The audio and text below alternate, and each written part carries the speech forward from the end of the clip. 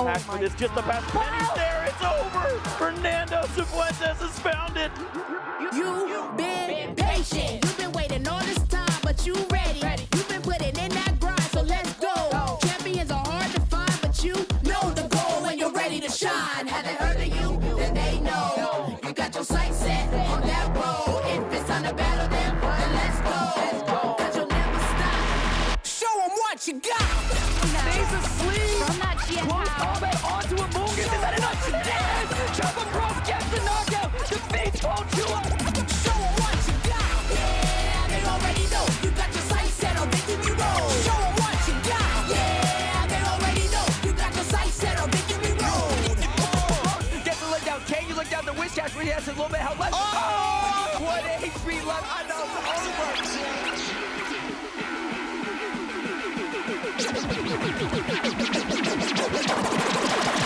Show them what you got. Yeah, they already know. You got your sights set on victory road. Show them what you got. Yeah, they already know. You got your sights set on victory road. Put your hands up. Guten Morgen and willkommen from Frankfurt, the financial heart of Europe, the city where poets live and champions are soon to be crowned. Yesterday we had over 100 trainers register and compete to eventually try and become the new champion of the first event of the 2026 Pokémon GO regional season.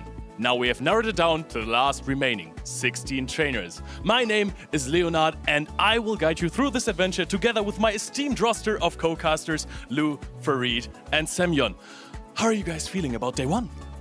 Like day one was amazing. Like we had so many great battles in day one. We had a lot of Pokemon that now are shining as well, which we wouldn't really sometimes even expect. We had like a few Pokemon that were kind of more sleeper picks. We see a Lantern as well now in day two, which honestly, I didn't see it coming.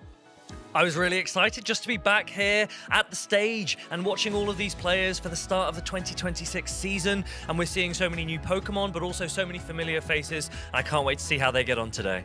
Yeah, I couldn't ask for a better start to the 2026 season, honestly. Frankfurt has been a great city to host this in. We've seen trainers from all over coming here to try and set the tone for their 2026 season. It's off to a fantastic start. Yep, and as you just said it is only the start of the season. There is many more events to come in the future. We have seen so many great cities in the last season already. What's to come this year? Well, as I said, we're kicking things off in Frankfurt, and then as we run up to the first international of the season, we have got Lille and Gdansk after Sao Paulo at LAIC. There is Stuttgart and Birmingham before the European International Championships in London. That's always my personal favorite event of the season. Then in the run-up to NAIC, a couple more events as our trainers get to hone those skills ahead of the last big tournament before the World Championships in San Francisco, the pinnacle of Pokemon play, and the Pokemon XP as well. I'm super looking forward to that. I was going to ask you which destination are you looking forward to the most, but I think you just answered that question. You can become the new champion in each one of those cities. But of course, it is not only about becoming champions. We are competing for championship points and prizes as well. So many championships available here this weekend, 350 available for first place. And one of the key updates this season is that the placements from 5th down to 16th have also increased in championship points. That means it can be critical. Your top 5 events will go towards your leaderboard, and that could be critical when it comes to the championship race at the end of the season, where our top 65 players here in Europe will qualify for Worlds. Definitely qualifying for the World Championship is a goal for so many trainers, but there's also some nice other things that you can pick up on the way. There's some amazing prizes that you can win here today. The first place is going to get $2,500 here. But not only this, also the top 5 are going to get some booster packs, which is also very, very exciting. There are a lot of really cool cards right now, and as a collector as well, I really like those booster packs. Yeah, who doesn't like those booster packs? Just the thrill of opening them. Getting one of those art rare cards is absolutely amazing. Just like day one was, guys. What was your favorite moment from day one? Honestly, there were so many to tell, but I really enjoyed getting to see our trainers coming forward into today. So every single trainer that we will be featuring today, we got to showcase yesterday as well. So you get to see a little bit more of their personalities. I'm going to say it though, you've set it up for me. I enjoyed seeing Gastrodon doing pretty good. It was on the broadcast a lot yesterday. I believe it's out there on 4 teams in our final 16 trainers, and I'm looking forward to seeing it crush the competition today. I'm really backing Shadow Charizard today. It's a Pokemon that we had a few seasons ago in the Play Pokemon Championship series, but it hasn't been around for a while. Now that it's got Air Cutter as well as the change to Ember, or some players are running Dragon Breath, I cannot wait to see some Blast Burn land. Also, a Pokemon that really surprised was that Wigglytuff. Wigglytuff also, 3 are currently still in the teams there, but also all of them are on the winner side of the bracket. So we saw on how much power this Pokemon has. Now with the updated move of Charm, you're going to be able to get to that Ice Event so fast, which gives you a lot of coverage, but also the option to just drop that attack set. And we saw like how important this is in so many battles. And all of those Pokemon are piloted by amazing trainers that we have seen so many times already before, but also newcomers who have burst into the scene here in Frankfurt. Why don't we refresh our memories looking at the winners bracket right here, because we want to see who is going to compete next. Honestly, I am so excited for that very first match there, Paman versus Inadequins. I don't think you could write a better storyline. Both these trainers in back-to-back World Championships got that coveted second place. They know what it takes to go all the way. I cannot wait to see that show. But there are so many other great matches here as well. Yeah, I'm really excited to see Emmy Weedle. He's brought Lantern, which is a Pokemon that has been divisive in the past, but in this meta, I think can actually qualify itself as a spicy pick. So excited to see how far he goes with that. Also, Alfie is running a Togekiss. It's the only player that actually got up into the top 16 with this Pokemon. It's a Pokemon that got a lot of buffs this season, and it's going to be very exciting to see on how far he can bring this Pokemon. In the last match, of course, Ripley from Germany, hometown hero basically, versus King OWT, player who's had a bit of a break since Birmingham, where he made top 8, and now in day 2 again. So a rising star, I want to say, in this tournament. So, speaking about stars, yesterday we showed you what the top 4 trainers at the World Championships thought which picks would be great for this event, and now we've made this a little bit easier for us. We waited after day 1 and then we made some predictions which trainers are here in day 2, favorites for the tournament with their ace Pokemon. We're going to see Inadequins up against Paman first up today, and his Shadow Talonflame yesterday in day 1, we watched it incinerate and flame charge through. He's still running Fly, which can do heavy, same type attack bonus damage, but he has dropped Brave Bird. I'm excited to see how he gets on. For me, it's got to be Paman. I said yesterday, Paman is my #1 fan, always really hoping that this trainer is going to do excellently, and undefeated so far, already making a great run for the champion title here. Wigglytuff running Charm. Charm is a move I always associate with Paman when he won Gdansk Regional Championships with Charm, Alola, Ninetales, so I fully believe Wigglytuff can take him all the way with Charm there by his side. Emmy Weedle was here my pick with the Pokemon Lantern. We saw a lot of Pokemon that we saw already earlier on in like way earlier regionals having more play now with the move update. But Lantern is a Pokemon that actually didn't get updated at all, but performs so well against the current meta. We saw, of course, here with Inadequins having that Shadow Talonflame. He really doesn't like to go up against the Lantern, I think. And I picked Stone Collection just because he's winning that picture contest. Look at this. This is villain energy here. He's the master of dragons, rivaling Tonton Bateuse there with this Shadow Dragonet that he's brought so many times. An absolute classical ace pick from Stone Collection. It looks like he could have his own anime series with that pose. It's superb. That's so true. You know what? I hope he gets one. So, those trainers are going to be playing in those next winners matchups. It is going to be absolutely stunning to see. If you want to catch all the actions, go to pokemon.com/broadcast, because there you will never miss a single event. You can watch this anywhere on Twitch, on YouTube, and I think this is your moment. Exactly. I think if you watch on YouTube, if you watch on Twitch, you should subscribe, you should follow the channels, and also leave a like on YouTube. Thank you so much. So, now, if you want to compete at those events and you don't quite know how these tournaments are going to go yet, we have a little format video to explain how these tournaments are running, and then we'll see you soon again. This weekend, the 2026 Regional Championships are bringing the electrifying action of the Pokémon GO matches to the global stage. Top trainers from across the world have gathered to compete for a share of over $125,000 in cash prizes, travel awards, and the all-important championship points that could secure their spot at Worlds 2026 in San Francisco, California. The competition is fierce and the strategy is key. This tournament spans 2 intense days of action, where our trainers battle it out in a double elimination bracket using the Great League format. Every match is a best-of-3 clash, but the stakes get even higher in the winners' finals, losers' finals, and grand finals, where the action extends to a best-of-5 showdown. Trainers will be strategizing in a Bring 6 Pick 3 format, each one carefully selecting a team of 6 Pokémon, but only 3 will enter the fray in each game. Every choice could be the difference between victory and defeat. Who will etch their name into the history books this weekend? And who will punch their ticket to Worlds 2026 in San Francisco? Don't miss a minute of the action. Stay tuned all weekend long to watch the battles unfold live. To stay up to date on future Play Pokémon events, visit championships.pokemon.com.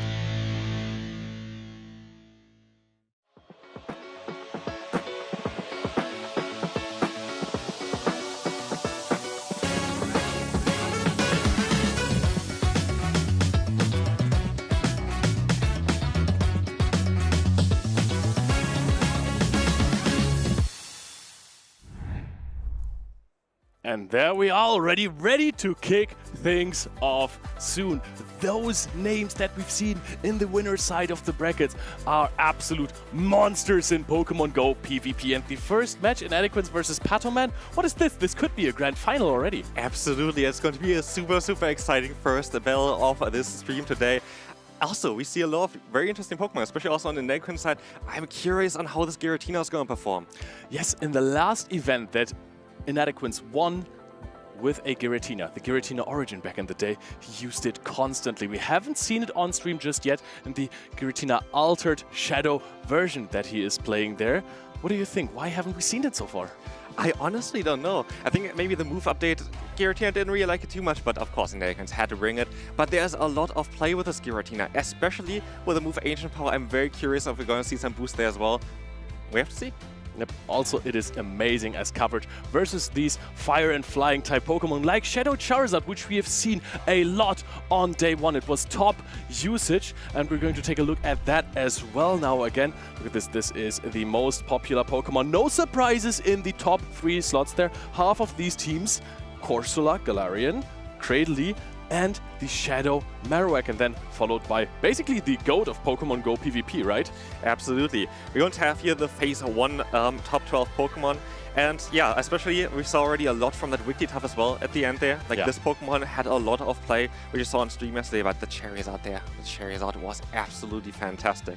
Yep, and with both attacks in the fast attack slot, right? Ember and Dragon Breath both have made it to day 2. And the Wigglytuff, you said there's 3 Wigglytuff left remaining in the tournament? And all of them are on the winner's side. So we saw already, if you had a Wigglytuff, you mostly did quite well with it as well. And here we're going to see for phase 2 how everything kind of changed. And we're going to see a higher usage now, of course, for the top 3 Pokemon here. We have the Galarian Corsola, that Kanto, Shadow, Marowak, and the Cradily having the top 3 spots. And we saw a little bit of a drop of Azumarill here. Yep, a big one, I want to say, but Galarian Moltres has a nice conversion rate as well. They're almost on half of the teams, a Pokemon that is not as easy to attain as the other Pokemon. And then followed up by, I think, my surprise pick for this weekend, Charjabug. This Pokemon is performing well. Charjabug is really performing well. There were also different kind of versions of us. There was also the Shadow version before on the stream yesterday. So yeah, this Pokemon was really strong. But of course, we see also here a bump in usage for the Charizard and also the Tinkaton, a Pokemon that you want to kind of trade. But we saw already on how great this Pokemon was, especially defensively. There are a lot of Pokemon in this meta where like the charge moves just can't really hit it. Tinkaton and Shadow Talonflame are the only Pokemon that burst into the top 12 usage. I think the highest bump within the top 12 usage was Shadow Caesar. Yesterday was 18 or 19%, now we're at 38%. This Pokemon, Alfie said it in an interview earlier, he said the biggest surprise to me is the low usage of Shadow Caesar. If you're playing Caesar, big chances you're gonna win. Absolutely. We saw a lot of great games of Caesar yesterday. We saw also one game where I just got a boost with Night Slash and just was able to close up the matchup with just 1 HP left. You see, there's a lot of play for this Pokemon, but also I like that this Pokemon has 2 different ways of boosting itself. But here we're gonna have already the first matchup of today. Oh, we see some Pokemon that are not in the top 12 usage there. From Paman's side, we have Goodra, which is one of my favorite Dragon-type Pokemon. It is so incredibly fun to play. It is now even more fast fast-paced than before. And on Inadequins side, we have the big man, we have the Blastoise sitting there next to Shadow Giratina. Absolutely. I really enjoy the pick of Goodra. I think Goodra is such a cool Pokemon in this meta, just because of the coverage it has as well. You have access to Thunder Punch, which is going to be great against those Flying-type Pokemon, which are more popular this season. But we see actually 2 Goodra already still in today, which is kind of also surprising. It's a Pokemon that I didn't really expect before. Yeah, definitely. And Paman is always a trainer that likes to bring these rogue Pokemon. He has had big success in the past. And there you can see him and his 6 companions. Charjabug, Wigglytuff, Shadow Caesar, Corsola, Goodra, and the Shadow Marowak, which was his pick to succeed in the tournament in the top 4 Worlds questionnaire that we did. Absolutely, and we see also why. Like, this Pokemon has been such a strong pick for this tournament. I'm curious on how it's going to perform as well against Inadequins today here. But yeah, again, we see the Charjabug as well that you found very surprising. Me too. It's a very strong Pokemon with that buff to Volt Switch. Look at these accolades. EUIC champion, Worlds finalist, NAIC top 4, all in one season. And then also Gdansk regional champion, that back in the day beating Tonton Batteuse in the finals back then. Tonton Batteuse with a Sea-King there, but the Shadow Alola Ninetales was just too much from Paman there. And then Inadequins, Worlds finalist, Utrecht Special Championship champion, EUIC top 4 and Worlds top 16. Just reading this, yeah, it just showcases on how strong both players are. It's going to be, as I said already, it could have been a grand final here, and we're going to see a very nice team there as well, with that Giratina running Dragon Claw, which got changed this season as well, doing more damage, but doing also quite a bit more energy. But also we have the Ancient Power, which I'm curious. There's always this chance of boosting a defense into your attack. It's a very low chance, but if it happens, it can change completely any game. The good thing for Shadow Giratina with the Dragon Claw changes is that it has the bulk to withstand a few attacks to actually reach this, and it needs a little bit more oomph because of the lacking attack. However, on the opposing side of the team, there is going to be Paman waiting with this trusty Wigglytuff. And I think if you could pick one Pokemon that could be the worst matchup for a Shadow Giratina, it would be Wigglytuff? Yeah, absolutely. With that normal and fairy typing resisting both of the stab moves of the Giratina, having both Shadow Claw as well as Dragon Claw being double resisted there, it's not a great matchup. And also, we're going to see 2 of the 3 Wigglytuff that are still around here already in the first match. So one of them is going to be knocked down in the losers bracket. Both of these trainers are trying to advance to the top 8. They haven't made it into Top Cut just yet. These are the last 16 remaining trainers. All of them could still be out of Top Cut range. Absolutely.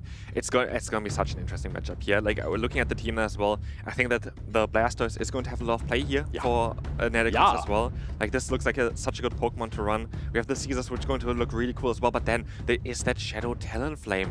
I'm curious on how good this is going to perform. There are 2 Shadow Talonflames currently, and they're also both on the winner side. So it's a Pokemon that we didn't really expect before. We saw like the Charizard, which was more predictable. But like, I'm really curious on how this is going to be. Shadow Talonflame is in a really weird spot versus Charjabug, because if you are trying to throw a Flame Charge immediately, you're giving your opponent 3 free turns with a Volt Switch. So this matchup, usually Talonflame was a hard answer to the Charjabug, but now you are more fragile and Volt Switch does more damage. Well, let's move on here. Let's take a look at the first Pokemon of the stream. We're going to see the Gastron against the Marowak. This is a usually more positive lead for the Gastron here, especially since people have been starting to play Water Pulse. The Shadow Cantomarok, of course, does a lot of damage. Both have Mudslap as their fast attack of choice, but Inadequins here is going to throw the first Water Pulse. Immediately gets a shield from the Shadow Cantomarok. This is a very solid start, especially as we see already that Shadow Talonflame in the back. And definitely Talonflame likes to see shields down because of those hard-hitting moves. With the Shadow bonus, you're going to do a little bit more attack. Of course, you're going to take a little bit more damage there as well. But getting those shields down early is definitely what Inadequins wants to see here. Oh, and Paman immediately throws the Bone Club there to knock out the Gastron. Inadequins shrugs and just lets it go. Might bring in the Talonflame here with shield advantage, trying to farm down here. So much damage, and Paman just goes, okay, I can't do this with my Marowak. And now there's the first Flame Charge. You have to use your second shield here, no? Do you? Do you? You have to. They have still the Shadow Caesar in the back there. But also, maybe this is exactly where Paman wants to be here, because he needs to get rid of this Pokemon. He really needs to get rid of the Fire type. Caesar only has one weakness, which is the Fire type. He has a double weakness on it. So we're going to see here the shield coming up. But also, Inadequins wants to stay in here and preserves the energy, and this is going to be huge. Yeah, the energy is really important there. If it's a Shadow Caesar in the bag for Paman, Inadequins really needs this. Now, this is also a moment for Paman to possibly shine there, because now the switch is locked for Inadequins, and the Shadow Caesar is coming in here. It's coming in hard, hitting with those bullet punches, but Inadequins stalling the timer, throwing a Swift. The fast moves hurt so much on that Wigglytuff. Super effective. Bullet punch from a Shadow Caesar is just ridiculous on how much damage it does. But maybe it does a little bit too much damage. No, actually Paman is going to be able to get to that move. And we see here that he maybe wants to swap out straight away. Catching that move from the Talonflame is going to be the Flame Charge, boosting the attack. Yep, it does, but Inadequins still has a shield left remaining. Attack boosted Incinerate. How much damage is it going to deal to the Shadow Caesar? It's still relatively healthy, but this takes it out! The fast attack down! Shadow Talonflame. One fast move took half of that Scizor down there. That is absolutely ridiculous, but this is also showcasing on why some players run that Shadow Talonflame over the Charizard, because you have the chance to boost yourself, because you have that fast move that does a lot of damage. Shadow Caesar double resists grass. Still, it is made of paper. One fast attack, 50% of its HP. That is what I call a proper win con for Inadequins here, leading 1-0 against the current runner-up of the World Championship. That's definitely on how Inadequins want to start there, but again, we saw on how strong the Talonflame was. That was absolutely the MVP here, and I would think that Paman very likely is going to try to adjust here as well. We would very likely see something like the Goodra coming in here as well. But then again, Inadequins has options to counter this. We still see that Wigglytuff there as well on Inadequins' side here, which we also saw already in the first battle. It's going to be an interesting second battle now. And he brought the Wigglytuff as well. Goodra in a very weird spot against this. Against a fairy type like Azumarill, Goodra is very strong. You can almost win the zero shield scenario there. It's super good, but against a Wigglytuff, you don't really stand a chance at all. You can throw one or two Aqua Tails, but then you will be charmed down in the process. Where was the Blastoise though? Yeah, I wonder. Maybe you want to see some Blastoise action now in the second battle, but I guess maybe the Charger Bug is something that's kind of you don't want to line it against. Even though your Falcon was super effective, I think the Volt Switch hurts a little bit more. Do you think we could use the Blastoise on the side of an Inadequins to bait out the Charger Bug, then perhaps countering it with something like a Gastrodon and then bring in the Talonflame to sweep? That could very well be the case, but you know what's also a great answer to the Charger Bug? Oh, tell me. The Giratina. Oh, Giratina would be really, really strong here. And I don't think we have seen the Wigglytuff on the side of Paman in Game 1. It was Shadow Kanto Marowak, it was Charger Bug, and it was the Shadow Caesar. Yeah, we see on how it's going to go. We're going to move into the game number 2 here now as well. We're going to have the Marowak aligned against the Talonflame again. Oh, that is really good for Inadequins. Paman is going to try and fight back. No, switches in to his only real answer immediately. Gastrodon is the answer of choice for Inadequins. Huge lead in the early game. This is going to be so good for Inadequins now, being able to resist that Volt Switch damage, but Axel is still going to hurt quite a bit. We have to see here how much damage it's going to do, nearly half of the HP of the Gastrodon. You might not be able to keep the switch here, but having this Shadow Talonflame versus a backline of Shadow Marowak and Shadow Caesar is absolutely huge for Inadequins. A bit surprising that Paman didn't bring the Goodra there after seeing on how strong the Talonflame was Game 1, but here we have the Axel coming through. It still should knock out that Gastrodon, I think. Yep, I think Gastrodon hangs on. It is way too bulky here. The good red Gastrodon, Lou loves it. Now exits this matchup even with an entire charge move, throws a water pulse. You might need to shield this, otherwise you're taking too much damage. You have seen the Shadow Talonflame, puts up the shield. Last second shield here. This is going to be crucial, as you're going to see now, of course. The Talonflame came back in, but we have to see that in the back. We really have to keep this Talonflame healthy now. Oh, I'm very surprised that we didn't bring in the Wigglytuff, because the only answer to this could be the Shadow Caesar in the back. But there's a shield being put up here against the Bone Club.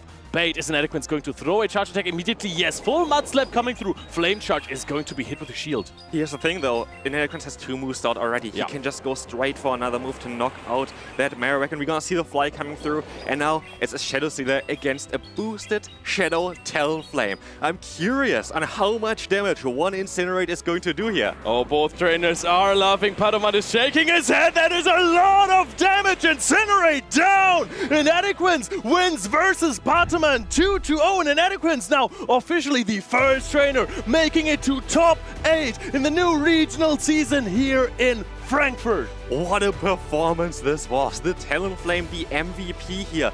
And honestly, he played it so well. Always keeping the perfect alignment there, knowing on when to throw, knowing on when to boost that flame charge damage there. Like, it was crazy on how strong that Talonflame there was on Inadequins side. Yes, because Paman went for a really risky line against it. Having the charger back, which is, yes, a decent answer now with the Volt Switch buff and the faster pacing with Discharge against the Shadow Talonflame.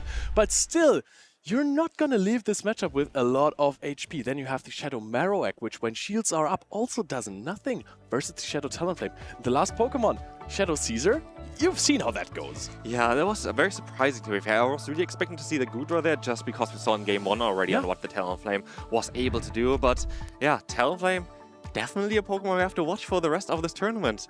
Yeah, and Martijn made the right choice in this matchup. I thought that he was going to go in Game 2 with the Wigglytuff versus the Marowak, expecting the Shadow Caesar in the back. But wait, we are going to see here this damage from the Flame Charge. Absolutely amazing damage taking out the Marowak and then frying the Caesar. It is crazy on how much damage is coming through from that Incinerate, especially, of course, on a Pokemon that's already squishy and has a double weakness to the fire typing.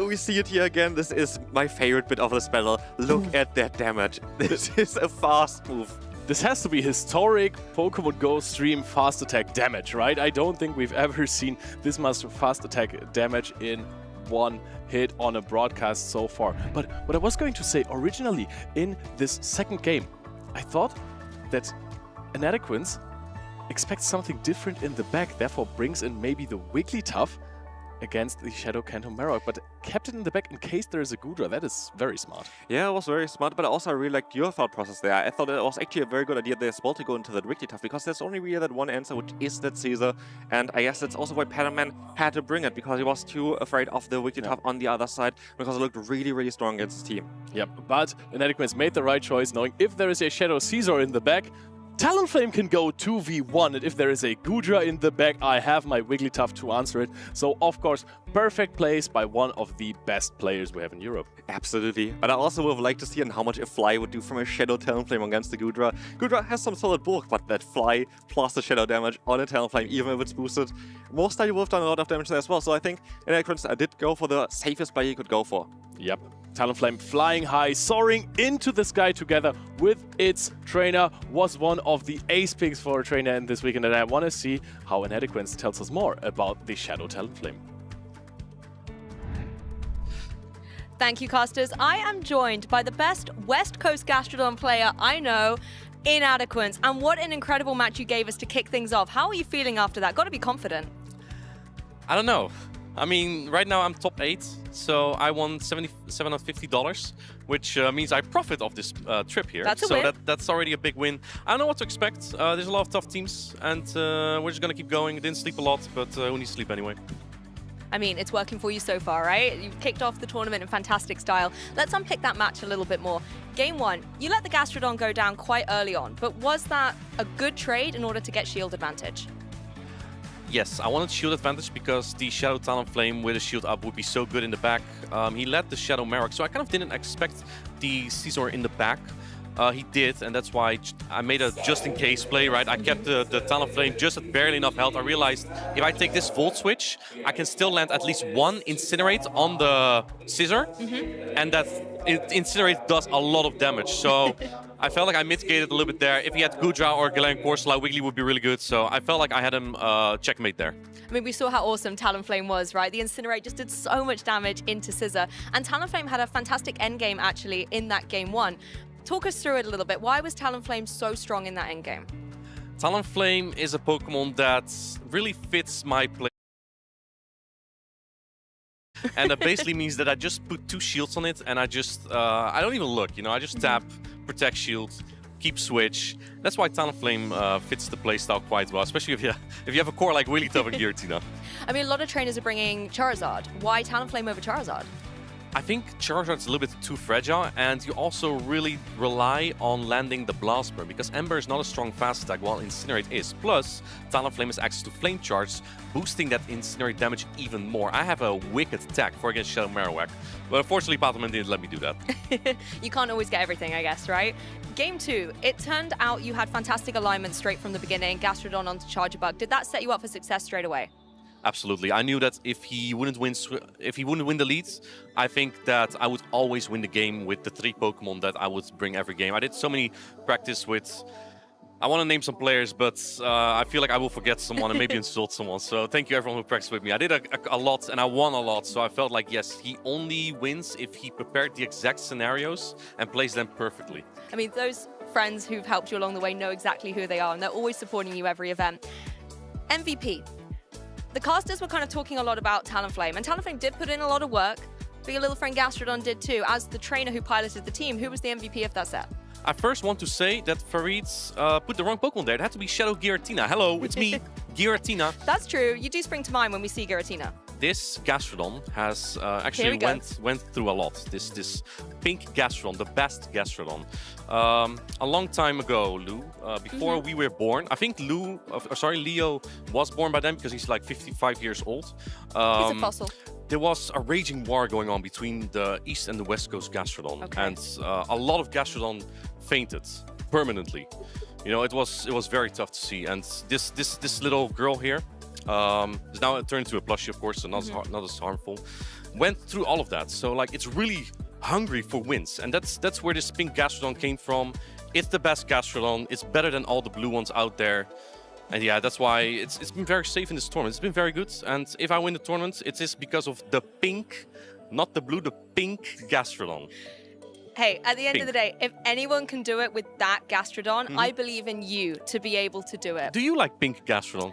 You know that I am definitely all about the East Coast Gastrodon, but if anyone can give this one some credit, I believe that it's you. I feel very sorry for you. Well, I mean, last time you had the pink Gastrodon, we didn't quite get the win. Maybe this time it'll be different. New season, new Gastrodon, new Inadequins. Before we go, are there any shout-outs you would like to give? Of course, everyone who helped me, everyone who's supporting me.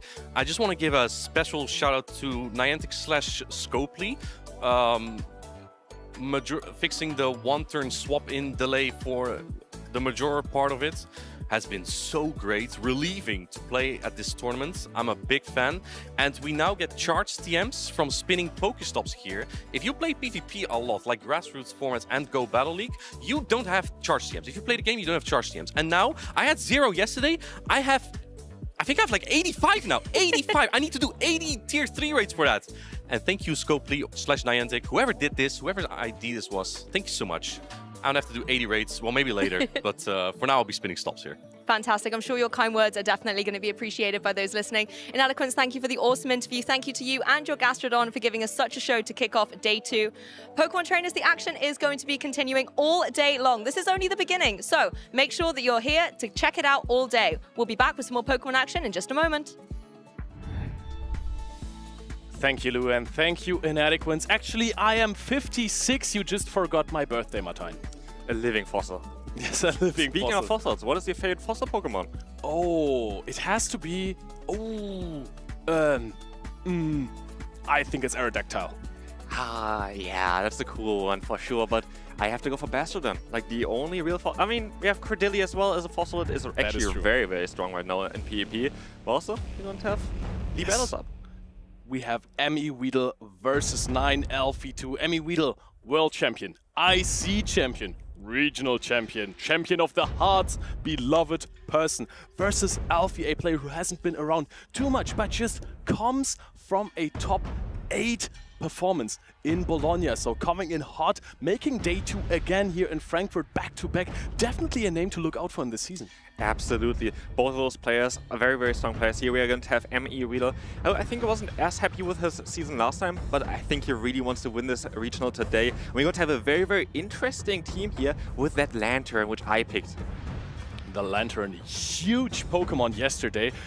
got in the matchup versus Nighttime Clasher, I think, and then baited out the Shadow Kanto Marowak, got some shield advantage for the Moltres, and we all know how strong Moltres is with shields up, because barely any Pokemon in the metagame, except for Tinkaton, really resists flying type attacks. It's crazy. It is kind of crazy, and what we see here is one of the coolest Pokemon. We're going to have the Psyshock Pack RS4 Togekiss. This Pokemon is only viable since this season, and also we're going to have another fly here with that Ember, Blast Burn, Air Cutter, Charizard.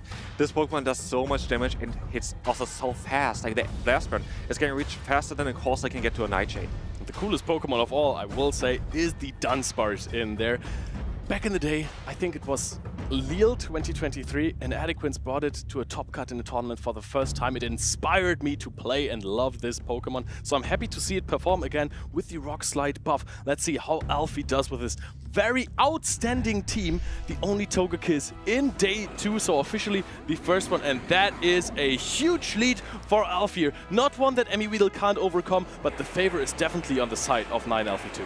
Absolutely, especially with the Rock Tomb being able to get that guaranteed debuff. We see the Fly coming through at the same time.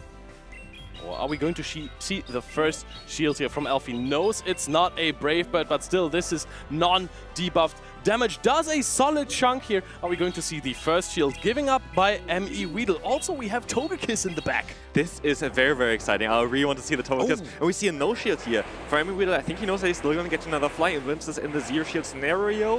We see here the Fly coming through, but we see the swap onto the Dunsparce. Giving up Switch to catch a debuffed Fly on the Dunsparce. Bulky Pokemon will still take a solid amount of damage there, but preserve so much energy on that Dunsparce. And now you're in a bit of a pickle here, because Kanto Marowak is clobbering down on this Dunsparce. And very well done here by Emmy Weedle, recognizing he doesn't need to go for the charge move straight away. He can overfarm by a little bit, because one charge move doesn't knock out that Dunsparce yet. Yeah. But with a little bit more fast move damage, we're going to see here now that this Bone Club should be enough to take down this Dunsparce. Throws it one before the Dunsparce reaches the next fast attack, charge attack, just in case it has a lot of attack there. Kanto Marowak has been a dominant force in the metagame for the entire last season, and now it is facing off versus Togekiss, the new big player in the game, perhaps. Rock Slide is being charged up here, and Alfie is putting on the first Protect Shield. And of course, we still see on Emmy Weedle's side that Credilli in the back, but we have also on Togekiss now this new move of RS4, like the buff move of RS4, which is going to be such a hard-hitting move, where we see the full farm down here on Alfie's side using another Protect Shield against the Rock Slide. I really like this play, not throwing the first attack in case there is a Cradilly, because you do want to have all of the Aura Spheres that you can get in this matchup. Keep in mind, Alfie still has another charge attack stored on its own Cradilly. This is going to be a very, very close matchup. We're going to see as well the Essence doing some super effective damage, but it's not going to be enough to take down this Togekiss anytime soon. We see the next shield coming out from Emmy Weedle. We still have another Aura Sphere stored. This is so interesting, because I think we're going to throw the next one immediately. Now Emmy Weedle, after taking this, I reckon it's going to deal about 50%, is going to have the next charge attack stored. Might throw it immediately. Are we going to see a combo play from Alfie? Goes for the Swap It, wins the charge attack priority, throws a Grass Knot. This is absolutely huge. Now Emmy Weedle has to take this neutral Grass Knot. That's going to do a lot of damage, enough to take down this Credilli with all the energy that was on it. Oh, and now the Marowak comes in here. Mud slaps down. No, doesn't quite get their acid. Too much damage. Moltres coming in, and it's a simultaneous KO here. Cradilly gets the win. The Togekiss left remaining, sweeping the team. This was so strongly played by Alfie there. Doing this combo play, getting all the energy on the Togekiss, putting all the shields onto the Togekiss against the Marowak, knowing he can fully farm it down, have the coverage against the backline of Emmy Weedle. That was brilliantly played there. Yes, this was clean. We saw a perfect Togekiss game. It was aligned to the Cradilly. Acid, Rock Tomb. I don't care. I have Aura Sphere, and I have an Aura Sphere, and you know what? There's the third Aura Sphere. And then, of course, immediately recognizing Switch Timer isn't up yet. I have my own Cradilly. You know what? Even if he didn't win charge attack priority to knock out the Cradilly of Emmy Weedle, he would have been fine. Energy would have been reset on Emmy Weedle's Cradilly, and then he would have been good to go with the Togekiss smooth sailing. Absolutely. Togekiss gets so fast with those charge moves. Would have been able to outspeed that Cradilly anyway. So Alfie really played it very safe there. But also so smart. Like, having the game plan there already, knowing I have to commit those shields, I have to put everything onto this Togekiss, paid out so well. And I'm curious on how Emmy Weedle wants to now can adjust to it. Yeah, I mean, he has been standing in a long time with the Shadow Marowak versus the Togekiss. I don't quite remember if the timer was up or not, but he went for those rock slides in there. Maybe Shadow Kanto Marowak is a little bit of a liability here, even though it got onto its best matchup, the Dunsparce. This is a Pokemon. Usually you would say this is a normal versus a ground type. Nobody has super effective attacks anymore. But just not having rollout damage versus this huge amount of Mudslap damage is actually very impactful in the mirror. Yeah, it's definitely a very, very good matchup for that Marowak. Marowak being able to apply so much fast move pressure, well, rollout really doesn't do anything there. Especially, also, the Dunsparce is a normal type. It's not a rock type, but it still has a lot of rock type moves, which is kind of cool as well, which makes it also so unique. But yeah, let's see here. The players are ready. We're going to have the Corsola against that Moltres. What a lead for Emmy Weedle. Now this is going to be incredibly hard to get out of for Alfie against a player like Emmy Weedle, but the Cradily is a relatively safe swap here. Goes for the fly immediately. Emmy Weedle, is he forcing the first shield? Yes, because Alfie needs to preserve his own Cradily, but this is a good shield. No matter what comes in, you're going to be in a okay situation here.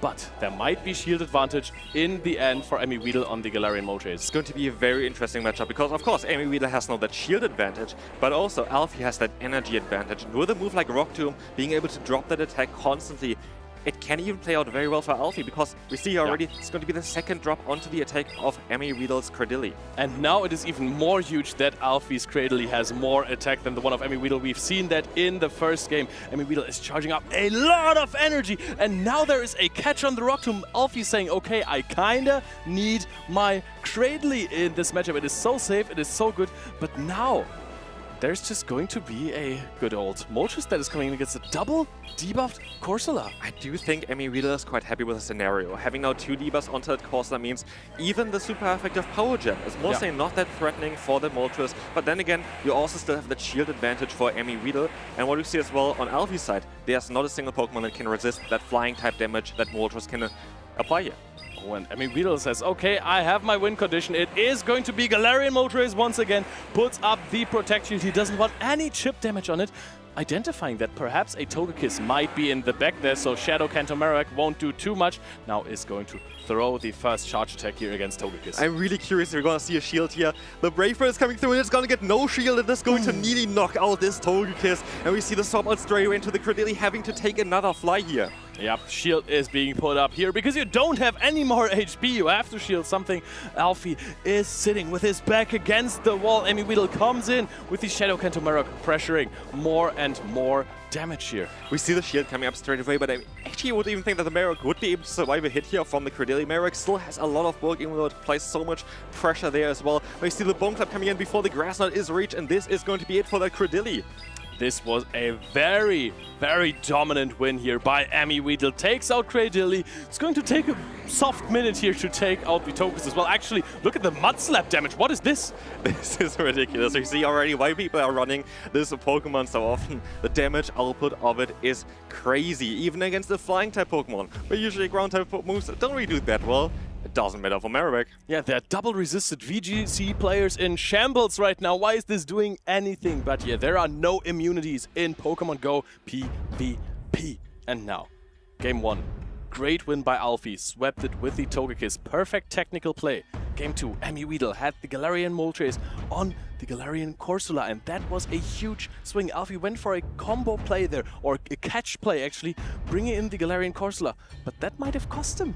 I think that really cost him there at the end of the day, because you just don't have that flying type resistance. Alfie just can't have anything that can take like a Brave Bird, and we saw already the bold play of Emmy Weedle going for that Brave Bird against the Togekiss, putting it all the way down into the deep red health, putting it even into farmland range for something like a Mudslapper. I think the only player who has resistances to flying type charge attacks is actually Emmy Weedle in the tournament with the Lantern and of course the Tinkaton. Tinkaton being a super hard answer, but the great thing about Galarian Moltres is even resisted attacks. you have Brave Bird. It still deals a decent amount of damage. Absolutely, and I'm really curious on how Alfie wants to kind of adjust to it. I feel like for Alfie it's going to be very important to get this lead call right, because we saw already on what happens if you don't have it right, that Moltres can completely destroy the team just with the flying type damage it can apply. And so we have to see here on what Alfie is going to predict for what Emmy Weedle wants to bring here. I'm curious if we're going to see Lantern. I don't think we're going to see it this matchup. Don't think it's going to look that great. I think that we might see another Galarian Moltres encounter here. Emmy Weedle now, no, actually not bringing it. Leading in the Galarian Corsola against the Cradley. And that is an odd matchup because, yes, your fast attacks are resisted on the side of Cradley, but you are outpacing your opponent to the first Rock Tomb, and Rock Tomb is always super tough to deal with. I'm actually very surprised that Emmy Weedle is dropping that Moltres after the last battle, but I guess he was expecting a lot of counters for that. But again, you can only counter it offensively. You can't really take the hits there. So I don't know. We're going to see here now the Nightshade coming through, of course, already debuffed. It's not going to do that much damage, but we have a little bit more fast move pressure coming from that Corsola. I want to say that Alfie bringing his own Corsola, it is looking a lot better now that there is no Galarian Moltres on the side of Emmy Weedle. Now we're going to see the next Rock Tomb, the Galarian Corsola of Emmy Weedle, now double debuffed, and it is at a range where it might be farmed down by anything now. This is going to be interesting. I don't even think that this Nightshade is going to be enough to take down this very bulky Credilli after 2 debuffs onto the Corsola. Let's see here, Nightshade is coming through. It is not going to be enough, and so Credilli is going to be able to win this matchup. I'm curious, I would assume that Emmy Weedle, yeah, is going to protect, no protect shield here, letting this Corsola go. Cradley is a crazy, crazy Pokemon. It is so incredibly good, but now Emmy Weedle capitalizes on this as well, brings in his own Cradley, gets 2 charge attacks in there. But the thing is, you are now outpacing the Corsola. That is all good and well, but there's the Togekiss in the back for Alfie. He has the alignment that he actually wants there. Cradley actually looks really, really good against Alfie's team here as well. I think it's a very safe Pokemon, that's why Emmy Weedle is bringing it here as well. And was also kind of happy of having this little bit of an energy advantage already going into this matchup. But of course, the Togekiss is looking like it's in a prime position to win this battle here. Togekiss still can't really take a Rock Slide, so this is something to be wary of as Alfie. Oh, and he swaps in the Shadow Catamaran, and now the Togekiss is the answer. Are we going to see it succeed once again? The only Togekiss left in competition. There are 2 shields still on Alfie's side. We also see the first shield coming up here against the blade of Emmy Weedle. That Bone Club would have done nothing, but of course he can't risk it in this position. We still also have 2 shields on Emmy Weedle's side. So basically, with the switch clock now being only 45 seconds as well, if you have 2 shields on both sides and the Pokemon can't farm each other down with the fast moves, you can guarantee to actually get still into your other Pokemon if you use both of those shields. But we don't see the shield here coming up from Emmy Weedle. We see the Rock Slide coming up now. Do we see the final shield from Alfie? We do. Emmy Weedle is putting everything on his own Cradley here. Cradley is going to be able to shield twice, but fast attack damage is a thing here. Pack does a decent amount of damage, and Astonish does a lot, actually. First shield is being put up by Emmy Weedle. Is Cradley in the position to actually sweep this game? Alfie is one fast move away of getting to another move, and the Rock Tomb is coming through. This is going to knock out the Togekiss. And now it's only the Cradley with 1 shield against that Corsola. The Corsola again is reset though, so the attack debuffs that happened earlier, they do not matter anymore. Emmy Weedle is not even outpacing here. Is he going to be able to knock out that Galarian Corsola with a Rock Tomb and the few assets? I think it's kind of tough, but I think also that Emmy Weedle actually has to go for this Grass Knot. He knows he should only be able to get to 1 of his charge moves, and Grass Knot does a little bit more damage. No, we see actually the Rock Tomb coming through. Rock Tomb does a little bit less damage, has of course the guaranteed chance of dropping the attack instead, but it's not going to be enough here to knock out this Corsola. The Corsola lives, and Alfie reaches for the Nightshade, defeating Emmy Weedle here. Corsola coming in, there is no Moltres inside. Nightshade knocks out Cradilli, and Alfie advances to top 8. This was such a hype matchup. This was so close. Both players played perfectly, but we saw already as well here what the Togekiss can do. Yes, Togekiss actually putting so much pressure on the Shadow Kanto Marowak there with Pax. But we've also seen a win condition from Emmy Weedle in this matchup with the Rock Slide and the No Shield on this Aura Sphere. But Alfie played this to perfection. The only game which he lost versus a Titan like Emmy Weedle was the one where the Galarian Moltres could pin down the Galarian Corsola. This was definitely a very, very strong performance of Alfie here. But I'm also curious on if Emmy Weedle is that happy with his last play there. I'm curious if the Grass Knot would have done enough. We will never know, of course, but yeah, I don't know. We see. Rock Tomb interesting choice. I guess we'll never know, but yes, the Grass Knot in fact would have done a little bit more damage, but it looked like the Galarian Corsola was actually quite healthy. It is not an offensive powerhouse, but it's one of the bulkiest Pokemon we have in the Open Great League right now. Do you have a good one? I have actually a very good one. I tried it one at the EOIC. Nice. I got one with 5 attack. I played one with at Birmingham. Didn't go too well for me, that tournament, but that was because of me and not of my Corsola. Here we can see in the first game, on the second game actually, oh, it's the first game, a catch on the Dunsparce here, and in the end game, the sweep of the Togekiss. Look at this damage, charge attack priority, combo play here from Alfie, the good old CAP catch. Absolutely, and honestly, I really enjoy Alfie's team there as well, having a lot of unique Pokemon there, with the Dunsparce, with the Togekiss, the Charizard, a lot of very, very cool Pokemon that only really recently got a little bit of a buff to shine a bit more in those regional plays. Emmy Weedle. Alfie has been in his head though, right? Have you seen this multiple catches in all of those games? And now in the last one, where Galarian Moltres was not a polarizing factor with the Corsola, you can see Alfie there getting the crowd to cheer him on just a little bit more, because he just made it into top 8 of the first regional of the 2026 season here in Frankfurt. We have so many different talented trainers here, and now I think, even though we know that Alfie is good because of his previous performance in Bologna, because of his day 1 performance, we have a new upset here.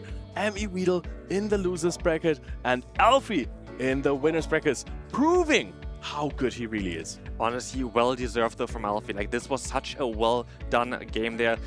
The alignment always there, and also the composure, keeping the Pokemon around that you need to keep around. It was really well played, and I love the Togekiss. The Togekiss had so much play. Right? So much play. That Aura Sphere is doing so much damage, especially in the current meta. You have Pokemon that are ground type, where the flying type helps a lot. And then you have Pokemon that are rock type, where the Aura Sphere is going to help a lot.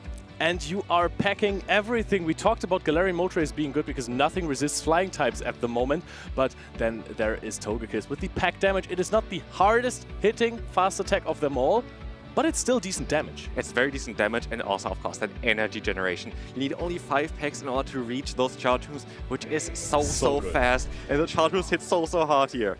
Oh, and now we have Chris versus Stone Collection. Stone Collection, in an interview with me yesterday, said that he built this team one day before the tournament, didn't really know what to do, and then said, hey, I know Shadow Dragonair really well. People most likely have not been practicing against this. Let's make my opponents suffer from the new spice that I am bringing. And Pearson actually played Stone Collection in regional before, we also was bringing Dragonair, so maybe a bit more of a signature Pokemon for him. We also see here Chris on the other side bringing, again, another Wigglytuff, the 3rd Wigglytuff already. And he's bringing his friend Malamar. Actually, I think Malamar is all of our friends. Such a strong Pokemon. Chris has had some decent performances in Spain before as well. Close testing partner of Paman, and of course success is going to come from that. Now he wants to overcome his friend maybe a little bit here and show what he's got. Charger Bug and Dusclops, the only Dusclops remaining left in the tournament. Yeah, I'm actually quite curious. Like, Dusclops is an interesting Pokemon. It was really dominating before in regionals, but then kind of off now because the Corsair's there. Corsair has a bit more fast move pressure, but Dusclops, that Shadow Punch, it reaches so fast. It's very more spamming with the moveset it has. You can get out of polarizing matchups a lot better if you have this fast pacing of that Pokemon. And here you can see one of the few Tinkaton left in the tournament. Unova, Stunfisk, I think the only one here. Dragon Breath Charizard, double Dragon Breath on his team is something that you don't want to have versus a good old Wigglytuff, even though Charizard still in a decent spot there. Absolutely, I'm really curious on how that Charizard is going to perform. I really hope that we're going to see it here today, because the Dragon Breath is so different compared to what the Ember can do. A Dragon Breath doesn't generate energy as fast, but in those matchups where you don't really want to be in, a Dragon Breath can give you that kind of edge, because you're going to be able to be, for example, neutral against like Water-type Pokemon. Something, for example, like a Galarian Corsola. Your Blast Burn doesn't completely knock out, but you have this extra little bit of damage that you can try and farm down the Galarian Corsola, and that is a great lead for Chris here. Can he capitalize off of that? Shadow Marowak is throwing mud, and then third, as the safe swap is looking relatively safe here. My friend Malamar is the answer. My friend Malamar, of course, having access to that fighting type coverage against the third, has to kind of respect maybe even the Swift here. We have to see him. Should be able to still take one here. It's going to be a neutral damage and quite a bit of it, but Malamar can hang on there. lets the Swift go, and that is really interesting because now Stone Collection can have the option to force Swish here because he has this energy advantage on the Ferret. Puts up the first shield. That might actually put the Shadow Dragonair later on in a bit of a pickle. Yeah, absolutely. We're going to see another Swift coming through. We don't see a shield coming up here. Melma is going to go down with this one now. Oh, and Chris might bring in back the Kanto Marowak. They're not revealing his last Pokemon yet. It is already at the Bone Club, but he's trying to go for a full farm down apparently here. Swift is being thrown. Can he reach another one? There's actually no Pokemon on Stone Collection side that really wants to take the damage of this Marowak. Like anything can really, like everything is kind of weak to either the ground or the rock typing there. So very smart play by Chris, recognizing that weakness there. And here we're gonna see a Shadow Dragonair, but let's take a look at the damage here. What is this? This is going to be a two-shot. Shadow Dragonair, is it even going to reach a charged attack here? Bone Club is being thrown just before the first Aqua Tail. Puts up a shield, has to deal with the Shadow Marowak before. Maybe Chris is even pivoting out here. No, stays in there, throws more mud at the Dragon. Chris putting up his second Protect shield to try and farm down that Shadow Dragonair. This is very smart by Chris, of course, because he knows there is still in the back the Tinkaton, which he saw already in the lead matchup, and so we know that the Bone Club definitely going to have a target there. But we see the Swift coming through. What a play by Chris catching this move. Fantastically done here, bringing in the Charger Bug here, getting a full Volt Switch through, of course taking a little bit of damage, but that gives Stone Collection one thing that he really needs, and that is the time in this matchup to charge up more energy. The Shadow Kanto Marowak is really low here. Stone Collection is throwing a play rough here, goes to the Charge Attack priority event versus Charger Bug. And here we see the Discharge. Discharge is going to do some sort amount of damage, but it's not going to threaten any KO anytime soon. But this playoff is going to do now a lot, but we still saw that this Marowak still has some energy stored. It's going to be a very tough matchup for this Tinkaton to fight through, but it's maybe even the perfect range that you want to have this Charger Bug in. Yep, that is true. However, Chris is at the next charge attack immediately trying to stall out the timer. Timer is up. Shadow Kanto Marowak comes in, throws a Bone Club, immediately has the charge attack now and will knock out the Tinkaton. In the process, Chris takes game 1. This was such a strong performance from Chris, recognizing especially that we have that Marowak that has so much potential against Stone Collection side. Marowak was super strong. We have talked about this Pokemon so many times. It's from Kanto. Everyone here knows this for 29 years. This Pokemon is absolutely magnificent, and it is a menace in Pokemon Go. Both trainers are running it. It is one of the top 3 usage Pokemon, and you can see here why Stone Collection's team, actually now that you say it, it looks incredibly weak to Marowak. Yeah, and of course Marowak is one of the most common Pokemon that we have in this regional, so it's interesting, but still, he definitely has some play against it. We still have like something like the Charizard, which might come in here, which can resist those Mud Slap damage, also of course that Bone Club there, but again, when the Marowak has energy, anything really doesn't want to face it. Like, we're going to have here so many weaknesses for like either ground or the rock typing there, and of course Charizard, a rocks that hit it, this Pokemon goes down. If Chris can set up the Kanto Marowak, this might be his way to victory. Again, we're going into the game and we see a mirror match in the lead. 2 Marowaks staring each other down. Who has the higher attack? Is that going to be super relevant here? This is going to be quite relevant because, of course, who has the high attack is going to be able to get to this Bone Club first. But what we see here as well is that Chris didn't even want to go for it. He didn't even want to risk it, and he's gonna go and let his move straight go through. This is actually quite interesting. I think that Stone Collection is quite happy about this because, again, we saw already in the matchup before, Marowak is a Pokemon that he doesn't really want to see with the other Pokemon that he has. Ferret is still alright, but we still have, again, there's Tinkaton in the back. And this looks like maybe Stone Collection's Marowak is going to be knocked out by the next Mudslap. Chris lets it actually go here. Wants to have a little bit of farm on the next Pokemon he can bring in. Are we maybe seeing a Charger Bug farm down a Marowak here? We're gonna see the Melima coming in and getting a bit of an advantage there, which makes a lot of sense because you have that superpower on this Pokemon, which does super damage. But of course, we're going to see here now, this move coming through is going to also debuff the Melima, and Melima very likely is going to swap out straight after it. Doesn't really want to face a Fairy type here. Classic chip and dip here. Energy gone. Now the Charger Bug is coming in. You have Ferret as an answer on the side of Stone Collection, but of course the energy of the Malamar is gone. You can just throw a Play Rough here to try and get ahead in this matchup and bring in Ferret afterwards. We're gonna get the shield here from the Charger Bug. It's going to be a very, very close matchup, and the Ferret is coming in now, being able to take those hits, but Exa is quite significantly a stronger move than the Discharge here, which the Exa would have been resistant on Tinkaton. Here now it's going to be neutral damage coming through, but also neutral damage from the Swift. I adore Furret. Look at how adorable this Pokemon really is. Just vibing in there. It's a bit of a nervous Pokemon, by the way. Now the first X-Scissor is launched. 2 won't knock out here, but it's going to be very, very close after the next Volt Switch here. And now this should KO the Furret. Chris is going to see another shield. He is almost at the 3rd X-Scissor. This is going to be a very interesting matchup. Do we see a swap up to the Manama? No, we don't. We have the Charger Bug now taking the Swift. Do we see a shield from the Charger Bug, or do we see it on that Malama later on? I mean, you really need a shield on the Malama, because otherwise the matchup with Tinkaton is just so incredibly bad. One play rough will absolutely KO you. And now Stone Collection is going for straight Bulldoze. Yesterday he said he got a lot of Bulldoze debuffs. Maybe the streak is continuing. This is going to be a very, very interesting one here. It's going to be a debuff, and this is going to be so crucial because now the fast move damage is going to add up. And also, we're still going to have that Furret in the back here.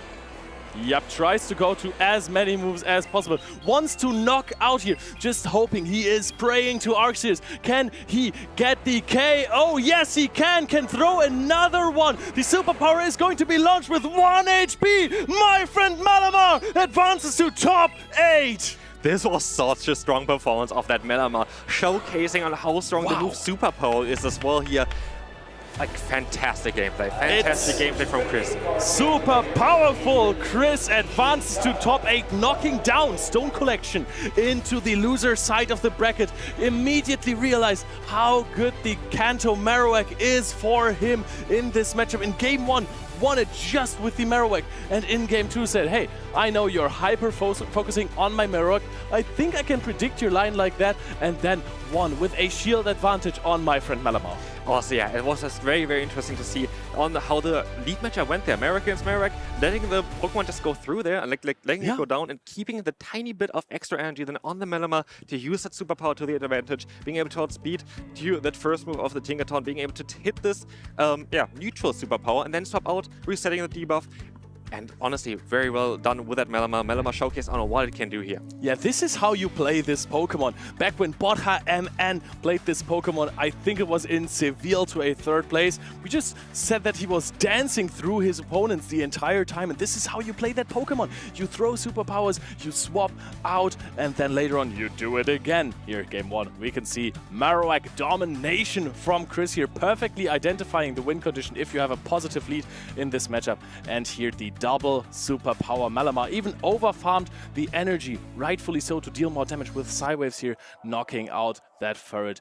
Very close match. So well played by Chris. Absolutely, this was so well done.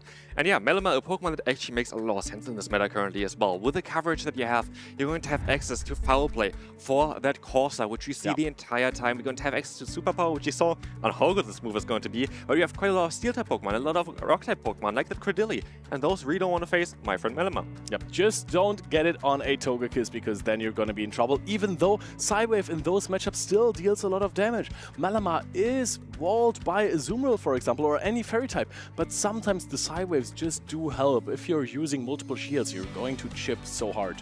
This is also the reason we see more often the Shadow version of that Malamar, because with a Psywave, you're just going to have the option to get those damage in there against those Pokemon that you don't want to face, against those Fairy type Pokemon, which can resist the charge moves of Foul Play and Superpower, but it cannot resist the move of Psywave. Yep, Psywave really, really strong. It is so fast, charges up so much energy and deals a lot of damage. This Pokemon has been all the rage lately, and I'm really happy to see it in Day 2. Definitely. It's a very interesting Pokemon. We have to see on how far Malamar can go. I think it's a very, very smart pick though in the current meta. I think it's also so nice and neutrally. Like, you have such a fast pacing with the Psywave, with those hard hitting moves. We have a Stab on the Foul Play, being a Dark type here, the Malamar, and the Superpower. Like, Superpower, of course. Also, after you've used it, your attack and your defense is going to be dropped. That can also be used to your advantage by giving your opponent less of harm load. But if you want to know more about status changing charged attacks, then this video is the one for you. Hi there, trainers. Welcome to this video, where we will be talking about status changing charged attacks. My name is Martijn. You may also know me as Inadequins. You may have seen them before in the Go Battle League or in the Show 6 Bring 3 format in the Pokémon GO Championship series. Charge attacks that alter the attack or defense stage of a Pokémon. What makes these attacks so good, and how can you use them to your advantage? To start off, How do you know if a charge attack can change the attack or defense? You can find this by selecting a Pokemon in your Pokemon storage and scrolling down to the fast and charge attacks that this Pokemon has. If you select trainer battles here, you can see not only the damage per attack, but also if there is a chance of changing the attack or defense of the opponent. In some cases, this is even guaranteed. Generally, these attacks are not strong in terms of damage, but they can be key to flipping a battle in your favor. Let's take a look at Dugong, for example. Dugong is a Pokemon that wins a lot of neutral battles, and that's mostly because it relies on the charge attack Icy Wind.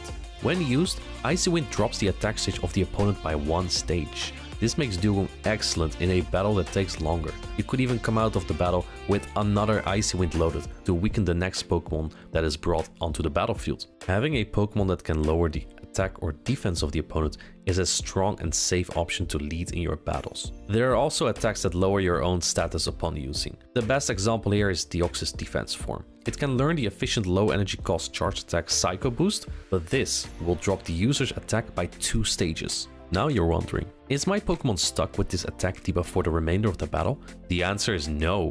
Status changes are cleared upon switching out of the battle. What you will see many players do is launch the Psycho Boost quickly into the opponent and swap into the next Pokemon to clear the attack debuff for when Deoxys defense comes back into battle later.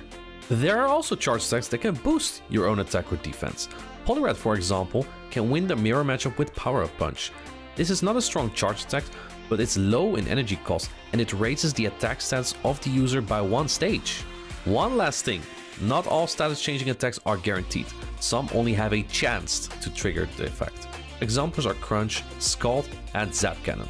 It's worth getting familiar with these attacks as they can aid you in building a strategy for your battles. Go to Pokemon.com/play to check out the latest news on nearby events and hey, give it a try!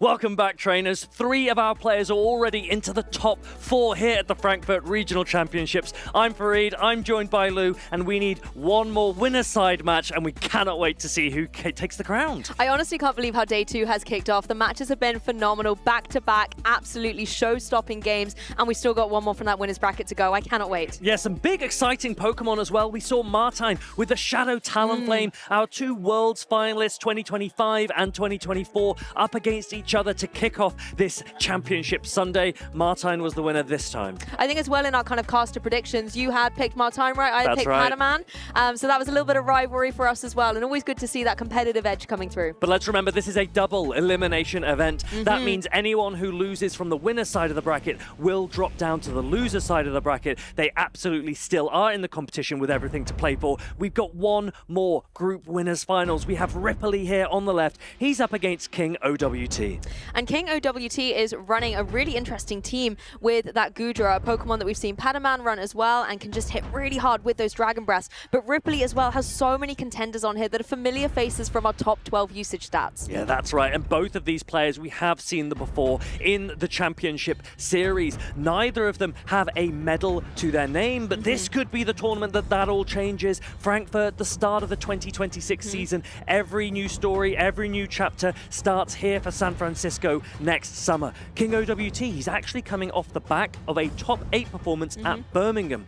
So this is already a really huge step for him in terms of his momentum and his progression. He's showing that he does have the consistency when he appears. Ripley, on the other hand, he is looking to really make a name for himself here in Frankfurt. Yes, and we can take a deeper dive on the team as well. Again, as I was saying, a lot of these Pokemon we should be familiar with from watching the broadcast. A lot of incredible Pokemon that can hold bulk as well. The Chargebug, the Azumarill, these are Pokemon that can really soak up a lot of attacks, get that switch timer realigned to maybe switch out to bring in your heavy hitters in the form of the Marowak or the Scizor, or even the Moltres. Those sucker punches can stack up as well into an unwilling opponent. Yeah, a really hard meta team here for Ripley, and he'll be up against a fairly meta team with a couple of really nice, exciting picks. It's the Shadow Charizard story here this weekend in Frankfurt. It has recently received access to Air Cutter, a very cheap flying charged attack, as well as Ember being adjusted to generate a lot of energy. So Shadow Charizard can pace really quickly, and we saw King OWT using it to perfection yesterday. Can he do it one more time this Championship Sunday? And that's something that Pokemon like the Charger Bug and the Scizor really have to watch out for. They do not want to take an Ember or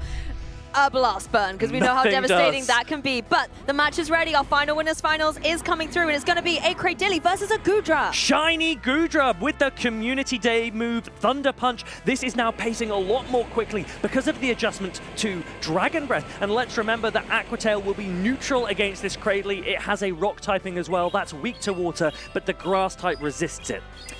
Yes, the Dragon Breath pacing nice and fast to this Aqua Tail. As you said, it is indeed neutral, does a little bit of chip, but there's going to be another one coming out of the blocks very soon. Cradilly first to move, however. Yeah, this Rock Tomb will be pretty heavy. It's a strong attack that guarantees an attack drop on the opponent. And so King OWT is going to switch straight out, but this is not the Pokemon he wanted to be responded to by. Shadow Sizzle with that massively hard-hitting Bullet Punch. Yeah, that's absolutely putting in some work against Cradilly. Cradilly is going to try and retaliate with this Rock Tomb, but the shield goes up on that Shadow Scissor side. Its defenses are 20% less thanks to being a Shadow variant, but it cannot do anything about that drop. The attack is down, but the Bullet Punches are still coming through thick and fast. And the really nice thing about Shadow Sizzle is it's able to use this Trailblaze. It'll take a knockout against the Cradilly and put its attack back to where it should be. The attack has risen, and here comes the Charizard. You can see the embers already, but Shadow Sizzle, it has such a high attack that Shadow Charizard does not even want to take a Night Slash. Honestly, though, this Shadow Scissor needs to work fast. The Embers are going to come through. You can see that it's absolutely going through the Scissor. It's back into the Pokeball, but it does still do a significant amount to that Charizard, making it a little easier for these bubbles to do some work. Now, if there's one Pokemon that you might be okay taking a Blast Burn on, it could be the massively bulky Azumarill, but the Blast Burn still hits hard. It takes at least a third of that health, and then King OWT goes into the Goodra to try and not take bubble damage onto his Charizard. Ripley responds by coming back with the Cradilly. Yeah, we're back with what these trainers opened with in this game one, as the Aqua Tail will connect down onto Cradilly. Once again, chip away at it, but Cradilly has so much energy, as does Goodra. Who's going to blink first? It's going to be Goodra. And I like this play from Ripley, really taking that Goodra low and having the opportunity to now farm this Goodra down and throw the attack into the Charizard instead. If he can land a Rock Tomb or at least get this debuff, that will really suppress the Shadow Charizard from being able to damage the Azumarill. I think Ripley is very much in the driving seat here. Yes, King OWT absolutely has to go for that final protective shield on Charizard, but it's only going to take a couple more asses to get to another Rock Tomb, and this time Charizard is vulnerable. Superbly played by Ripley. The reduction in attack on the Shadow Charizard means that Cradilly's nowhere near being knocked out by Ember. It reaches another Rock Tomb. Charizard falls from the sky, and Ripley takes game number one. Absolutely commanding play by that Cradilly right out at the beginning, applying some pressure with that Rock Tomb. Yes, you can go for shield, but you still are going to have those drops coming through, and poor Charizard at the end really didn't stand a chance. So King OWT was trying to do his best there to work out how to open a path, a gateway for the Shadow Charizard to try and sweep an endgame. He used Goodra initially, which is often a Pokemon that is used in zero shield scenarios because you try and at least get an advantage, a shield advantage if possible, going into the endgame. But here, Cradilly on the side of Ripley was so neutral and so useful, and that Rock Tomb, able to reduce the attack of everything it came up against, came to perfection. And I feel for the Goodra, because I do understand the Dragon Breaths can really whittle away against an opponent, but the Aqua Tails were really just not putting in enough work against the Cradilly. And then the fact that Ripley also has the Azumarill, for example, that's obviously being a fairy type, is going to be something that Goodra doesn't really want to contend with either. So the alignment is really, really key here for King OWT to be able to gain the advantage. I would really like to see King OWT perhaps use the Goodra to bait out the Azumarill that Charizard can then go through, because at least the Goodra has access to the super effective Thunder Punch. I'm very interested to see the Dragon pairing that we've often seen with Shadow Charizard has often been very strong in the past. It's something that we saw Stone Collection trying to use earlier against Chris. Can King OWT use it to better leverage here? And the Blast Burn, we actually saw still do a very significant amount of damage into that Azumarill, almost a third there.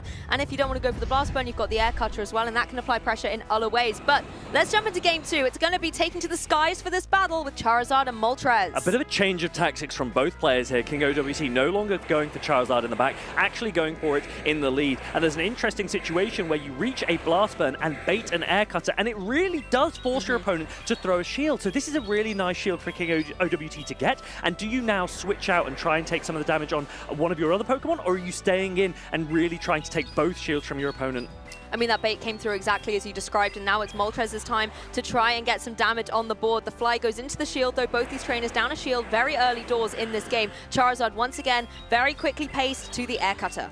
Now, Ripley is arguably playing quite soft to this Tinkaton. Galarian Moltres in the lead and Cradley in the back. But the advantage with Ripley is that Tinkaton is coming in as a safe swap, meaning he can guarantee alignment with his Sizzle. The problem is, and we've spoken about this a lot yesterday, Sizzle is a shield-hungry Pokemon. There are no shields available, so let's see how it fares when it cannot protect itself. Particularly with the defense drop as well. Fairy Wind not going to be doing too much, but it's still whittling away and critically giving energy to that Bulldoze. And now look at this. Sizzle is in a position where one Play Rough, which will do more damage than a Bulldoze, should be enough to take it down. Will King OWT throw this Play Rough against this Sizzle? Or you might even be able to go for a Bulldoze now that you've got more Fairy Wind damage in. That's very true, getting those little bits of extra damage up to allow this Bulldoze to come through. We know the defense is dropped onto that Scissor side, so Bulldoze will connect and get the knockout.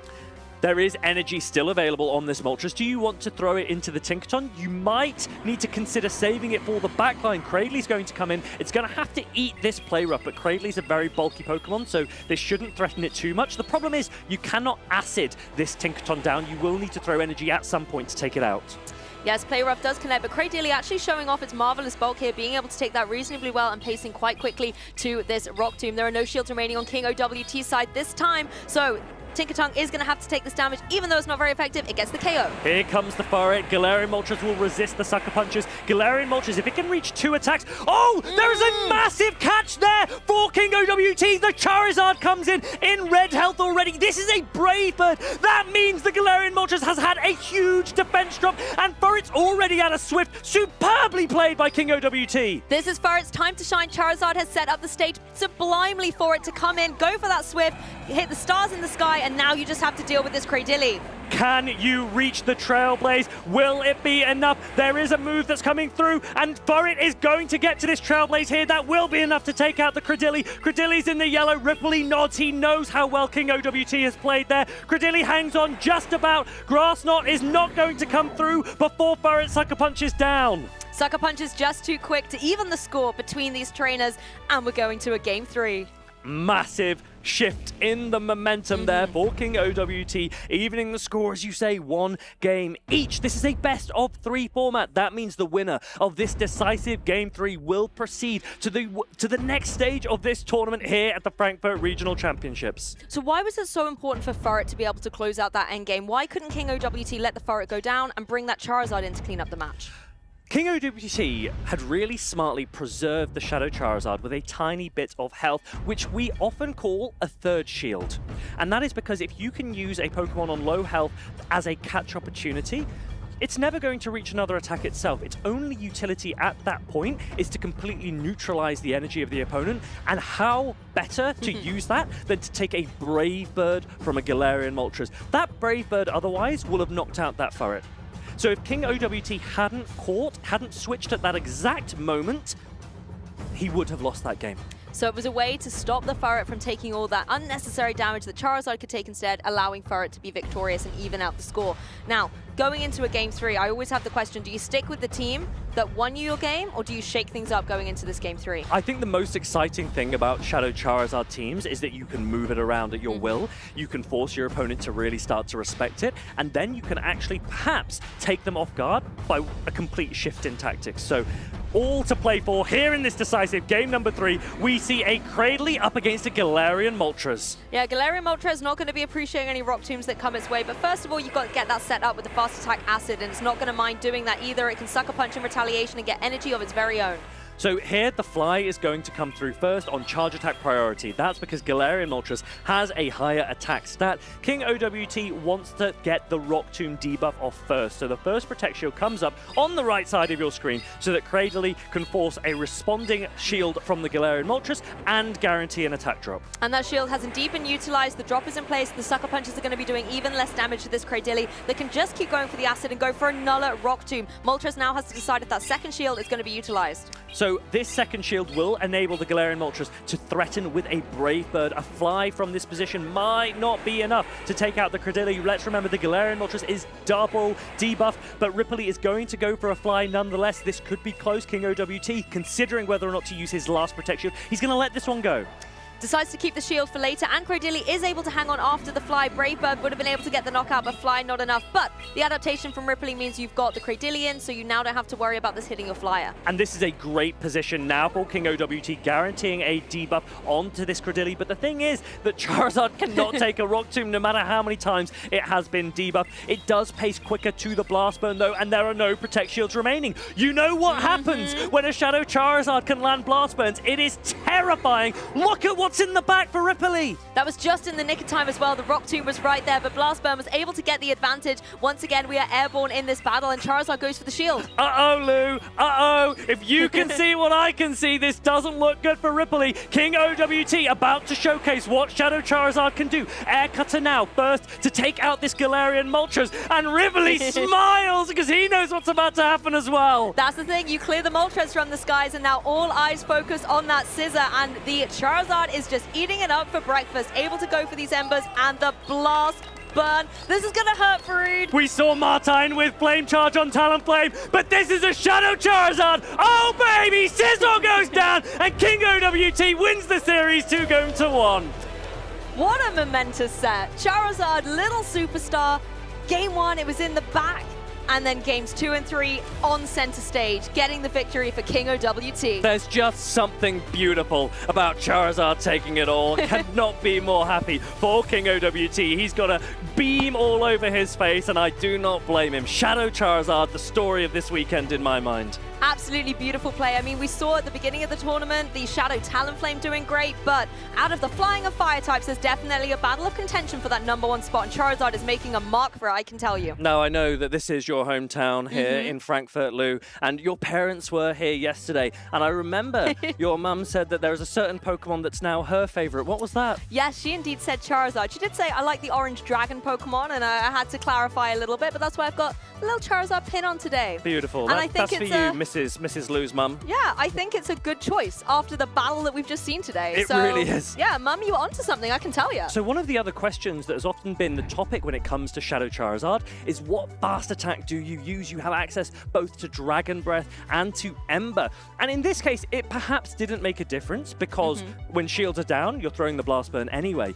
But when shields are up, Shadow Sizzle can actually beat a Shadow Charizard that has Dragon Breath. The Steel type resists the fast attack, whereas when it's running Ember, of course, Shadow Scissor should have stayed at home. You're kind of doubling down on the fact you've got all of that fire type attack that you can use with Ember and then with the Blast Burn, particularly when you pace so quickly to it. It's amazing to be able to hit hard with the Blast Burn, the same type attack bonus, and you can see here in this game 3, poor Shadow Scissor did not stand a chance, particularly as soon as Charizard started feeding up those flames and unleashing its attack. And this, for everyone watching, really does start to invite a question. How do I use shields when I'm up against a team that has Shadow Charizard?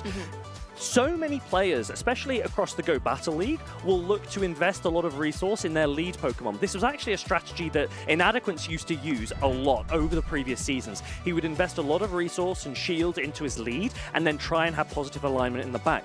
We actually have seen a shift in that approach from Martine, but also here, where Martine earlier today was allowing his Gastrodon to go down. He wanted shield advantage, and this is because the meta is really inviting for those scary shadow sweepers, like the Shadow Talonflame, like the Shadow Charizard, and it forces so much more decision-making from players that I'm very excited to see how that progresses this tournament. I think particularly when you have multiple Shadow Pokemon on there as well, you know, which one are you going to give your precious shields to? But I think it's time to find out from the trainer who piloted that Shadow Charizard to perfection. Let's kick it over for an interview with our winner from that last match. Thank you so much, Cass. This was an amazing game there as well just now with the Charizard, and I'm here joined by that winner. How are you feeling? Absolutely amazing. Obviously, game 1 was slightly rough. Gudra was probably not as useful as I thought it'd be with the Cradilly, Scizor and Azu. But then game 2, when it comes to catches, it is half counting and half just a lucky guess. And I won the coin flip this time. We saw one time the Tinkaton as a say-sub. Do you predict that the opponent wouldn't bring the Marowak in the back? Well, yeah, since I was fairly sure Scizor would come every game, it was highly unlikely he'd run a Marowak, especially without leading Azu. So switching in Tinkerton felt relatively safe. Yeah, and also we saw the Goodra on your team. Like, what do you think about Goodra? Like, there's only 2 Goodras still left in the competition. Paman also running one, you're running one. Is it like one of your favorite Pokemon right now? Yeah, I think in practice it was certainly quite good. I was inspired to use it when I originally faced Rise to Occasion in a practice tournament. When I used it against me to pretty good effect. And I think the Aqua Tail Thunder Punch coverage against like Galarian Moltres, Marowak, even like not being too bad versus Azu, like other dragons may get kind of walled, Goodra has a bit of play there. So I definitely think it's an underrated option. Absolutely, but honestly, what I found the craziest is that Charizard. Charizard is such a strong Pokemon. We see it the entire time throughout the regional. We saw it again in that final battle. Tell us a little bit more about this Pokemon. Yeah, so I've always loved Shadow Charizard. Way back when Wing Attack was first buffed in it, first came to the meta, back at EOIC 2023 when Tauntaun obviously won with it. I was using it back then, and seeing the Ember buff, seeing the Dragon Breath buff, personally I think Ember is far superior. Getting to Blast Bird in 12 turns is disgusting, and the stab Embers versus non-stab Dragon Breath as well definitely makes it a better option. But I was very excited to use it. It's kind of something I'd always felt like I was going to bring, and as it's shown there, it's been very useful. How confident are you in yourself? Can you do it all the way, get your team all the way up to the finals? At the moment, I'm feeling pretty confident. Obviously, as Inadequins said earlier, it's each battle one at a time, but I am feeling good right now. Good to hear. And honestly, I'm curious on if we're gonna see way more sweeps with the Charizard. Charizard was such a strong Pokemon there again. And yeah, thank you so much for that interview. Well, let's head back to the casters. Thank you. Thanks very much, Jonkus and King OWT. Shadow Charizard, absolutely one of the big spotlights this weekend. But we also have some very exciting Pokemon and players still to come.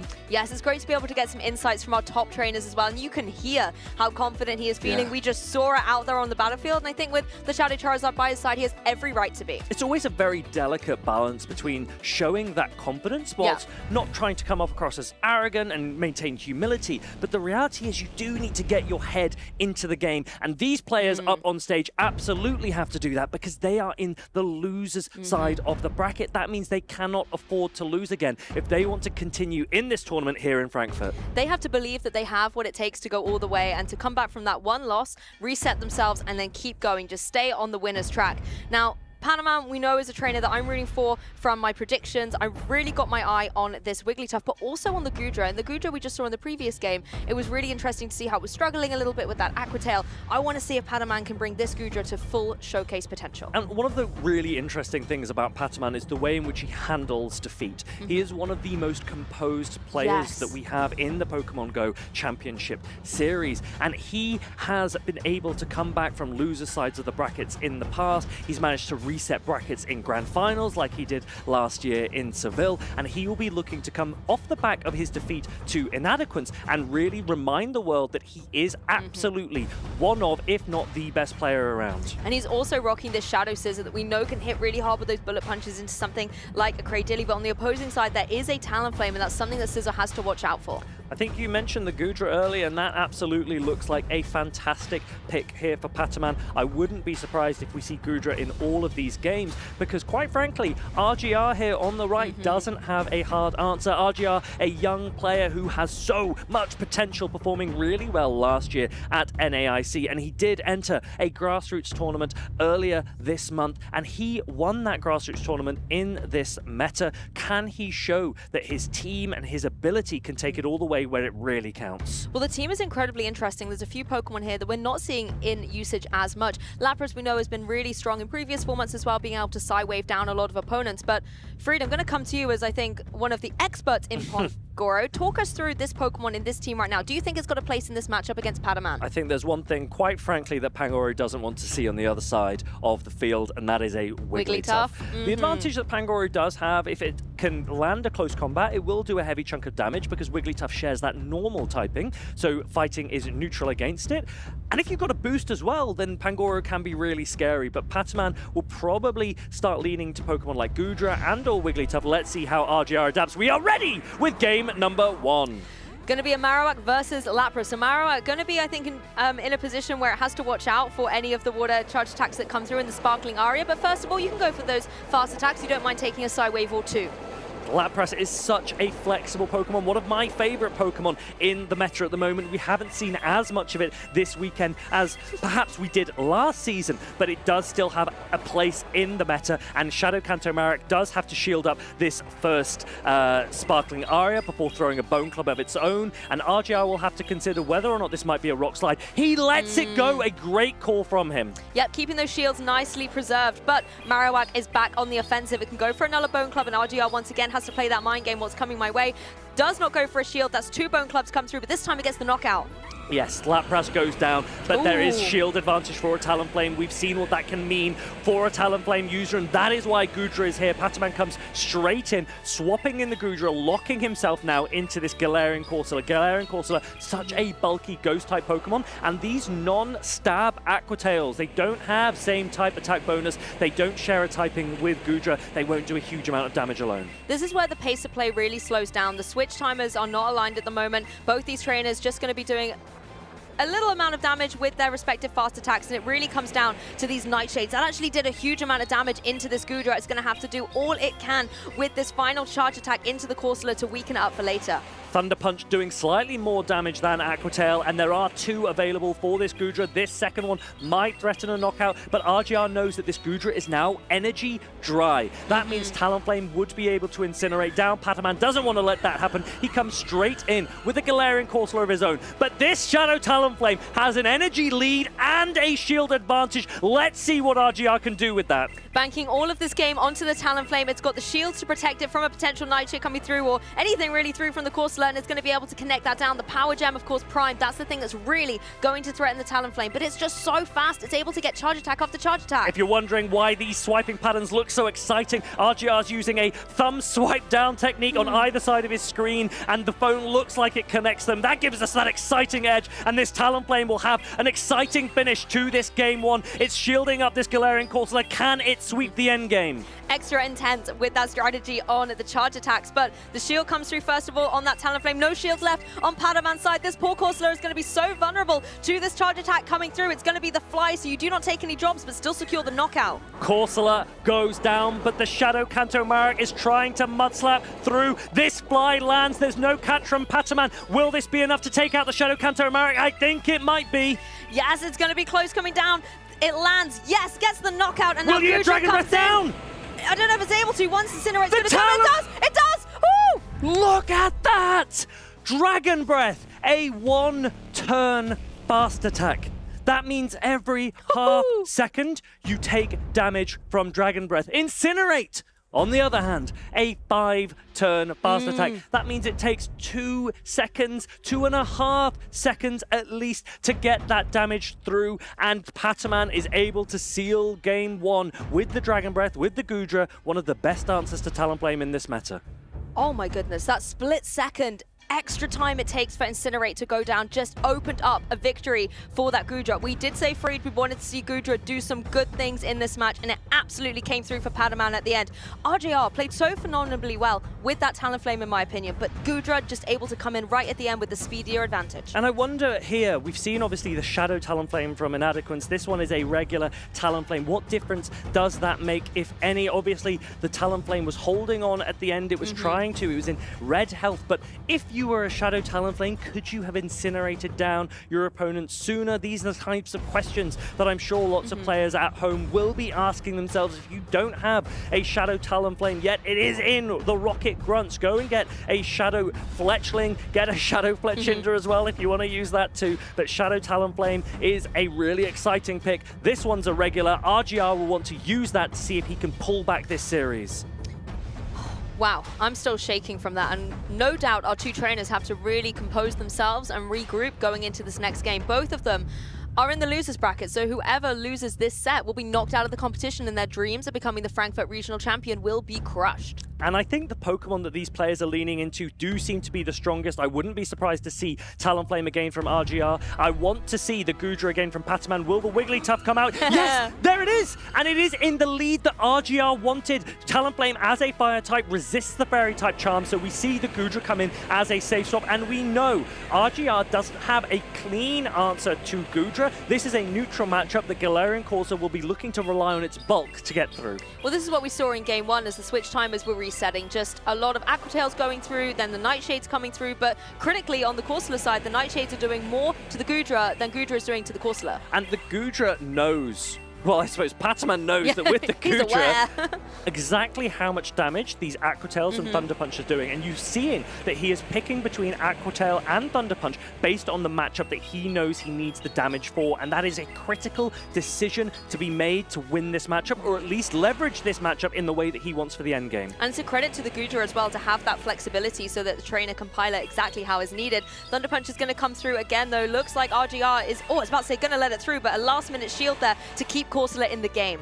RGR really wanting to ensure that the Galarian Corsair gets an opportunity to throw and maybe land this Nightshade. Paman doesn't want to allow that to happen, using Goodra to flip alignment. Now trying to go for an aggressive Dragon Breath down. It looks like he will be able to make it, and just highlighting how useful Goodra is. If the Talonflame comes back, Aqua Tail is super effective, Lapras comes in, and that means Thunder Punch is super effective. But once more, we see Paman preserving that Goodra, coming in with his Galarian Corsair. Shields are down.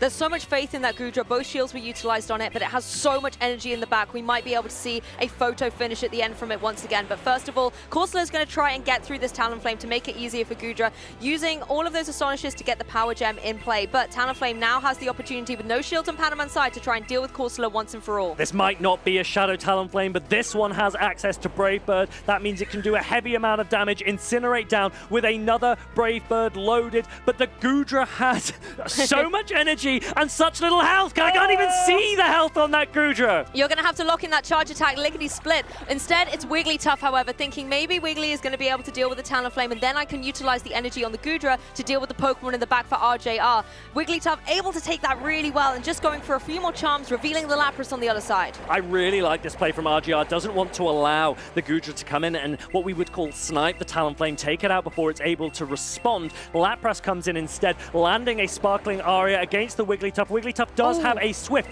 and Paman has 2 attacks. Let's remember that. If this Swift lands, he's putting it potentially into Thunder Punch range for the Goodra, and then there is another... No! The Psywave registers first, and RGR takes down the Goodra and ties up this series. Both sides of this Goodra, Game 1 was able to get the advantage with the fast attack, but in Game 2, RJR was able to flip the script and do the exact same thing in retaliation using the Psywave. There is nothing more that Paman could have done to save those back-to-back attacks, throw the Swift to guarantee a free swap in with the Goodra, and hope to be able to throw the Thunder Punch into the Lapras and then the Aqua Tail into the Talonflame. He could have won that game. RGR, towards the end, had his head in his hands, and that's because he knew that if he had thrown an Ice Beam into the Wigglytuff, it would have taken a knockout, and there wouldn't have been a Swift. If the Swift doesn't land on the Lapras, it's not in Thunder Punch range anyway. So RGR so fortunate that the Psywave damage registered first on that Goodra, and that is what puts him in a position where one more win can see him go through these losers finals. Honestly, this entire match has been right down to the wire every single game. And viewers, we have a Game 3, so if you're just joining us, do not go anywhere. Paman versus RJR is turning out to be an absolute showstopper. My question going into Game 3, is this Goodra? I feel like in Game 2, Paman actually did a fantastic job getting it lots of energy, preserving it with those shields, but it wasn't enough in the end game. Was there anything he could do differently, or was it just a little bit of bad luck? I really understand Paman's strategy there. He's using this Goodra so aggressively and freely, knowing that it doesn't have a clean answer from RGR. He, in the first game, banked that Goodra, and it was so important for him to do so. He tried that tactic again, and I can see why he did it. He had so much energy that he thought would be better used later in the game. Perhaps he could have thrown a Thunder Punch into the Lapras first before switching out. Either way, he has managed to get the lead that he needs in this Game 3. The normal and fairy type of Wigglytuff has a great matchup against Corsola. RGR now forced to safe swap into this Lapras, and Paman looks to be staying in.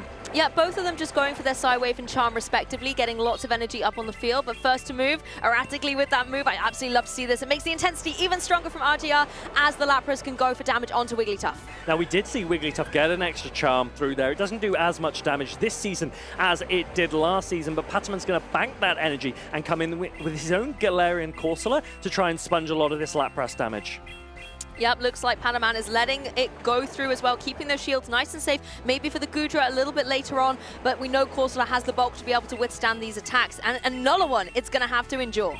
Pataman is now putting that Lapras into a range where he might just be able to throw Nightshade. He's taking the Sparkling Aria absolutely comfortably, but now RGR brings his own Galarian Corsola in, and you can sponge one Nightshade, and if your Astonish has landed as well, you will take out all the rest of the energy that's on that Galarian Corsola. So this is a pretty good position for RGR. However, he now has to be trying to work out, I guess, how to take out this Wigglytuff, because he's going to get debuffed by this Icy Wind as well. I mean, from one Corsola to another on RJR's side now as well, you're letting these attacks come through, preserving your shields for a little bit later on, but the Astonishers are stacking up, and now you have the utility to go for this Power Gem that obviously Pataman is letting through, and you're going to get that debuff, so it could potentially be setting your partner Pokemon up for success. Power Gem lands, but it isn't enough after the debuff to take out the Wigglytuff, and honestly, the trauma response in my ears, hearing those charms, knowing what's happening. Goodra comes in, responding to this Talonflame. This is a fantastic position for Pataman. Look how quickly Goodra reaches those Aqua Tails. They would do heavy, super effective damage against Talonflame. RGR knows it. Talonflame can't reach its flying type charge attacks quickly enough. But I like the way that RGR has preserved these shields, not utilizing them on Corsola, because Talonflame certainly needs them to gain momentum in this match. The issue is, as you said, it takes a longer time for Talonflame to get to these charge attacks, meaning that on the opposing side, Pataman, who also has the shields, can utilize them, and it's just going to be relentless coming through from Pataman's side. Okay, this is actually a Brave Bird here. RGR giving up a little bit more energy to try and guarantee a knockout, but it's going shielded anyway. I wouldn't be surprised to see a switch straight into the Lapras to try and reach an attack. The problem is Lapras does not have anywhere near enough energy. Goodra has backed so much. Thunder Punch will threaten a knockout. RGR needs to think, do I want to use my shield here? The reality is Pataman will reach 2 Aqua Tails before Talonflame is able to reach a Fly. This is so superbly calculated by the Spaniard. The last hurrah for RJR here, bringing in the Talonflame. That final shield has been utilized as Aqua Tail is unable to find its mark, but as you said, it's so fast to pace. Goodra has another one locked in, and Talonflame now with no shields remaining is going to have to take this downpour. Goodra gaming confirmed. Talonflame goes down. Pataman seals game number 3, and he will proceed to the next round here at the Frankfurt Regional Championships. What a match, what a show. And Goodra, can I change my prediction of his ace Pokemon here for Goodra over Wigglytuff? I think Pataman is absolutely flying, because what a player. He gets knocked down, he continues his run through the loser side of the bracket, and now every player that is in this tournament has to know that even if they're on the winner side, if they drop one match, there's still this guy down there to face. Oh, that's formidable. Formidable opponent indeed. And, you know, commiserations to RJR as well. Fantastic play. Great to be able to see how the Talonflame was utilized, but it wasn't enough against that Goodra. It wasn't enough. Goodra, Aqua Tail and Thunder Punch, as well as the Dragon Breath new pacing, giving it so much flexibility. And when you don't have a fairy on your team or anything that can resist a lot of the Goodra's potential, it's just so free and so flexible. That's the thing. It gives you so much variety and flexibility across your team. There's so many Pokemon out there, a lot of flyers who don't want to take the electric type attacks and water types that don't want to take them either, as well as a bunch of fire and ground types that don't want to take those water attacks. As a quick recap, you can see it really was a battle between these two throughout the entire set, Goodra versus Talonflame, who was going to come out on top, and it turned out to be Goodra. I really like Goodra as one of the options that Pataman is using as a form of anti-flyer. We know he's got a Charger Bug on his team. We didn't see it in that match, Charger Bug using the electric type Volt Switch, but Goodra being a more neutral option where it has the electric type Thunder Punch instead. Now, this meta has a number of flyers in it that we're seeing. We've seen Talonflame a few times, we've seen Shadow Charizard, Talonflame a few times, we've seen Shadow Charizard. For those of you wondering why we aren't seeing any Corviknight, it's because Air Cutter Corviknight is not eligible this weekend. There is a eligibility rule that requires 2 weeks and then the next Tuesday before a Community Day Pokemon can be used. We haven't reached that point yet. That's why we're not seeing any Corviknight, but it will be eligible from next Tuesday. So in the next tournaments, I'm sure you'll see plenty.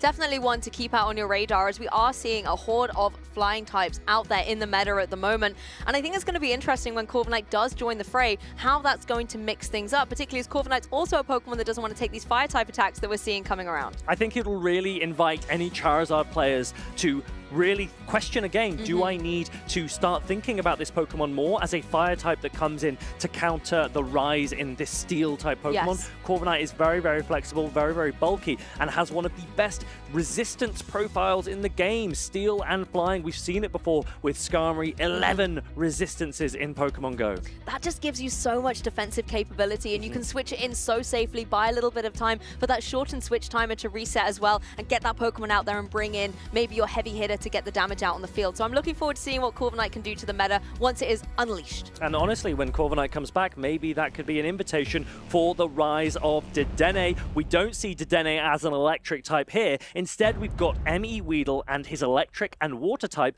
Lantern. He's actually going up against a friend and teammate of his. We've got Lawrence on the right. Lawrence! What can I say about Lawrence? This is a player who has been attending Play Pokemon events for the past year, learning the game, honing his craft, and he has, for the first time in his Play Pokemon career, made it to Day 2. And I have to say, what a run it has been, because this player was the first match of the Frankfurt weekend. He played round 1 on stream, and what happened? He lost against Vampirus, lost to the Meowscarada and the Auroras that I don't think I was planning on seeing. But the fact that you've lost game 1 and you're still here in the tournament Day 2, that is incredible. And who is he up against? None other than one of the best players in the world, a player that has a senior world championship title. He has regional titles, he has international titles, and he is back in the 2026 season to remind everyone that he is the cream of the crop, the best of the best, and he's taking Lantern to try and show that he can do it. He's one of these trainers that really has won it all, but Frankfurt Regional Champion is one accolade yet to be awarded, and could it be Emmy Weedle's for the taking? Having a little recap of the team, a Pokemon that Jonkus and I were really championing yesterday was the Tinkaton, and I feel like it's been in a great position throughout this entire tournament, going for those fairy wins, just being able to apply pressure with the play roughs in particular into Pokemon like Shadow Moltres that have been really, really interested. I mean, Galarian Moltres, not Shadow, it's just, you know, the effect. Yeah, it's very dark and scary. Lawrence, he has beaten so many big names in his run here to Day 2, and M.E. Weedle will be one more if he can take victory with his Shadow Torterra, one of my favorite Pokemon. I'm so excited to see it in action. And let's remember, Lawrence has just come off the tables, back in the format, back on the floor. He played Zweilous. He beat Zweilous 2-0. And if you can beat Zweilous, that surely gives you the confidence to feel that you can beat anyone. How has Emmy Weedle prepared for a Pokemon like Shadow Torterra, which has received Mudslap this season? I mean, Emmy Weedle did beat Zweilous yesterday as well, so both of them have been able to go up against that Titan and come out victorious, and now they're going to face off against each other. Talk us through this Torterra, because I'm a big fan of Mudslap, and I know it's a really key Pokemon out there, so if we see it in the match, I want you to be able to tell us what it is doing here, whether it's going to be able to apply pressure. I have no doubt we'll see it. It seems to be Lawrence's MVP. Oh, there it is, straight away, and it's got the lead you wanted. Your ground-type Torterra up against Tinkaton. Tinkaton has to get out of there. This is not a safe swap for Torterra. Torterra will reach the Frenzy Plant first, and now Galarian Corsola has a huge question to ask. You are always going to be outpaced by this Torterra, and I think Emmy Weedle knows it. Lawrence in the position he wants, gets that burst shield, and now can come in with a Crazily to try and sponge some of this Galarian Corsola energy. I don't need to ask you what Torterra does. Lawrence is showing us on the center stage. Cradily now in place to try and go up against this Corsola. Going to eat up this Nightshade, keep those shields nice and preserved for Lawrence later on in this match. Cradily is able to get all of that beautiful energy up now, utilizing that Rock Tomb.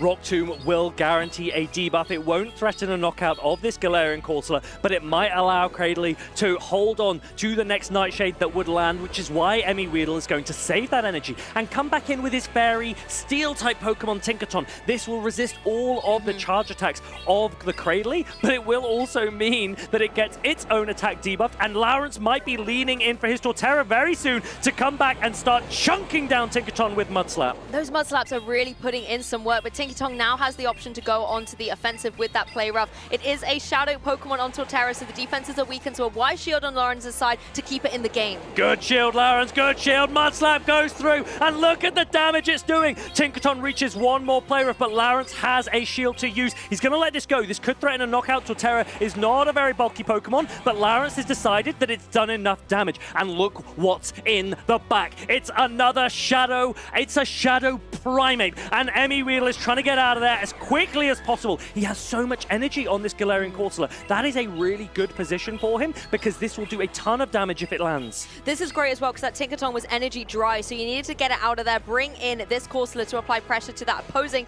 Primate. The Karate Chops are going to be doing nothing to Corsola. It's able to get to another Nightshade. There's no shield remaining on Lawrence's side. This is going to be able to connect. It does a massive amount of damage, and Lawrence is losing his Primate because Emmy Weedle already has a shield. This Astonish will now land, and Emmy Weedle suddenly has turned the tide. He is in the driving seat because there's a Cradley in the back with full health. Cradley in the back, waiting safely. Cradley on the field for Lawrence here is going to try and deal with this Corsola, but its HP is dwindled down. It's in a very vulnerable position, an uphill mountain for it to climb, particularly when its counterpart has all of that HP. And first of all, you have to deal with the Tinkaton. Well, this is really, really intelligent play from Emmy Weedle. He's come back in with the Tinkaton. Why? Because he does not want to show Lawrence what he had in the back. He's only showing Lawrence 2/3 of his team. That is 33% information that Emmy Weedle gets over his opponent going into game 2 of this series. It's always amazing when you can actually hide that information. You don't even have to have rotated through all three. You just jump between the two. And that's got to give Emmy Weedle a confidence boost going into this because you have not given over or shown your hand to Lawrence what you had in the back there. Now, that game kicked off with Torterra in a fantastic position. What went wrong for Lawrence? Well, I was in a frenzy. You saw those frenzy plants coming through, and Emmy Weedle shielded them correctly, but Lawrence allowed that second Play Rough to land on the Torterra and take it out, and all of a sudden he was in a much more difficult position. And this is a conversation that you and I have had a lot this weekend. We talk about shield-hungry Pokemon. Torterra, absolutely, a very shield-hungry Pokemon. Loves them. It's what we would call squishy. It's similar to a Shadow for Alligator. It's best when you have shields available. Yes.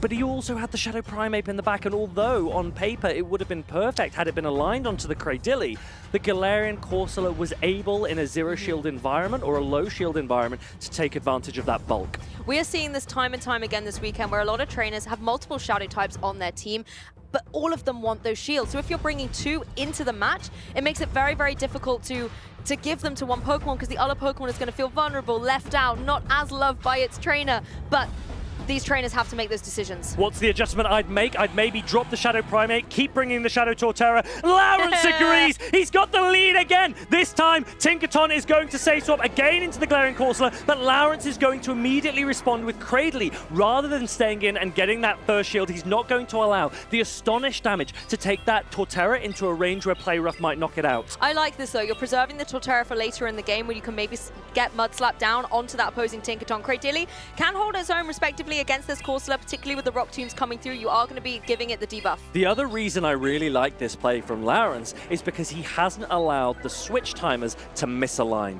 He's not staying in for a duration where Emmy Weedle is able to return with the Tinkaton and get value against the Cradley, with Lawrence not able to come back in with the Torterra.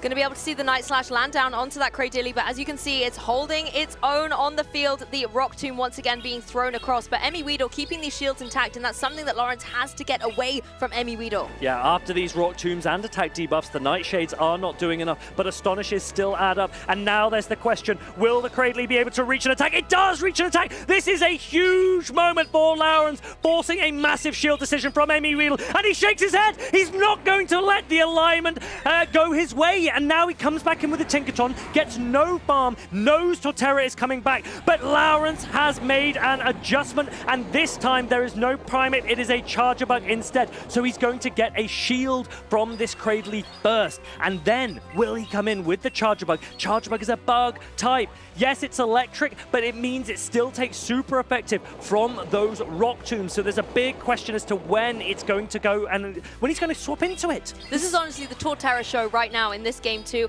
Lawrence utilizing one of those pressure shields to keep it in the game, make sure that it's not going to take unnecessary damage because Mudslap is in a prime position. I love this from Lawrence. He's put the Cradley in a position where one X-Scissor will be enough to take out the Cradilly. The only problem is we're in a new switch timer environment. That means Emmy Weedle might be able to land this Rock Tomb and get out of there and not give Lawrence the opportunity to land that X-Scissor and now come in and maybe go for near full farm down with this Tinkaton. The thing is, Tinkaton has a huge amount of HP remaining, so you've got to find a way to get it dwindled down. Discharge will connect, puts a little bit of a dent into its hammer there, but all of that energy is up on both sides of the field. Charger Bug, relentless, going for another charge attack.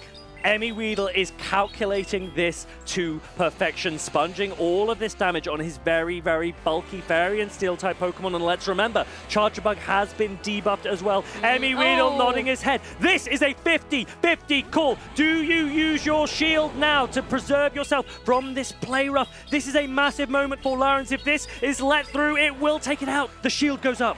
Yep, Torterra not wanting to be fooled by a play rough, goes for that shield as Cradilly joins the fray. So much energy on both sides of the field, but the fist bump from Emmy Weedle. He is happy to see this go. The run was beautiful, but the run is over for Shadow Torterra. Emmy Weedle proves too much to handle, takes this series 2-0. What a victory! What an incredible player, someone who we know has what it takes to go all the way in these high-level tournaments and already making such a strong impression here in Day 2. We get to see so many fantastic players here in the Pokemon GO Championship Series using so many fantastic Pokemon. Shadow Torterra, as you can probably tell, one of my favorites, but Emmy Weedle showing that meta is often king. Tinkaton, Cradily, Galarian Corsola, some of the bulkiest Pokemon that we have available, and they will take Emmy Weedle one step further here at the Frankfurt Regional Championships. Wow, honestly, that was incredible. And it was great to be able to see Torterra in action. Even if it didn't quite go its way, you could see the offensive pressure that it was putting out. But Tinkaton on the other side, the Pokemon that maybe wanted to avoid those fast attacks, was actually the one throwing the charge attacks back with those play roughs, tussling with the Torterra and coming out victorious. Do you know what's really, really almost heartbreaking for Lawrence? Do tell. The way that he played that second game, coming straight out of the Galarian Corsola safe swap into his Cradilly, leaving it on such low health that there was no farm for the Tinkaton. If he had run the Shadow Primeape in Game 2 and played like that, he would have been able to respond to that Cradilly immediately with Primeape and probably win that game. So the adjustment that he made, whilst it made complete sense given the shield-hungry nature of Shadow Primeape and Shadow Torterra, was maybe what actually cost him.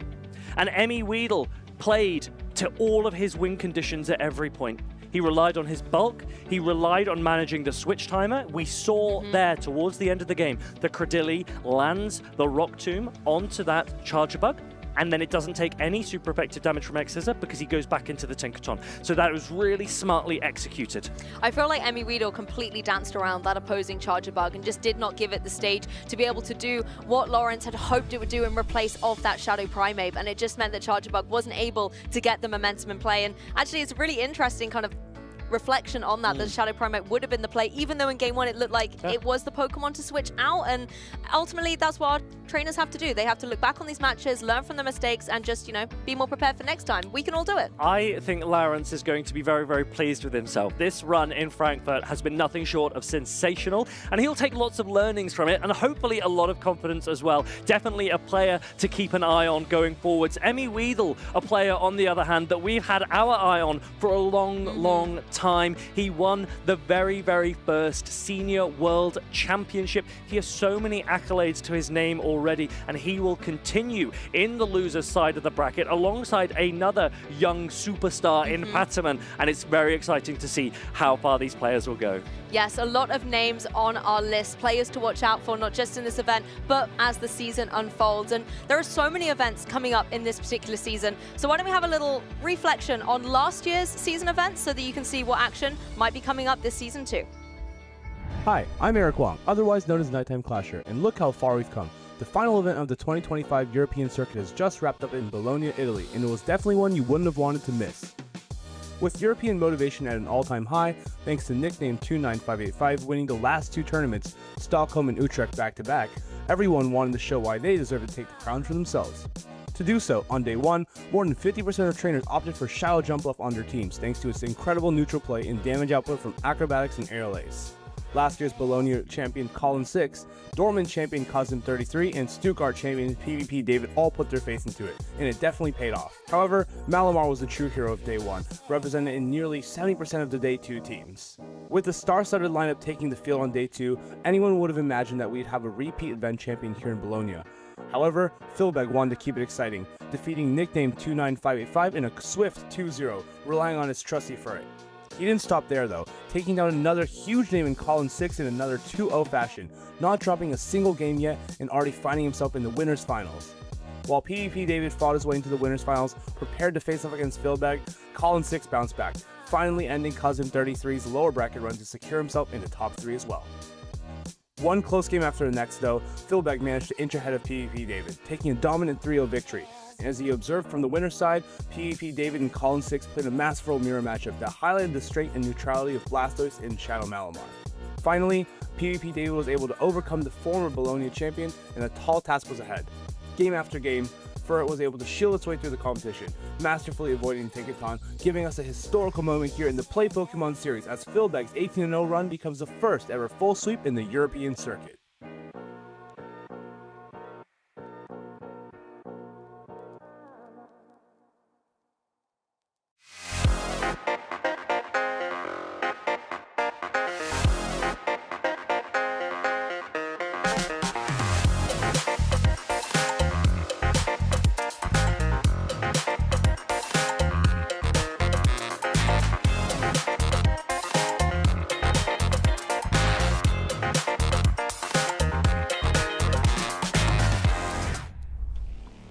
It's always great to get an insight to the event experience out there in the hall, and I cannot wait to see what incredible match we're going to be showcasing up next on the broadcast. I am Lou, and I am joined by Junkers backstage once again. I'm so excited to cast with you on day 2! Yeah, I'm so excited for day 2 in general. I'm curious who's going to be able to win this regional. There are a lot of Pokemon that I'm excited to see again as well. We saw a lot of very interesting Pokemon in day 1 already. We saw a lot of interesting Pokemon already here. We saw some Charizard sweeps.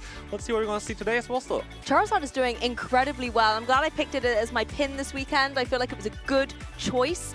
And it's just being so formidable out there on the field. And I think out there we're seeing Charizard, but also seeing Talonflame. So these fire flying types really are all the rage right now. Absolutely. We saw especially with the Inadequins on how good this Talonflame can be. I'm curious on if it's going to continue that streak. But honestly, when you see the damage that Talonflame can apply against something like a Shadow Scissor, it looks more like a charge move with the fast moves there. It's crazy. And I think a lot of our trainers are finding that alignment, which is completely wild. Poor Scissor shaking on its little legs when it comes down against such a titan of a Pokemon. But speaking of titans, we have got 2 incredible Pokemon trainers in front of us with Stone Collection and Boom. And not only is there a Shadow Charizard, but there's also a Gastrodon on the other side. This is a show I am delighted to see. Absolutely, and I'm also delighted to see a Charizard here that is not running the usual moveset there. We're going to have the Dragon Breath on it. It's going to perform a little bit differently than what we're used to seeing with that Ember being super fast to get to those moves. Dragon Breath a little bit slower, but has better matchups against like those Pokemon that you usually don't want to face. Exactly, like against like a Water-type Pokemon, he's still going to do some neutral damage against it. The Dragon Trainer Stone Collection indeed, with Charizard and Dragonair both running that Dragon Breath. It obviously has had a little bit of a change coming into the season, making it really faster pace to all of these incredible charge attacks. And if you do not have a way to deal with the Charizard, those Blast Burns are just going to come through again and again. Absolutely, and here we are also going to see the achievements of Stone Collection World Top 16. Wow. That is such an incredible test there. We're going to have here also Stuttgart Regional Finalist. We see a player that has a lot of experience already. You see top 16, really good achievements here. and Stuttgart is another regional on our roadmap this season, but I wonder if Stone Collection can try and get that #1 spot here in Frankfurt. The Lille regional champion from 2025, Boom, is going to be standing in his way though. And it was his first regional ever, and he just immediately won it. It is crazy. Boom is definitely a player that we have to watch here. Doesn't enter all those tournaments, but when he enters, we saw already, he can win them. Yeah, he's actually played more of his regional games on stream than off stream, which I think not a lot of players are able to say. But with these Pokemon by his side, he is definitely making his mark here in Frankfurt.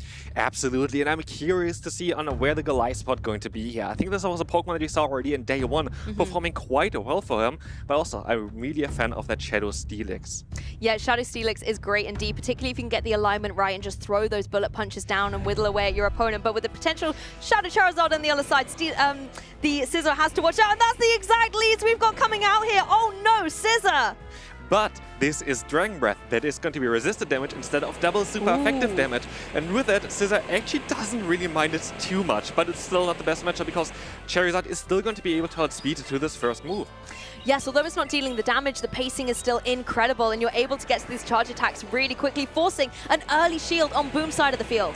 And we see actually the Trailblaze coming through. This would be double resisted damage against the Charizard. Do you see the no shield here on Stone Collection side? We see the shield coming up, and also the boost on Boom's Scissor now. Even if it's double resisted, you don't want to take that unnecessary damage as a Shadow Pokemon. You have to contend with the attack buff on Scissor's side, so that's why the Charizard is trying to force that second shield to come through. Coveted, both of them have gone on Scissor. And immediately we're going to see the stop out here into the third. Going up against the Moltres. While the false move third is going to be resisted, still the Swift is going to do some solid damage here as well.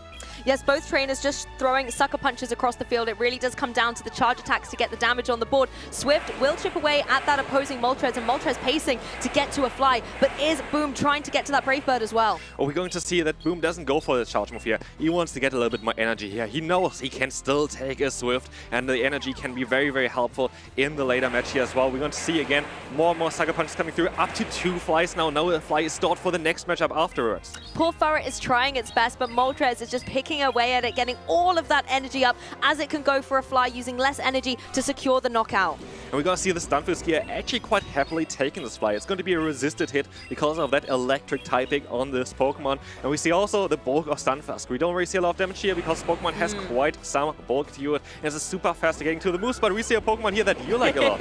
Yes, Gastrodon is on the field, but it's gone away just as quickly as I looked over. Scissor now, once again, up against a Pokemon it does not like to contend with, but as the shield is not up on Stone Collection size for once, Scissor is able to take down the Goliath of the Charizard. This is going to be a very, very tough matchup here for Stone Collection. Having this grounded electric Pokemon still against the Gastrodon, but also against this Trailblaze here coming through from the Scissor. This is going to do some super effective damage. We see the shield coming up.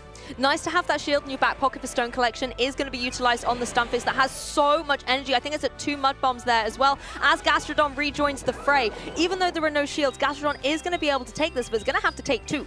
A minimum of 2. Maybe Stone Collection can even get to 3 Mud Bombs before that Gastrodon is going to be able to get to this Whirlpool. It's going to be a very, very close matchup here still. It's not over yet. Yep, Gastrodon has got to grit its teeth and stay in the game. It is going to be able to take another one of these Mud Bombs, but we know from the Stunfisk, the Thunder Shocks, although they're not doing much damage, they are getting lots of energy up on the board. Water Pulse comes through. Gastrodon is going to be able to get it. This is going to surely knock out this Stunfisk. And we see here which Pokemon is the better ground type. Of course, it's going to be that Gastrodon.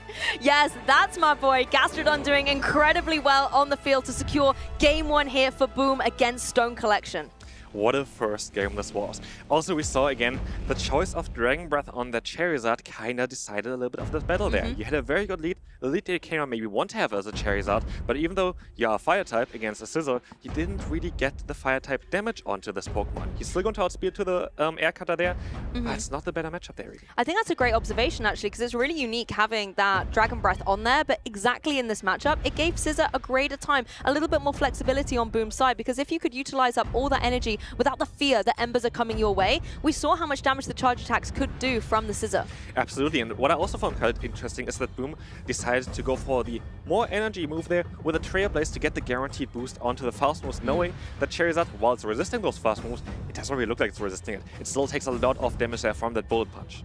I also have to admit, I really like the way that Gastrodon came in there. It came in just for a second, almost Boom, like peekabooing it out, saying, hello, I'm here, and then was able to bring it right in at the end to deal with that Stunfisk. And From Stone Collection side, do you think Stunfisk should come again into that next game? Yes, it was good to be able to get the Thundershock onto the opposing Moltres, but other than that, it didn't do a huge amount.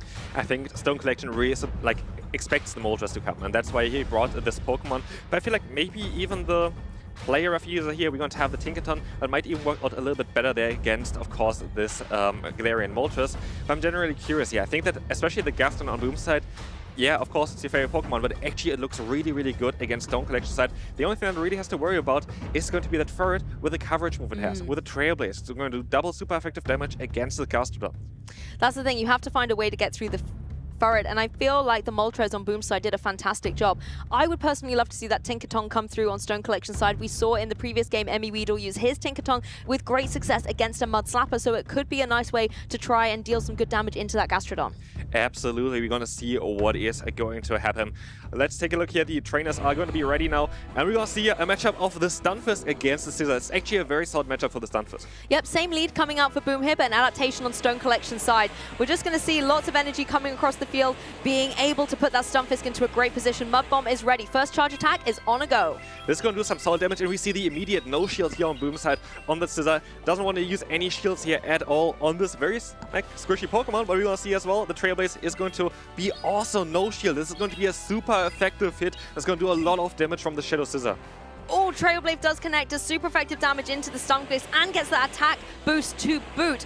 Now, Stunfisk is going to go for another charge attack, doesn't want to try and farm down against the Scizor, and Boom has a decision. Scizor normally loves these shields, is finally able to utilize them, but there's still one ready for later. This is a very, very interesting decision here from Boom, trying to keep the alignment, and also he still has access, of course, to another charge move, which is going to be quite hard hitting against the team of Stone Collection, because we don't see the Tinkaton, which would be able to resist those hits. We only have the Charizard here, which is going to shield up a double resisted Trailblaze here.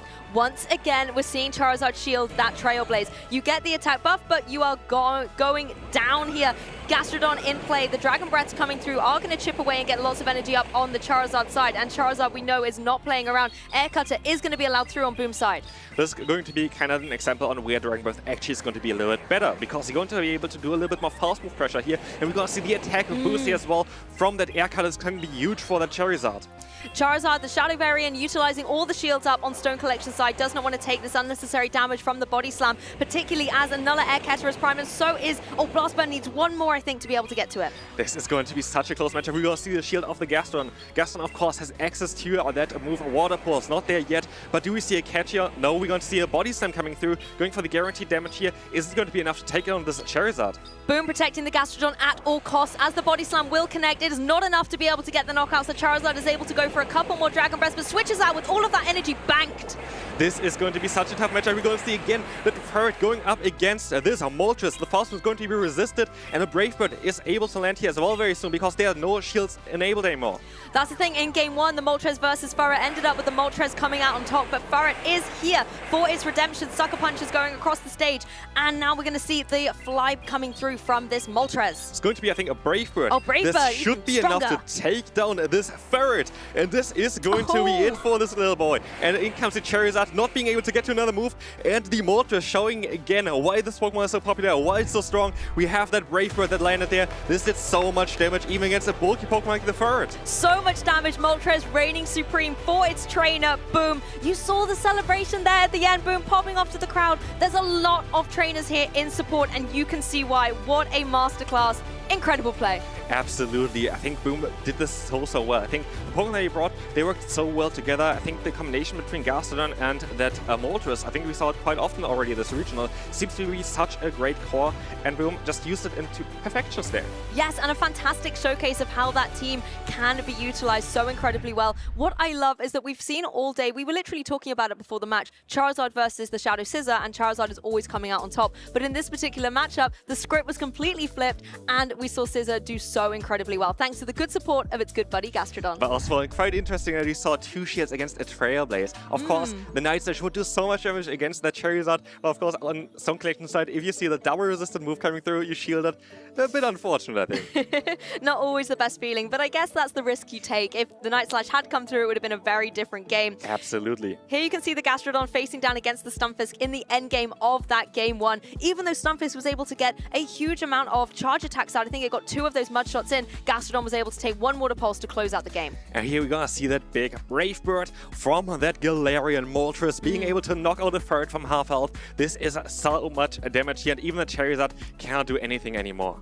Yeah, the fact that Boom had actually been able to get to that Brave Bird as well was absolutely incredible. I was thinking another Flyers coming through, is it going to be enough? But Brave Bird, you don't even have to hesitate. You know you're going to get the knockout. And I think in that moment, that's when Boom knew, I've won this game, I'm moving on. I love the emotion that they ends from Boom. Like really, like you saw the pressure, kind of the relief of it.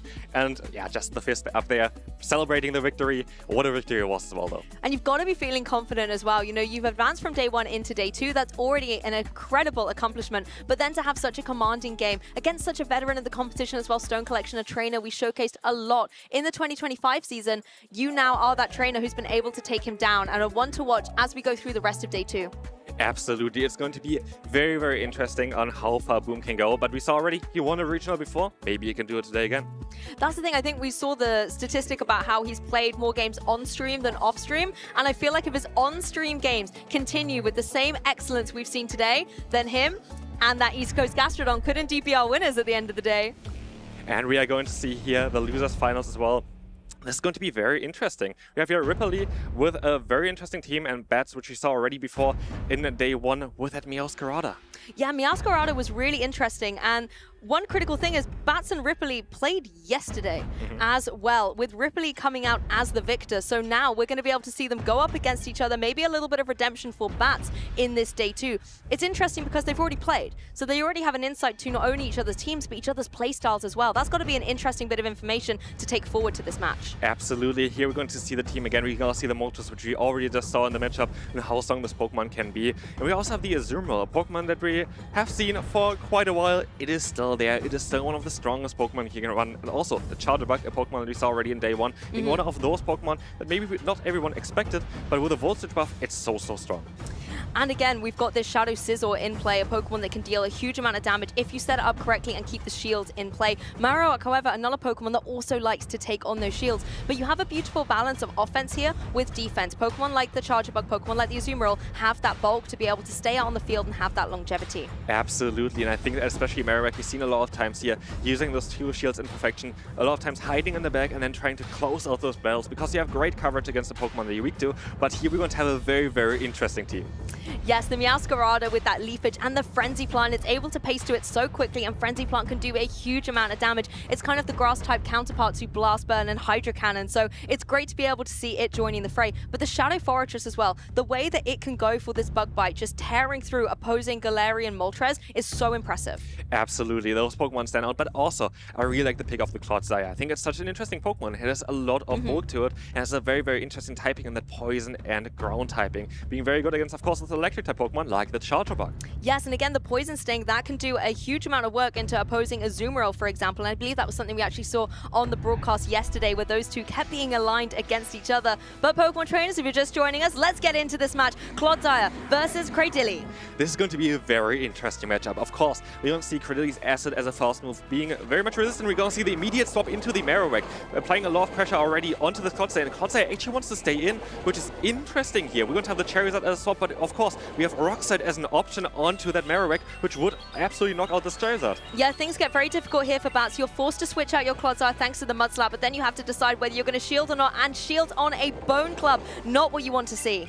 Absolutely, that Marowak is going to be in a prime position here right now as well. We're going to have that Air Cutter being shielded last second here. This is going to be huge for Bats. Ripley keeping Marowak into the game, now going for a Nuller bait with a Nuller Blown Cup, and that second shield is going up. That's 2 of them gone, and for no real reward. Absolutely, 2 times a resisted hit going to get shielded here, but of course you have to respect that Rock Slide. This would completely destroy that Charizard. We're going to see here another Air Cutter coming through. Is it going to be enough to take out the Marowak? Yeah, I don't think it would be, but we're going to see still the shield coming up.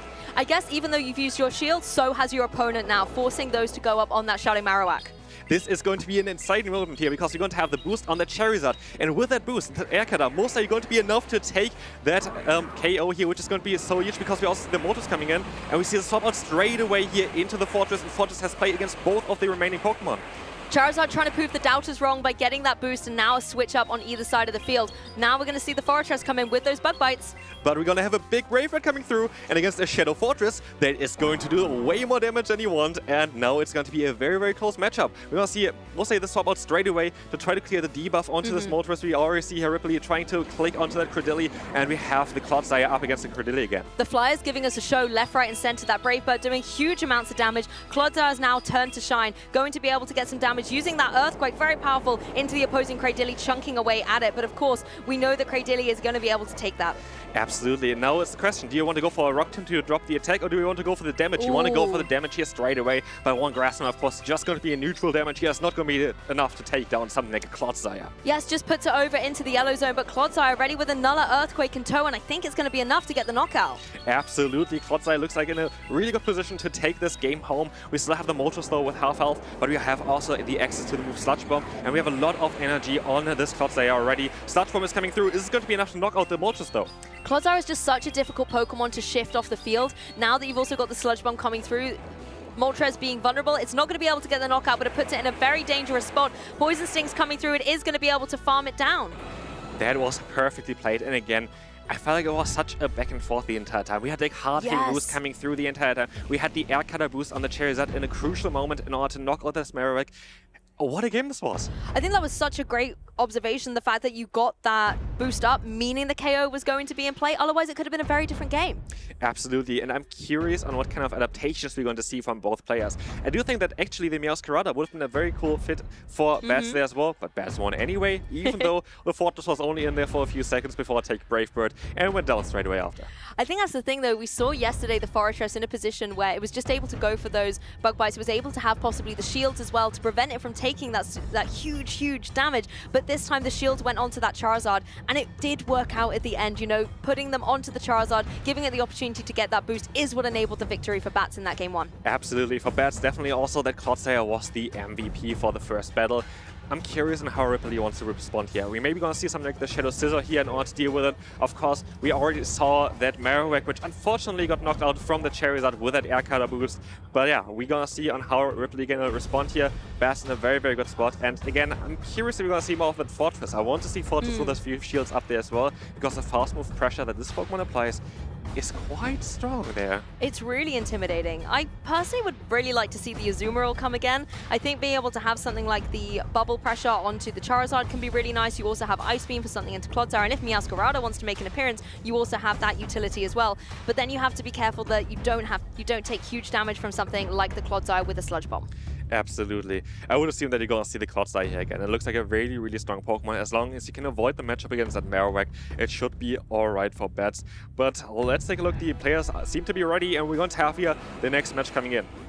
Okay, remember, the loser of this set will be knocked out of the competition, and once again, we are airborne. Moltres versus the Charizard. Charizard gets out of there, and Fortress is once again facing down against the Moltres, so Marowak switches out, so it's evening the score. This is so smart by Bats, though. This is exactly where he wants to be. He wants to get this Pokemon out of the way, so Clodsire doesn't have to worry about the Marowak anymore at the back, and this is so well executed, because now we still have the fast move pressure that we're going to see here from the Bug Bite, and with the guaranteed defense drop from the Sand Tube, it's just going to hurt more and more. That was just going down and down and down. Bug Bite really putting in a huge amount of work. Fortress going unshielded. Bats maybe think, Fortress, you've put in some work. You can go down. We're going to keep the shields for later. But I think this was, again, a very, very smart play by Bats, because now we have the drop onto the defense. Maybe 2 Emmas are going to be enough to knock out this Marowak at this point, and Marowak is not close to that Rock Slide. We see, again, actually the ground type move coming through, and I think Bats knows. No, actually, we're going to see still the shield coming up just to play it safe.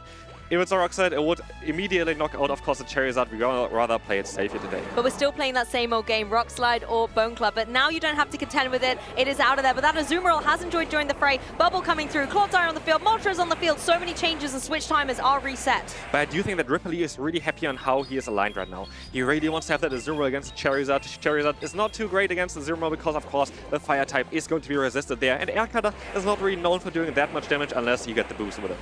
Yeah, so much energy going up on Moltres' side of the field, and it's trying to unleash some of this now on the unshielded Clodsire. Bats really trying to keep these shields in tow as the Fly is going to come down and connect, only just putting it into the yellow. And we're going to see another Fly coming in here as well. I do think that Clodsire still would be able to take this hit, though. Yes. But do you want to have your Charizard aligned against this Azumarill? I think there is no other way for Bats to win this battle here. he really needs to kind of rely on his Charizard. And we see actually a shield coming out. I find it quite surprising because I feel like Azumarill is in a very good position here as well. Yes, the shields could be greatly utilized on the Azumarill, but I guess Bats will be happy to see that come through because you want to leave it a bit more vulnerable. Charizard is going to be able to land this air cutter down onto the opposing Azumarill. No shield has gone into it.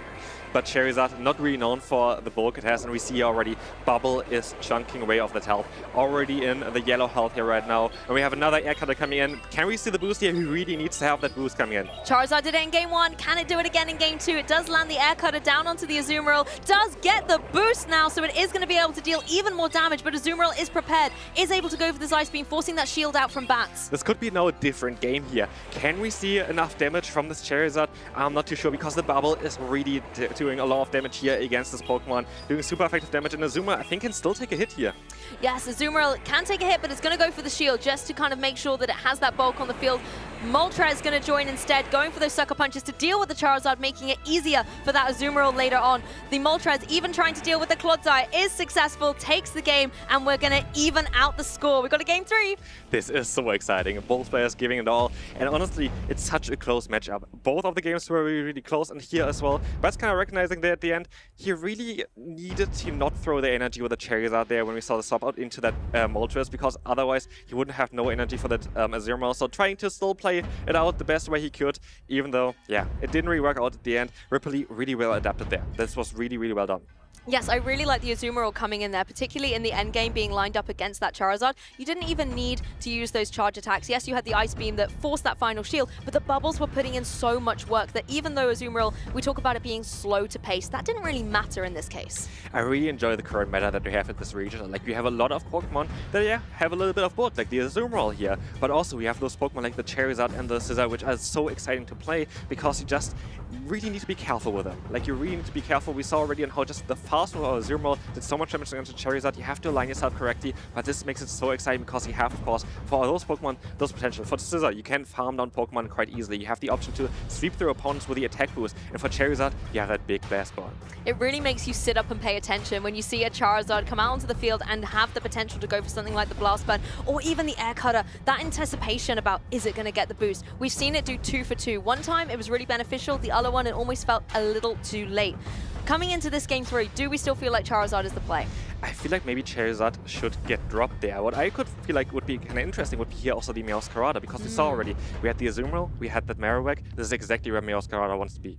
Yes, Meowscarada would be a great adaptation here, and it would give you some good answers into the Azumarill as long as you can avoid something like the Play Rough. But hey, that's what shields are for at the end of the day. But we also saw even already earlier yesterday on how much damage a resisted Frenzy Plant can do from the Meowscarada. So even if you're going to be up against something like a Moltres, where the Sucker Punch is going to be resisted, your Frenzy Plant is doing so much damage. It can be so offensively pressuring.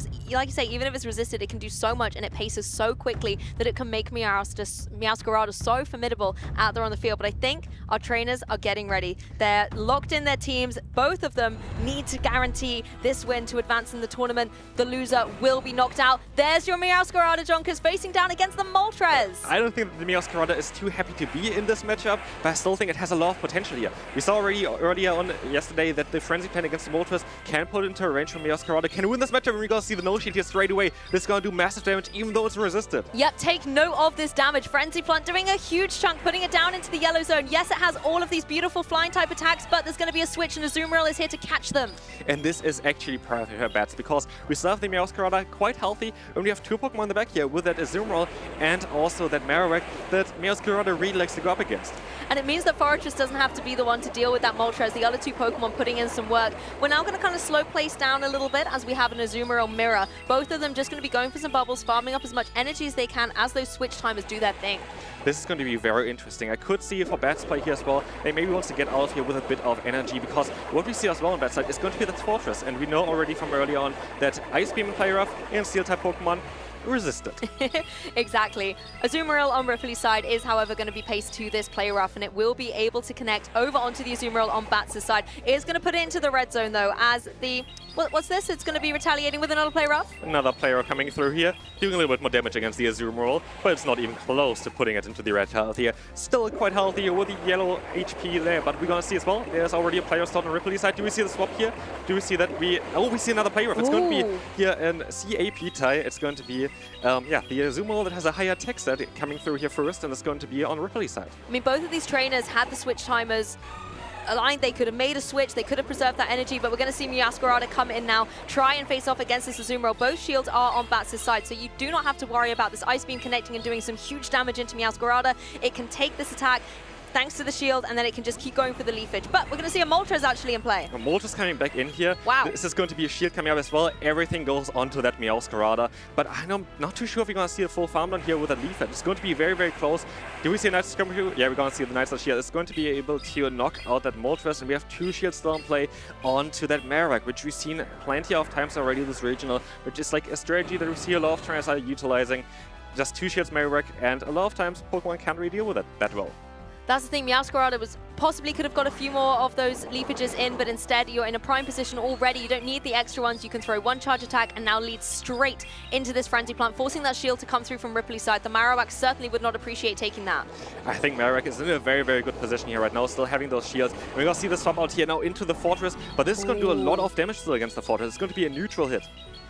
Yes, there's no defensive capabilities on Bat's side of the field, so Bone Club will come through. Thanks to the bulk that the Fortress has, it is able to take that. And these Bug Bites are putting in a huge amount of work into this opposing Marowak. The issue is, Marowak as well can pace to a nuller Bone Club.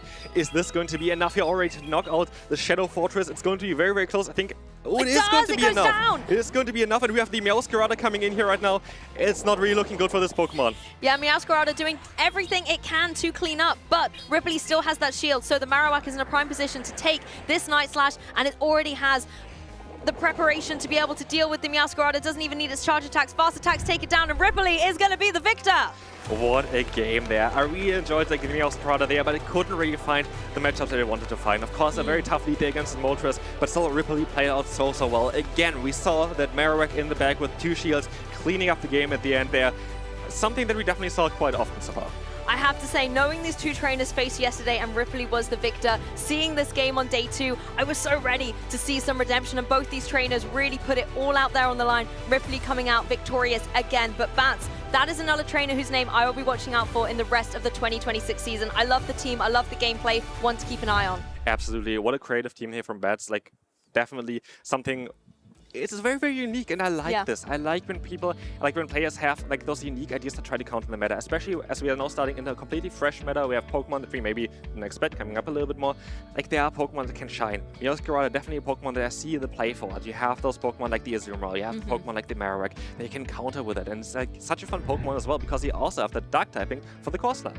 That's true. It has a really nice, unique typing to be able to bring into this meta that does incredibly well. Also against that Moltres as well, being able to hit hard with the Frenzy Plant. Did not expect to see that. Moltres going down here in the game 1, and now as we come into game 2, Azumarill really is what pulled the game back. Bats had taken that game 1. Ripley had to win both to stay in the tournament. Game 2, it was all about Azumarill, and then I think in the game 3, Moltres and the Marowak put in so much work. Yeah, absolutely. We see it again also.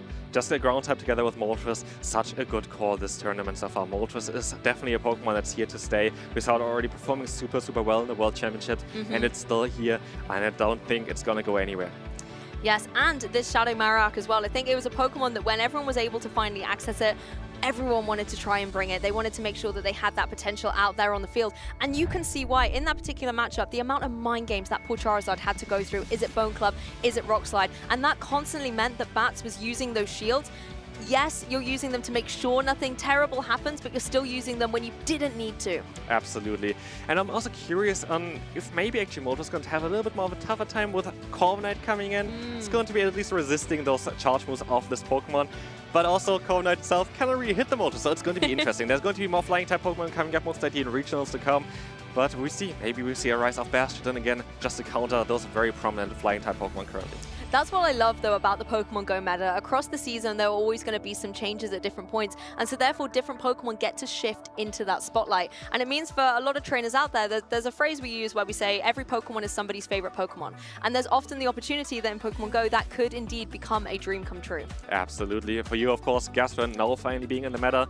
Greninja saw us right already on day 1 for myself, but didn't perform that well. I still think Weedle is a very cool Pokemon in the meta currently as well, especially with the Corsola, with a Marowak. Just needs a little bit more bulk, but I think that's not gonna ever happen. Keep that dream alive. Don't give up on the bulk coming Greninja's way. I certainly didn't with Gastrodon, and look at it now, a superstar in day 2 here at the Frankfurt Regional Championships, along with some other Pokemon that are really establishing themselves as core contenders. Yes, there are a lot of familiar faces from last season, Azumarill, the Galarian Moltres, but then we've also been able to have, I think, for me, it's the grass types that have really been so impressive. You've had Torterra been showcased today. We've also just had that Meowscarada. Are there any other grass types you're thinking are good in the meta right now?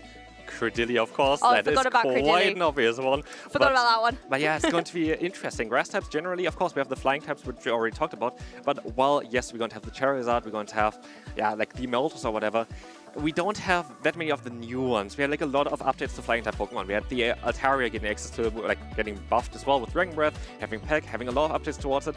Altaria, I think, did sometimes quite well as well already in day 1, but didn't really perform as we expected. But I also like other Pokemon. We had Murkrow, which got access to Peck. We have, of course, the Togekiss, which still should be in. It's a very good Pokemon as well. But yeah, I think Grass types still definitely have a lot of play in this meta, even with Shadow Scizor around.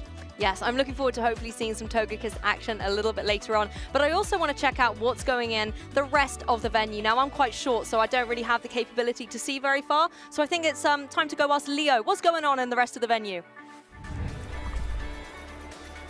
Thank you so much, everyone. In case you have never been at one of those events, or you haven't been recently and you're just really missing the vibes, we're going to show you a bit of the venue. But first of all, we're going to show you our amazing Go crowd! I love these trainers. All right, everyone. This venue is massive. We have thousands of players, if not millions. I didn't count them myself, but I think it's pretty close to 1 million. All of the different games are to be played here. You have a fan zone where you can draw things, you can play multiple minigames, and you can, of course, play the old games for the Nintendo versions. And of course, VGC and TCG are also here. As you can see, this venue is packed with people. TCG is one of the latest rounds of Swiss, and it is an absolute plus. Every single person you can meet here is fanatic about Pokemon and about competing in these events. So the next time one of these events is close to you, make sure to travel to those. Back to the casters. Thank you, Leo. I needed your expertise and wisdom to be able to see what was going on there. And it's great to be able to see not only the Go crowd as excited as we are as well, but also everything else going on in the venue. There's something for every Pokemon fan out there. Absolutely. The venue is so generous as well. You see so many players. It's so hyped to see. Like, especially when you walk down in the morning, you see everyone getting ready. It's just such an exciting feeling. Yes, and particularly if you're not someone who's feeling confident enough to play yet, you can always come along as a spectator and soak up some of that atmosphere. 2 trainers, however, who definitely have the confidence right now, right here, are Inadequins and Chris. I really want to see that Giratina finally on the screen. I hope Inadequins gonna bring it, but of course, there are a lot of very interesting Pokemon that you're gonna take a look at here as well. On the Inadequins side there, we have, of course, the Giratina, but the Talonflame. The Talonflame was the main star of the last matchup for her. Exactly, going down against Paman's Scissor. It was just absolutely destructive out there. But again, there's a lot of shadow Pokemon on here, a lot of Pokemon that then want to use those precious shields. So Inadequins has to decide which Pokemon is going to benefit from them the most. I also would love it to be the Giratina. When you think of Giratina, you think of Inadequins. Absolutely. It's his favorite Pokemon, his signature Pokemon there for sure. But also, again, you have your Gastron there on that side. Not the right color, but still, Gastron is a Gastron. Yeah, I'll take it at this point in the tournament, let's be honest, in this winner's semis match. His opponent, however, is going to be Chris. Chris also has 3 shadow Pokemon that are going to be wanting to use up those shields, but the critical one for me is that Malamar, the best friend of everyone. Absolutely the best friend of everyone. We saw already on how strong this Pokemon was for him in the last game there. But also what I find quite interesting is the Dusclops. I haven't really seen that much from the Dusclops yet. Maybe this might be the time for Dusclops to shine. This Pokemon has a lot of potential there, with Shadow Punch being reached so fast, and Ice Punch is great coverage there, especially in the current meta. We have Pokemon like Marowak and the Credilli both being weak to the Ice typing.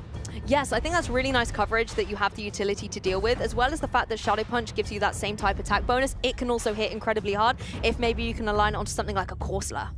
Absolutely. It's or going a Giratina. To be a Giratina. Oh. That's going to be definitely a very, very interesting matchup there. We also have the Blasters on the Inadequins side, which I also haven't really seen that much of. Not too sure. Do you think it's going to be a good Pokemon for this matchup?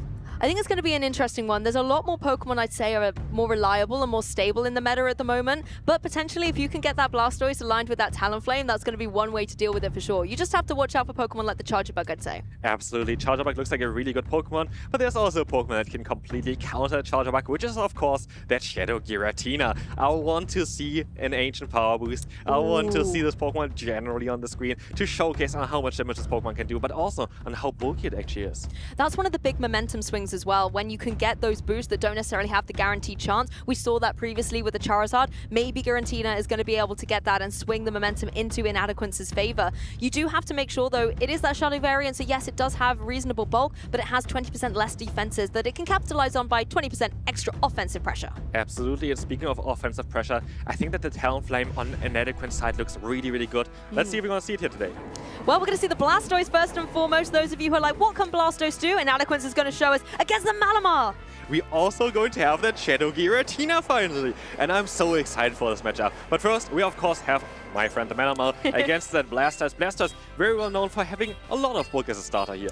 Yes, the Malamar is going to do its best to put a little bit of a dent in it. The Foul Play does a significant amount of damage, but honestly, those Psy Waves, the thing's putting in a huge amount of work. Blastoise has been able to pace up to the Hydro Cannon, but it will be shielded last second by Chris. This is going to be interesting. We're going to see the Gaston swap in here right now, and Gaston honestly looks really, really safe against Chris' team. There's not really a Pokemon here that really wants to take this off the Gaston. It looks like a very, very nice neutral play, and this can be something that Inadequins can use for also later games already. Doesn't want to take the Foul Play though, is going to go up for a shield here, because as you said, it can just Mud Slap down here. It's in a really nice position to soak up all of this energy and unleash the Water Pulse. Being the Shadow variant, this is going to leave the Malamar a little bit more vulnerable, particularly as there is no shield, and it does get the knockout. This is going to be such an interesting matchup. As you're going to see the Marek coming in. Marek should be able to speed to that Bone Club a little bit faster, but we're going to see the Wall Pulse coming in now. I think Chris just wants to try to go for the full Farmland against that Gastrodon. Yeah, Mud is flying on the stage right now. Both of the Mud Slappers in play, but Gastrodon forcing that shield with the Border Pulse through onto the Marowak, and as you said, looks like it was trying to go for lots of energy. Gastrodon getting out there, Blastoise in a better position to take that damage, but it already has got a lot of HP, and the undercharge is coming through. Chris is going for energy. This is a very, very nice play from Chris, but also Inadequins was just able to get to the Blastoise just as the switch clock come up there, and this is a change of this season where it's now 5 seconds less to wait for the switch clock to come up, and this was actually quite crucial for him here. But can we see the Giratina coming in now? We do see the Giratina coming in now. There it is, Giratina on the stage as the Bone Club is thrown from the opposing Shadow Marowak. Now Inadequins has to decide whether Shield, yes, at the last second, preserves his signature Pokemon to keep it in play. This is going to be such an interesting matchup here. We still, of course, have the Ancient Power, which is going to be very good against the incoming Talonflame here. Do we see the Ancient Power connecting here already? We're going to have the charge move coming through now. I absolutely love the timing of that. You could have gone for it any time. There's no shields on the opposing side, but you farmed up all the energy just before the Talonflame was able to reach its charge attacks, and Ancient Power will knock it from the sky before it's able to get anything done. But also, we're going to see the Dragon Claw coming in here. This move got buffed in damage this season, and we're going to see how much damage it actually can do. It is going to be enough to take down this Marek, I think. It is gone. A nod of approval from Inadequins, knowing his signature Pokemon did what he trusted it to do. Get those knockouts, stay on the field, and it looked so dominant there. Very well played by Inadequins there again. Recognizing that there's very likely going to be the Talonflame in the back, and really was able to store as much energy as possible on that Giratina there. Played very composed, and being able to get this Ancient Power off, certainly not getting the boost, but being able to knock out this Talonflame in just one charge move. And that's not what Talonflame wants to see. We've spoken a lot over this weekend about how these Shadow Pokemon, particularly the more frail ones like Talonflame, need those shields. But both of them had already been utilized on Chris's side, so Talonflame was so incredibly vulnerable. What do we think about Malamar in this particular matchup? It was putting in a lot of work into Blastoise with those Psy Waves, but I feel like the water combination of Blastoise and Gastrodon just made it really hard for the momentum to get going on Malamar's side. I do think so too. I think Inadequins did an excellent job at kind of playing around this Malamar. Like, he kind of soaked up some energy on the first lead there on the Blastoise, and he soaked a little bit of energy there with, I think, a shield on that Gastrodon. So he did just very, very well against, but we see again my friend the Malamar. And my friend the Gastrodon, both of them on the field to kick off this second game of winners semis. First of all, charge attacks coming left, right, and center. Psywave and Mudslap just getting all of that energy, and Malamar is the quicker to pace, but it's over-farming a little bit just before the Gastrodon goes for the Water Pulse. And Inadequins wants to no-shield here, the first charge move. And that's actually very, very smart because he knows he still can go for that Water Pulse here. He's still going to be able to survive a hit. And Water Pulse is maybe even threatening the KO against this Pokemon. Yes, and the Water Pulse will be coming through here. The shield goes up at the last second. Chris saying, I do not want my Malamar to be damaged at this point, particularly when I can keep going for these beautiful Psywaves, get all of that energy and try and farm down this Gastrodon. But Gastrodon is able to get to the Body Slam, but not able to use it. That's quite unfortunate for Inadequins, not being able to get to the Body Slam. But we're going to see now the Superpower coming through. No shield straight away, kind of trying to rely on that Blastoise here. Yep, the Wigglytuff can do a lot of damage with Charm, but it takes a lot of damage from that Superpower in retaliation, particularly as the Malamar has two of them stacked up. No shield again. So Wigglytuff is going to get a really, really low no with this one, but it's not going to go down. But we're going to see now the Blastoise, and Blastoise looks really, really good against the remaining Pokemon. Here we're going to have that Marowak, which still is going to do a lot of damage, but we're also going to have the Talonflame, which of course Inadequins doesn't know about yet. Yes, the rollout not doing too much to the opposing Marowak here, but it really is all about the Hydro Cannon. The shield coming up on Inadequins' side, making sure that Blastoise is staying in the game nice and healthy to unleash those Hydro Cannons. There's still one shield on Chris's side that you have to get gone though. This is going to be very, very interesting, but very, very played by Inadequins again here. Recognizing that Blastoise has a lot of potential with those shields in the back. We're going to see the Hydro Cannon coming through here, but do we see the no-shield here from Chris? I could definitely see that this would maybe come here. Let's see. We're going to see the shield coming up. Yep, shield coming up once again. Talonflame is going to be exposed without any shields in the game to keep it from the relentless onslaught coming through from this Blastoise. This is huge. This should be enough, hopefully, to now knock out this Marowak. I think it's going to do enough damage. It's going to be a Hydro Cannon. It's not enough. Oh, not enough. Just slightly not enough. We're going to see now the Talonflame coming in, and Talonflame does not want to take a Hydro Cannon here. Yeah, it does not want to take those rollouts either. So much damage coming poor Talonflame's way. You know the Marowak is in the back, but only on a slither of HP remaining. Hydro Cannon connects. The bird falls from the sky as the Marowak comes back in, but it's not going to be enough. It goes down. Inadequins celebrates knowing that he has been the victor in this winners semis. This was so perfectly played by Inadequins. Like, I'm so impressed, especially recognizing how much play that Blastoise has at the end there, keeping everything forward, taking those two superpowers from my friend the Malamar onto the Wigglytuff, and then, yeah, sweeping at the end with that Blastoise. Such bold plays.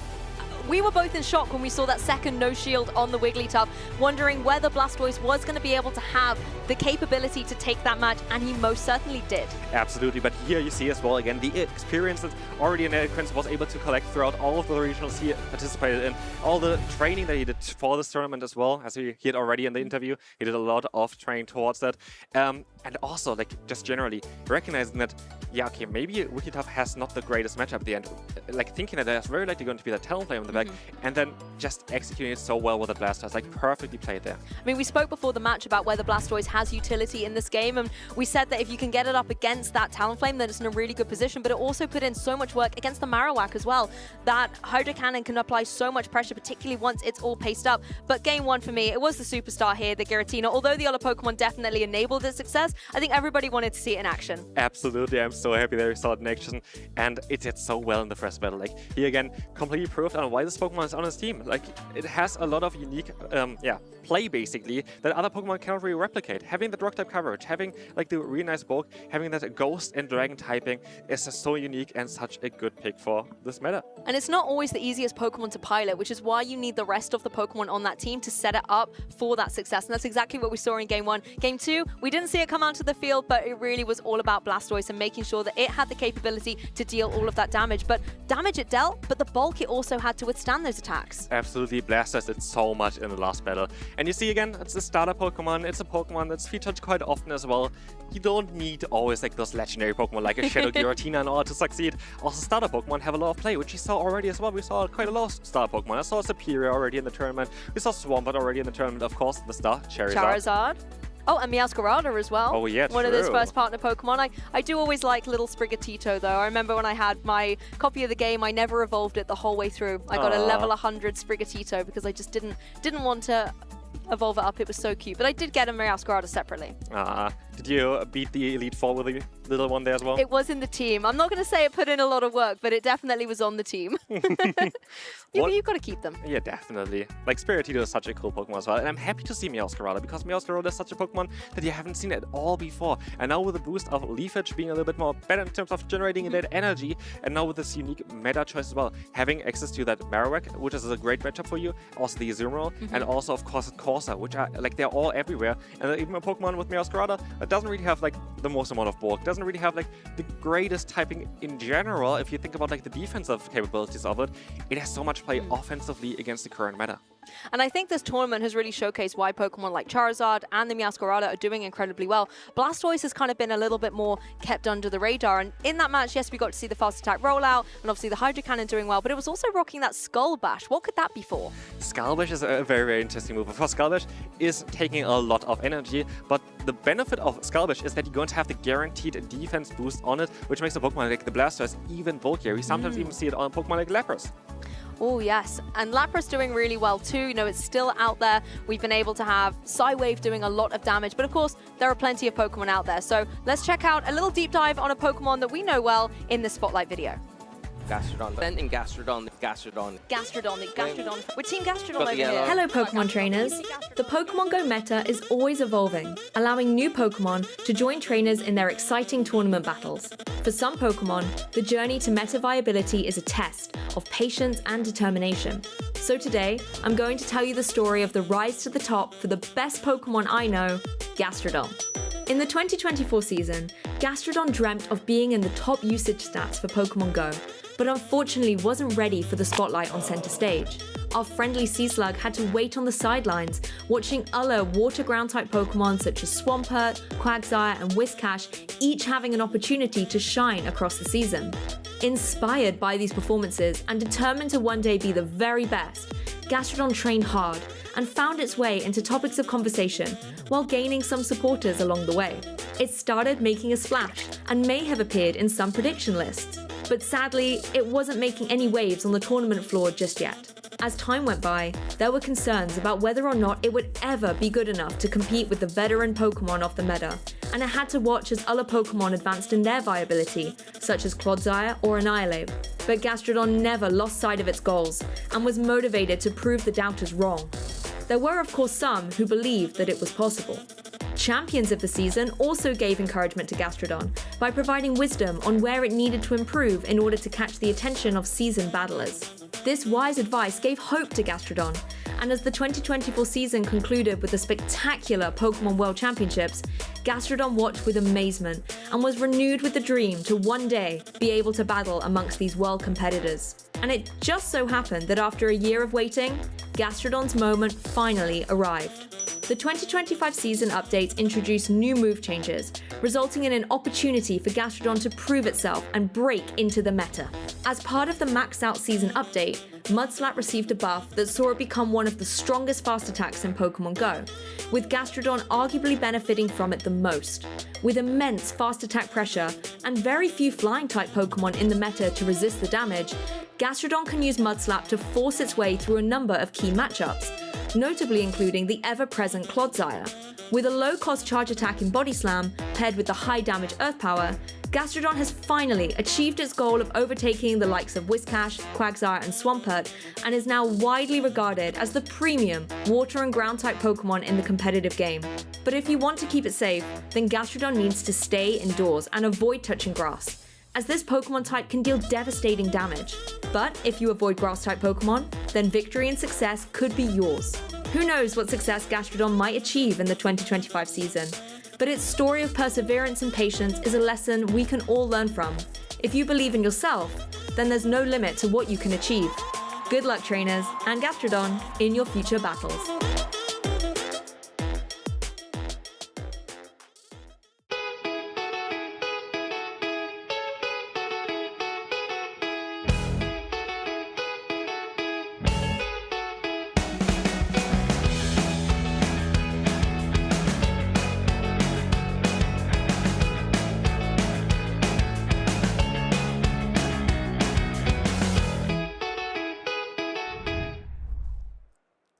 Welcome back, everyone. We are succeeding in the tournament. The first person who has guaranteed himself a medal in the 2026 season.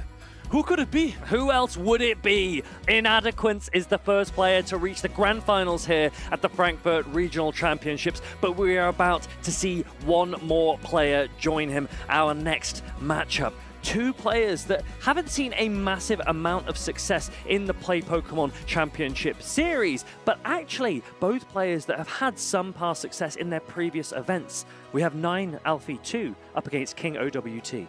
Both have made it into the top 8 of the last tournament that they've played, which is already a huge accomplishment. Didn't have too many other tournaments to show their strength, but now they are back, coming off of recent success, going up against each other. So one of these trainers will have their first loss, but the other one is going to advance even further beyond. So Alfie's last event, he played at the Bologna Special Championship at the end of the 2025 season. He did get that top 8, as we said, and he has brought a Togekiss. He is the only player to have Togekiss to this stage of the competition, pairing it with Shadow Charizard, one of the main staple aggressive forces here in Frankfurt, as well as Lou's favorite, I think she's mentioned it once or twice, Gastrodon. Yeah, and the ever so chill Dunsparce just lying on the ground, throwing rocks at everyone.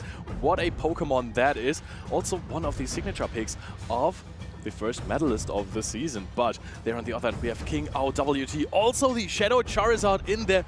Goodra is the dragon type of choice, a Pokemon which is so incredibly cool, fast-pacing, versatile, and then as well a Pokemon that is using Sucker Punch. You know, we've seen a lot of Galarian Moltres, but Furret is here.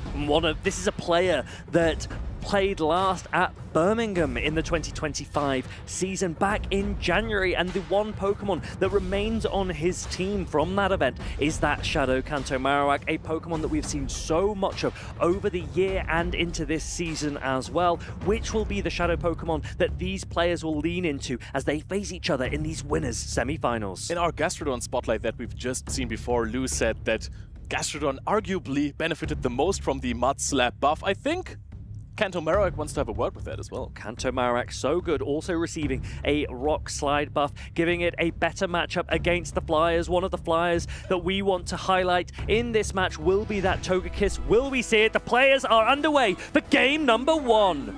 That is a huge lead here for Alfie with the Togekiss resisting Sucker Punch. Having the Aura Sphere, there is an immediate switch here from King OWT. Do we see a Chip and Dip Aura Sphere launched? This is one of the great opportunities that Togekiss has to showcase its Community Day attack, Aura Sphere. It is a hard-hitting, fighting type attack that recently got massively buffed in the attack update for the Tales of Transformation season. Now there is one good win condition for King OWT. There is a Gastrodon in the back for Alfie, which he doesn't quite know yet, but he has to make sure that the Furret tries to get onto that Gastrodon to hit with double super effective grass-type damage. And Alfie going for a Grass Knot here. Rock Tomb would guarantee an attack drop, but Grass Knot does more raw damage, and it takes this Cradley into the yellow, which makes sense because it is debuffed itself. It is really, really strong. Oh, we see a switch out into the Furret. The good answer to Gastrodon is now getting debuffed as well, but Furret has counter technologies. And now Alfie has the opportunity to try and realign the switch clocks and maybe go back into his own Togekiss. It looks like for now he's staying in. There's the Togekiss. This resists the Sucker Punch, and let's remember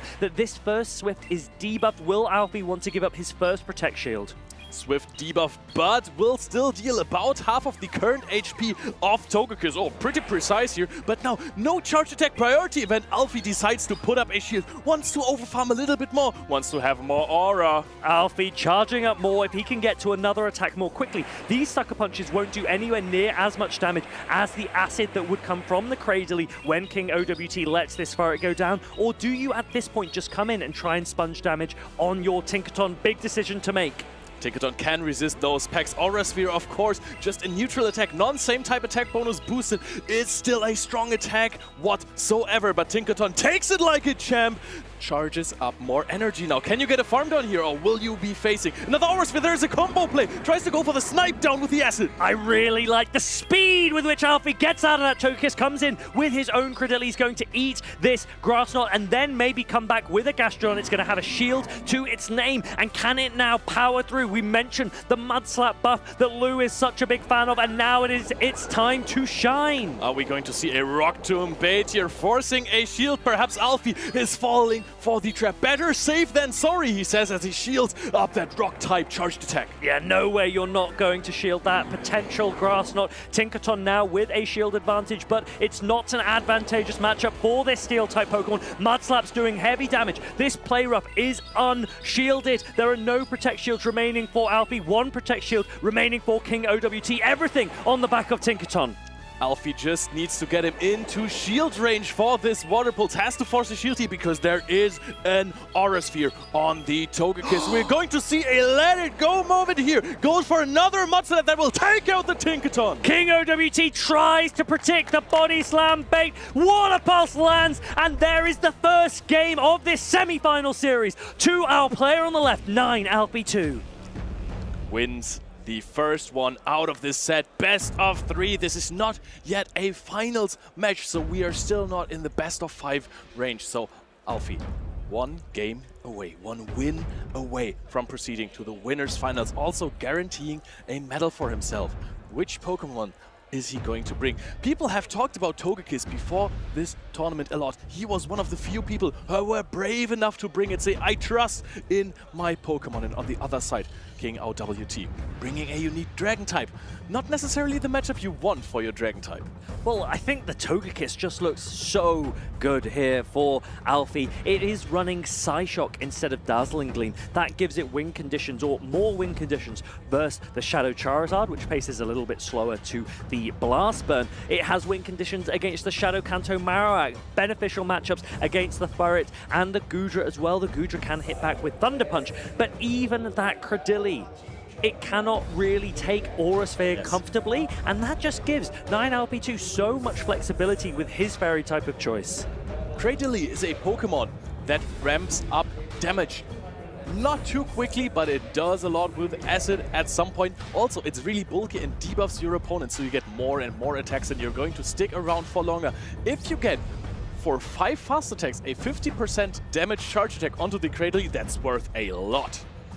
Let's see which Pokemon Alfie leans into here. King OWT has to make an adjustment. This is a best of 3. That means one more win for Alfie will see him proceed to the winners finals. Game 2 is underway. We see a Corsola up against the Cradily. King OWT says, don't be silly, play Cradily in the lead, wants to outpace here. This looks like it is not the best matchup for Cradily because you have these resisted fast attacks. Everything from Corsola is neutral, but in the end, in the zero shield scenario, you're gonna come out on top. Yeah, this looks really, really close. It really depends on how bulky a Pokemon you have chosen to build for this matchup. Everything can matter. Every little sliver of bulk and health could make all the difference as these players start to work out how to play out this lead matchup. Alfie throws a Nightshade here. Both players in this very neutral scenario can calm down a little bit, make some predictions. What is in the back? Have to try to get into the mind of their opponents. And we do see the Togekiss and the Cradily in the back, and those are 2 great Pokemon. There is King OWT's signature Shadow Charizard. We've seen him land so many Blast Burns, and both players seem reluctant to use shields because they know that they might be better used on their Pokemon in the backline instead. Cradily again with 1 HP and a Rock Tomb here, trying to force the switch. No shield use by the Corsola, so King OWT has the advantage, can decide what to align against what, but Alfie got a free pack. And now this becomes a little bit of a bait game for the Charizard. It's slightly down in energy. It needs to try and land a Blast Burn. So will King OWT go up to a Blast Burn and throw an Air Cutter? If the Air Cutter lands, King OWT will be begging for a boost. There is a boost potential on this attack. Even if you don't get it, maybe King OWT commits to the Ember down. Will the shield go up? No way! No shield! He calls it correctly, but now this is still a lot of chip damage. Just gets the attack boost, gets another air cutter in. You have to force a shield now here, and now you are maybe an Ember down range. 9 Alfie 2 shielding the next Another boost! One more boost! Now this Shadow Charizard, it is an absolute weapon on the field, and King OWT knows that if he can start to get more damage off, that Credilli will go down quickly. And so Alfie doesn't allow a farm down. He's coming in to try and get a full acid down, but look at the air cutters, and he's only one more Ember away. 9 Alfie 2, a huge shield decision to make, but it might not make a difference. This is double boosted. You have to shield everything here. Are we throwing immediately? No, Alfie knows there might be a catch here. Charges up a little bit and then says, hey, I'm locked in this anyways. Let me Rock Tomb your Furret. But in the back, there is still this Shadow Charizard waiting to throw air cutters at everything. And look at how close this could be. That Shadow Charizard is one Ember away from an air cutter. That could make all the difference. King OWT didn't want to risk an attack coming through from the Credilli. That's why he leaves and goes into this Furret trying to put this Credilli into air cutter range.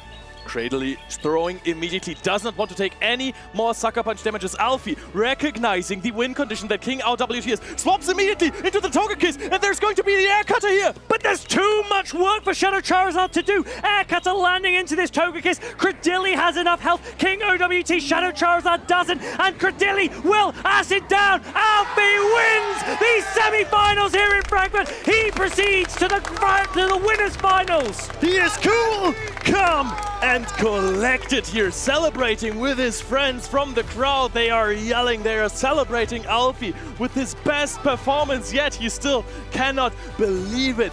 This far in the tournament, he has his medal now. He can basically, it's up to him to decide which color it's gonna have. His first ever Play Pokemon medal. And we could not be more pleased for him. Togekiss has reached the winners' finals here at the Frankfurt Regional Championships, and this will be a massive moment for this player. People have not believed in Togekiss, but Alfie did. People have said, oh, you take super effective damage from Cradley. There is Empoleon that deals a lot of damage to you as well. Those are all difficult scenarios. Maybe it's not the position for Togekiss to shine. Wrong. And one of the big questions for anyone that's considering Togekiss is, what is the second charge attack that you want to use? Aura Sphere is near guaranteed. It received a buff this season. It is the same efficiency as a Hydro Cannon, but it's even better typing, fighting one of the best offensive coverage attacks you can get. Togekiss here for Alfie with Psyshock, and he was showing exactly why it was so useful, able to come hard and fast against the Shadow Charizard matchup, giving it so much flexibility, and Togekiss was the MVP in these winners semi-finals. This was top tier gameplay by both of them. You could see how fast these switches happen. You maybe take one fast attack in the process, but then you're not going to give your opponent any extra energy in the matchup. That is not necessary. Here you could see this Water Pulse connect. King OWT saying, hey, maybe you are slipping up here. Maybe you're throwing a Body Slam bait and I can no-shield this. No, absolute perfection from 9 Alfie 2. And King OWT, he is not out of the race. He does drop down into the loser side of the bracket, but this is a double elimination tournament. That means you need to lose 2 matches before you are knocked out. Alfie, he remains on the winner's side of the bracket, and he has an absolute titan to face in the winners finals. And I was just going to say, Alfie has a Fairy type to possibly combat the Shadow Giratina, but after thinking about this matchup might not even be too great. You have Aura Sphere, which is double resisted, and you have a Psyshock, which hits for neutral, but Shadow Giratina has Ancient Power. Well, this is one of the questions as to why players have often been leaning into Dazzling Gleam as Togekiss's second attack, and it's for those Dragon-type Pokemon as well as neutral damage into, say, something like an Azumarill or a Galarian Corsola. But the Dragon that is waiting for him in those winners' finals also has brought a Dragon-type Pokemon. The Shadow Giratina altered form, mastered by Martine, Inadequins, one of the best players in the world. Togekiss feels more like a flying type rather than a fairy type if you do not have a great one yet. Guess what? You can come to these events. We have new event spawns every single time at these event Pokestops. You can catch Togetic, you can catch Piplup, Horsey, Rookity, Turtonator might be the star of the show for LAIC, for example. Turtonator looks like a really exciting Pokemon, and now it can spawn. The shiny is available as well, that golden color. Incinerate, Brutal Swing, Dragon Claw, so many different options for that fire and dragon type Pokemon. So this is a great place to come and get them. Yes, Togetic, we have just seen how amazing this Pokemon plays, but all of the others have seen some spotlight. Lapras was on stream, Golisopod was on stream, of course Wimpod has to evolve first. Quite a lot of candy actually, but you'll get there eventually if you are at these events. And we have seen Golisopod being brought by many players last season and some players this season as well. So all of these Pokemon, great options for you as we enter the new meta in this Tales of Transformation season. I have a very important question for you. Hit me. A Pokemon that has been hyped up for this new season. I was very sure it is going to become a meta staple. Where is Altaria? Altaria's got a pretty interesting position in this meta. It did receive a beneficial update in Dragon Breath and Sky Attack, as well as access to the coverage attack Flamethrower. And it has Peck. It does have access to Peck as well. I suppose you're probably not going to be using a Peck Altaria when Dragon Breath is available. Better maybe for the mirror. Not that there are many mirrors, because we're not seeing many Altaria. I wonder if, when Corviknight comes in, we will see a shift in the meta. Corviknight is not eligible for this tournament. It is eligible from Tuesday next week. So with Air Cutter. You can play Sky Attack, Iron Head, Payback at this event, of course, as well. The steel type of choice on screen is going to be that Shadow Steelix, mastered by Boom20. He is up against Paman, and what a match this is. Boom is a player that played one event last season. And he went all the way into the grand finals, undefeated, lost one match versus Colin, but then took it away in the end with absolute perfection in his playstyles. His reactions were fast, his energy management was precise, and then now he is playing against the European Titan of the last season, the player that everyone is looking up to, Paman. Quite frankly, one of the greatest players to have ever entered the space. Paman, our world's finalist, an international champion, a regional champion. He has so many accolades, and he wants this weekend to only contribute to that list. He has brought that Goodra that we've discussed before, and he is going to go up against a player that wants to establish themselves as a Titan in the area. I would say if you have a 100% tournament win rate, you can consider yourself a little bit of a Titan, but adding more and more accolades there certainly won't help on that mission. I am quite curious if we're going to see a spotlight of this Goodra from Paman again, as we have seen in his last match. So many, he even got versus RTR a 1 HP Goodra win. Yeah, Boom will be looking to show that Leal was no fluke. He's up against Paman. We're locked in for game number 1. The lead is going to be Golisopod versus Corsola. That is big for Paman. You have neutral damage in Aqua Jet, but the neutral Astonish damage plus Power Gem are so much stronger in that matchup. Are we going to see a potential catch here? Golisopod charging up and now going into that Gastrodon.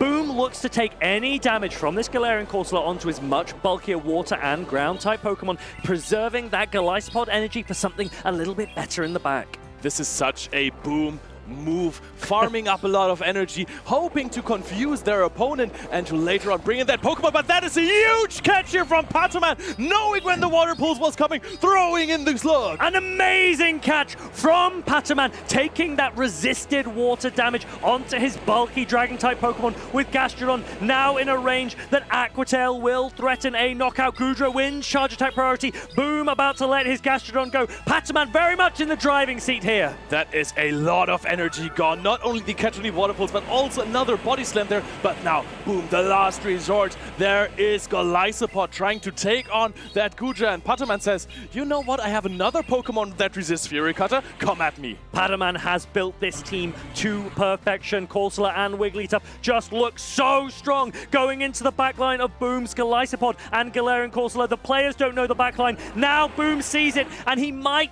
slightly question, how am I going to take out this bulky fairy type? Paman possibly sensing a Shadow Caesar in the back. The Corsola is not yet revealed by Boom, bringing in the Wigglytuff there, and Wigglytuff takes a lot of damage from these attacks. Are we going to see a shield put up? Yes, wants to preserve some HP in case there might be something like a Corsola. First shield going up on the side of Paman, and now Galarian Corsola goes in, and Paman knows that he is in a great position because these Astonishes are double resisted. Not only that, Icy Wind guarantees a debuff against this Galarian Corsola. The damage output has been reduced, and Boom has a mountain to climb in this first game. The mountain is called Mount Wigglytuff. This is a huge HP Pokemon. Now you are going to see a Power Gem that is debuffed. This is not even going to knock out. It is going to be quite close here, but you can reach another Icy Wind. This is so big for Paman. What can Boom do? He does have two shields. The Galarian Corsola is in a position where it might be farmed down, but the switch timers could be up. Can he get rid of these debuffs quickly? He's going to save some of this energy, maybe look into his Golisopod, but the Corsola doesn't have enough health to hold on. It's not going to be able to reach two attacks. There's not a lot it can do. Paman at the Power Gem. He's going to go through. Boom 20 concedes this game. Paman about to win. 1-0 for the Spaniard versus Boom. Two champions fighting against each other. Paman takes the lead and takes game one in the process. Has the Wigglytuff. This Pokemon is so incredibly dangerous. One of the most picked Pokemon in this tournament was Galarian Corsola. Wigglytuff is the hardest answer you can find. Neither of these players like losing. Boom. He's not actually particularly experienced when it comes to losing. It doesn't happen a lot. The question is now, how can his mentality and composure respond? What can he do to come back against this great player? Yesterday, he has lost 3 games in a row, and then he came back, qualified for day 2 regardless, and is absolutely in the zone. He has proven sometimes with younger players, you would think maybe their mentality is not as strong. Boom has shown again after also losing 1 grand finals in Lille and then getting the game back. He's an absolute monster concerning mentality. And there's going to need to be an adjustment of sorts. Boom is a player who is very highly calculated, but Paman currently 1 step ahead. With that Goodra pick, the bulk of Wigglytuff as well. Both of these players, they don't want to let up. They want to take the most of every opportunity. Boom needs to win this next game if he wants his tournament to continue. Paman refusing to let that happen.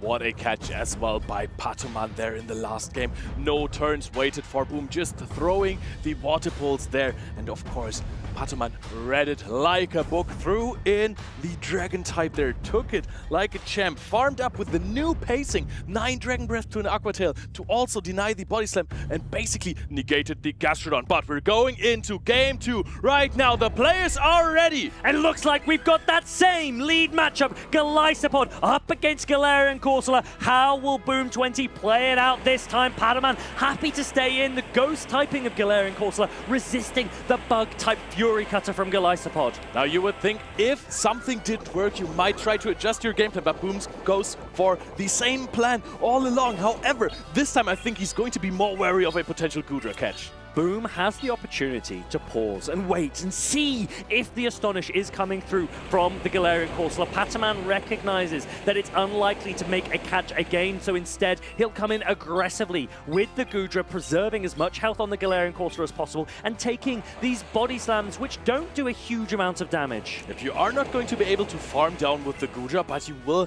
get quite a little bit of energy advantage. However, Boom's Pokemon all have a lot of fast attack pressure on this Goodra, so if you get too low trying to get to 2 charge attacks might prove costly. However, he's already there. The pacing is so quick. Look at that, Paman showing just how meticulous his energy management can be. The question is, can he now reach an attack against this next Pokemon? He's already got the Thunder Punch banked. This does a little bit more damage than an Aqua Tail. It is the correct one to throw against this Corsola, but just a little chip for the bulky Ghost type. Might have also been aimed at a potential Golisopod that comes in there, and now there's a lot of energy on the Corsola of Paman. But if shields are being used here, the Corsola of Boom has the HP advantage. advantage. Boom really needs to get the most out of this Galarian Corsola. Paman needs to bear in mind the amount of energy that's still available onto that Charger Bug, and Boom is going to go for a full farm down here. He does have access to Power Gem. He doesn't know what's in the back line yet, but Power Gem will be super effective against the Charger Bug, and as it comes in, Boom might be pretty pleased to see it.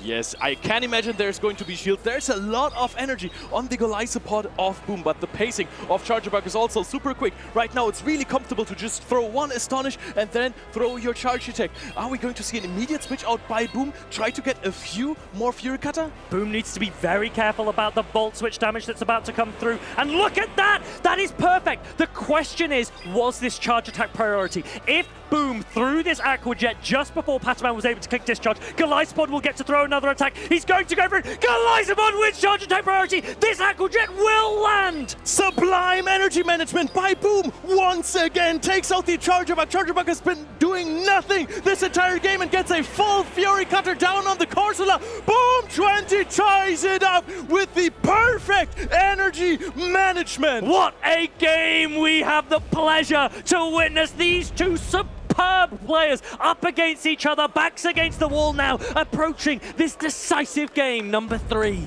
That took everything that Boom had there. He is scratching his head going, wow, how did I win this again? This time didn't let Paman catch the Aqua Wave, so it is incredibly close between those two players. Also, this time around, Paman did not bring the Wigglytuff. That would have been the hardest answer to the Corsola you could imagine. Is Paman going to shift back to the Wigglytuff that he has used to great success this tournament, applying so much pressure on his opponents? So many questions, so many thoughts, so many plans we running through the minds of these players.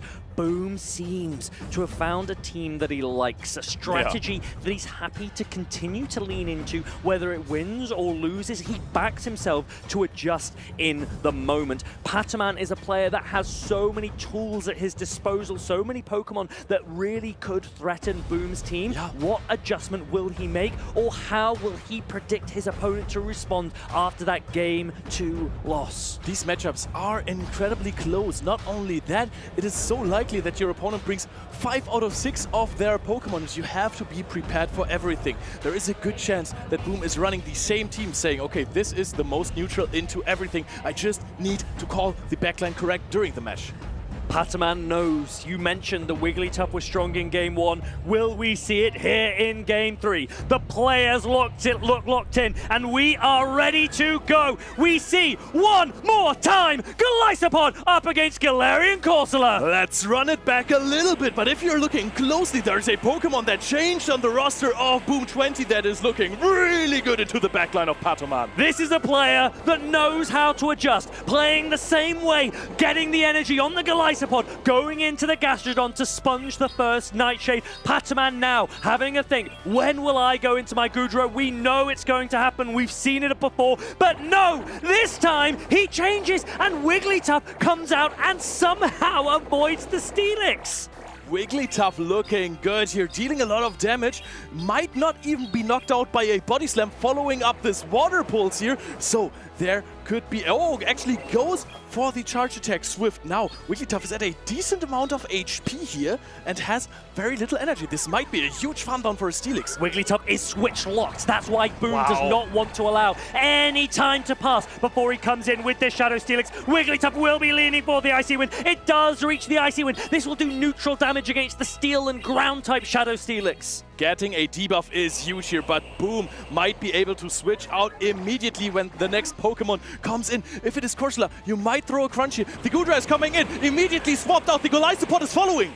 Nightshade coming through, 2 shields available for Boom, 1 goes up now. So much energy on this Golisopod. Fury Cutters are resisting, but they still add up. Golisopod has so much attack, and now the first Aqua Jet will threaten a lot of damage on this Corsola. Not a knockout, but enough for Paman to consider a shield. He's going to let this go.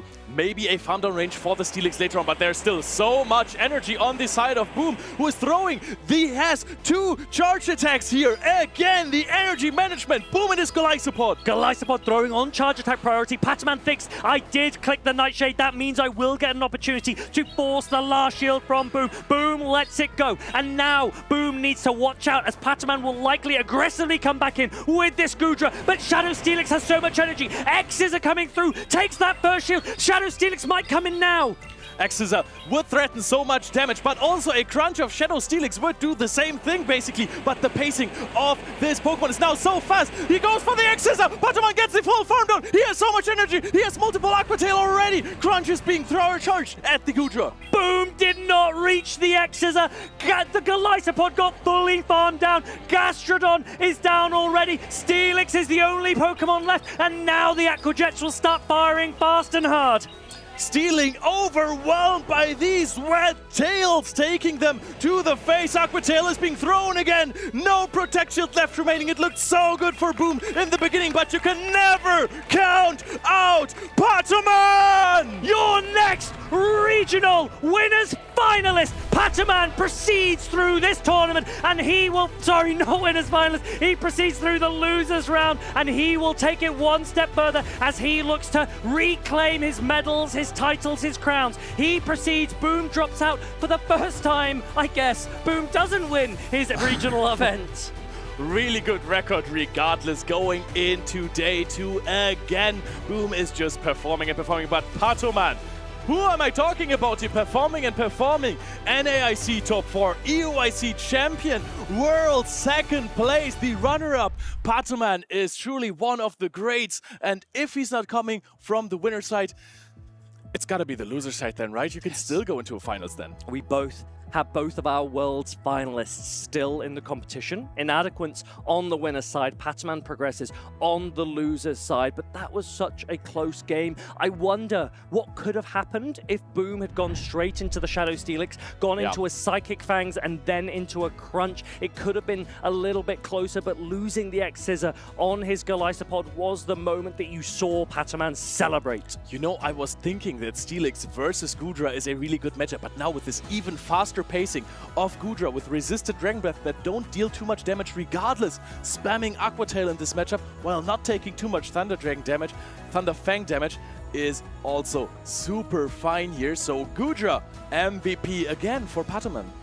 I really want to see just how far Paman can go. I think we're all very, very excited, anticipating, can Paman go and have a redemption match up against Inadequins, but he still has to go through the rest of the losers side of the bracket. We're really excited to see. There's no reason why it can't happen. Both of these players remain in the tournament, but there are still some more that have something to say about what happens here in Frankfurt. Yep, looking at the winners finals already, it is Inadequins versus Alfie. A Titan versus a rather newcomer, as we have seen in this matchup as well. I wouldn't call Boom a newcomer, he played one event and won it, but Paman, of course, one of the Titans. I think this is the story of this event at this point. The new players in this new season, no championship points from regionals yet. They are trying to climb back up.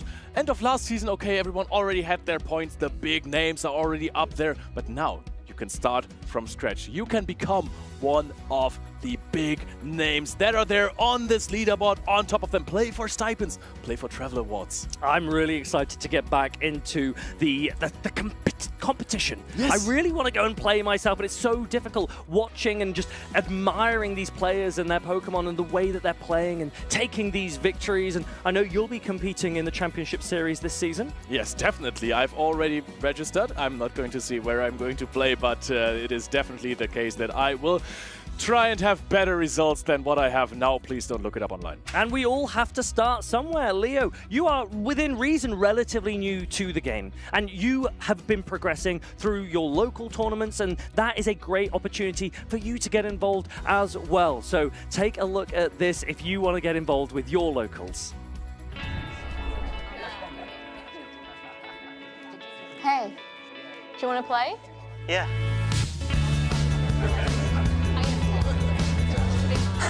Nice. One shot? Wait, that card, yeah.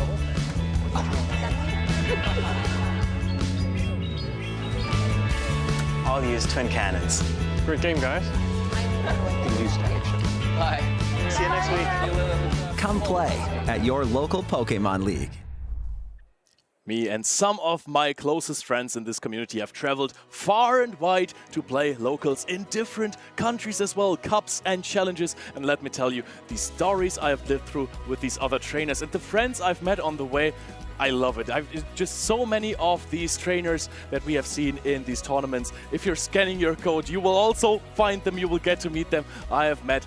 They are absolutely lovely. After the events, everyone goes to get dinner together. You have a chat, you trade some Pokemon. It is fantastic. And you get some special little reward packs that you can only get at these local events. You also get championship points. So a lot of our competitors here in Frankfurt and across the region will be attending locals near them so that they can go further up on the leaderboard, as it will make all the difference come end of the season. And it is the best training that you can imagine for these kind of tournaments. Yes, you can sit at the comfort of your own home and play with players online. But if you're going to these locals, you have the tournament atmosphere. You are living the stress in a good way. And you know, you're coming to a tournament and then all of a sudden your next opponent, call in 6. How cool is that? It is. And Paman, I'm so used to Paman being on the winner's side of the bracket. He's on the loser's side of the bracket at the moment here in Frankfurt. Let's take a look at who else we have here.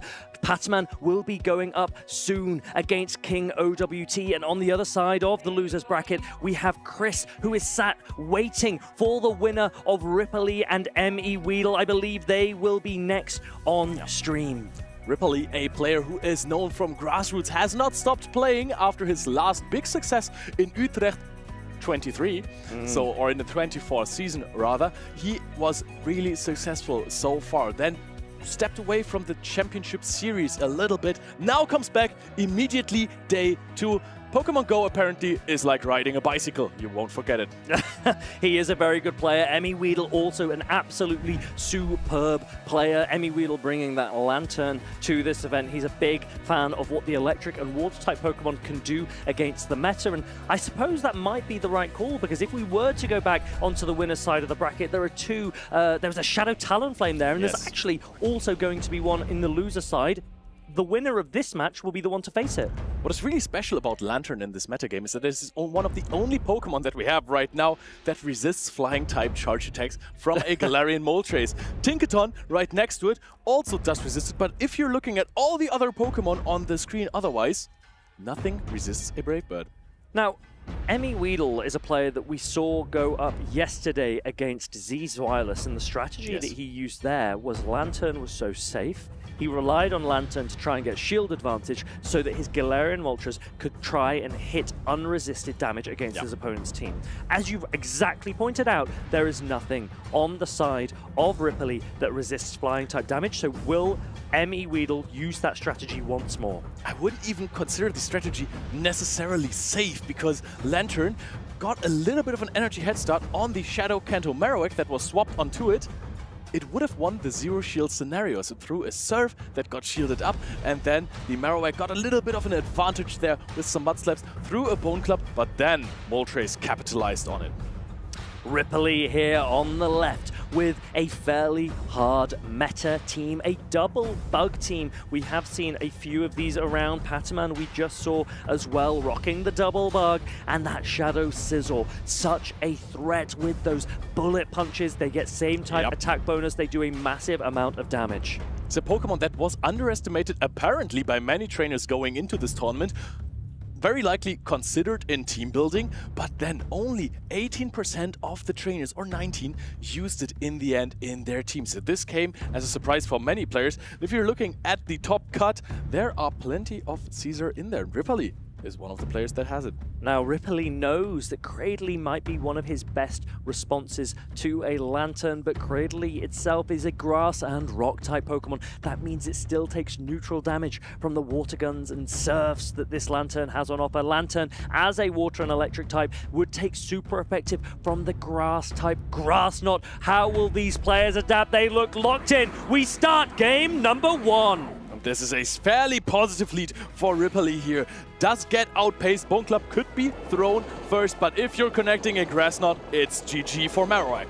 And looking at the backline immediately, there's not a lot of space for Tinkaton to go. Ripley going for the Rock Tomb bait, knowing that Shadow Kanto Marek wants to shield it. He gets the shield, he guarantees the attack debuff. Emmy Weedle looks up and smiles. Now this Shadow Kanto Marek going to throw a debuffed Bone Club. It won't do a huge amount of damage to this bulky Cradley. Yep, not a lot, not even enough to knock out with one more. Maybe those Mud Slaps health goes for the Rock Slide. Slightly little more damage here. Is that enough to knock out? Emmy Weedle hoping that this debuffed Rock Slide could be enough for a knockout. Cradley hangs on, and now Emmy Weedle takes advantage by catching on his Tinkaton. But what is the response? Because Ripley has his shields. He now also has alignment, and he is in the driving seat in these losers round. This is looking incredible. Alignment, shield advantage, and a potential sacrificial catch on the Cradley there. And as you have advantage with the shields, with the energy, you also have the Shadow Caesar in the back threatening everything else. Can you get to the play rough as Emmy Weedle? Ripley is not risking it throwing a Bone Club. Ripley takes out this Tinkaton. Emmy Weedle has got some value from the Tinkaton, getting that Bulldoze debuff and taking a shield away. Now coming in with an energy dry Shadow Kanto Marek. He's not going to invest a shield in it. This Bone Club will do a decent chunk of damage, and I wonder if Emmy Weedle will then look to pivot out into the Galarian Moltres. Here it comes. Marowak's job in this scenario was just to free the Moltres from the energy of the Marowak, because the Bone Club doesn't do anything. The Mud Slap too. Now you have energy head start on the Shadow Caesar, but there's a lot of bullet punch damage. How is your counting? Emmy Weedle knows that the Shadow Caesar is at a Night Slash now. He knows he's going to have to shield up one attack here. This is the first Night Slash. The Shadow Caesar is 3 bullet punches away from its next one. This is looking really hard. I don't think you can outpace. You can reach for a charge attack priority event, but the Night Slash of Caesar comes through. The dark on dark type action here. Does it knock out? It will do a decent chunk of damage, not enough to knock out the dark and flying type Galarian Moltres. And now Emmy Weedle needs to work out, is there any path back in this game? A completely undercharged fly so that he can come back in with his Shadow Kanto Marek, but it is not enough. Ripley already had enough energy. Throwing a Bone Club here to knock out the Marowak. Mud Slap is going to be double resisted on the Moltres, but there's so little HP to Mud Slap. Taking it out here. 3 Pokemon left from Ripley. This is dominance. A big win there for Ripley up against Emmy Weedle. He made the calls correctly. His Shadow Kanto Marowak putting out so much pressure against Tinkaton in the mirror, and then the Galarian Moltres couldn't do enough against the Shadow Sizzle. This is still best of 3. One more win for Ripley will see him progress on the loser side of the bracket. He has been an absolute menace to deal with. Pokemon Go community, if you have forgotten about Ripley, he is back. What a performance so far in this tournament. Not the spiciest of teams, but just running into these great trainers with a hard meta team proves how skillful he is. Is not relying on any catching off guard of his opponent with perhaps move counts they do not know or matchups they are not familiar with. No, he is playing what he knows, what they knows, and he's dominating. Ripley opting for Cradley, Shadow Kanto Marowak, and Shadow Sizzle. 3 Pokemon that all have play into the Lantern of Emmy Weedle. He was really over-adjusting almost, expecting to see the Lantern, and Emmy Weedle did not bring it. However, those 3 Pokemon all still had a decent amount of play into the Tinkaton, and I really question whether or not Tinkaton was the right option for Emmy Weedle. It doesn't look to have the play that perhaps Emmy Weedle wanted it to. On paper, Tinkaton looks like the prime answer for a Cradley. In practice, it's a little bit different. Those continuous debuffs on a Pokemon that already doesn't have a lot of attack, they just make this matchup very long and very neutral indeed. But now both of these trainers have locked in. Ripley versus Emmy Weedle, number 2. Let's see, the lead is Azumarill versus Tinkaton again. This is a much better matchup for that Tinkaton. It resists both of the charge attacks from the Azumarill. Ice and Fairy resisted by the Steel typing of Tinkaton, but it really also depends on how much defense Emmy Weedle's Tinkaton has to determine how much damage these bubbles do, because they're neutral as a water type attack. This will help out Azumarill a lot. Swaps out immediately into the Kanto Marok, answered by the Moltres. Ripley perhaps hoping that the Moltres is not on the team of Emmy Weedle this time, but he has shown so many times that he loves his legendary bird. Hearing the cry of the Galarian Moltres hit the field into a great matchup up against the Shadow Kanto Marok, but it does need to be aware of these super effective rock slides. Will we see the first shield go up? No, Emmy Weedle is going to let this land, backing his Galarian Moltres to be able to hang on. Perhaps hoping for a cheeky bait there, but now Bone Club is going to be enough, and now you, if you want to keep your Moltres, have to shield this, but the damage done by Sucker Punches is enough for Emmy Weedle. Lets the Galarian Moltres go. And now Emmy Weedle will come in with his Galarian Moltres and look for a full farm down, maybe one shield in the process. Ripley comes back in with his Azumarill, goes to throw a player up, but Emmy Weedle anticipates, and Tinkaton comes in to catch this resisted damage. At this point, Emmy Weedle is at a really weird spot in the game, because those charge attacks that are going to be thrown at the Tinkaton and at the Corsola, those are not always attacks you want to shield, but you still have two left remaining. Tinkaton will look to land one play rough and then gather as much energy as it can against this Azumarill, maybe needing to throw a Bulldoze in the process. But if Emmy Weedle can gather enough energy to throw a play rough into whichever Pokemon Ripley returns with, that will give him a huge advantage going into the endgame, because there is a Kanto Marok with some energy still available. Will we see a Bulldoze just before the Ice Beam? We see it on charge attack priority. That is great counting from Emmy Weedle. Precision wins games. Emmy Weedle now taking out the Azumarill that just reached the Ice Beam. He is reaching for his Corsola immediately. Has taken a little bit of damage. We all know how important that is in these matchups. Throws a Nightshade before the first debuff.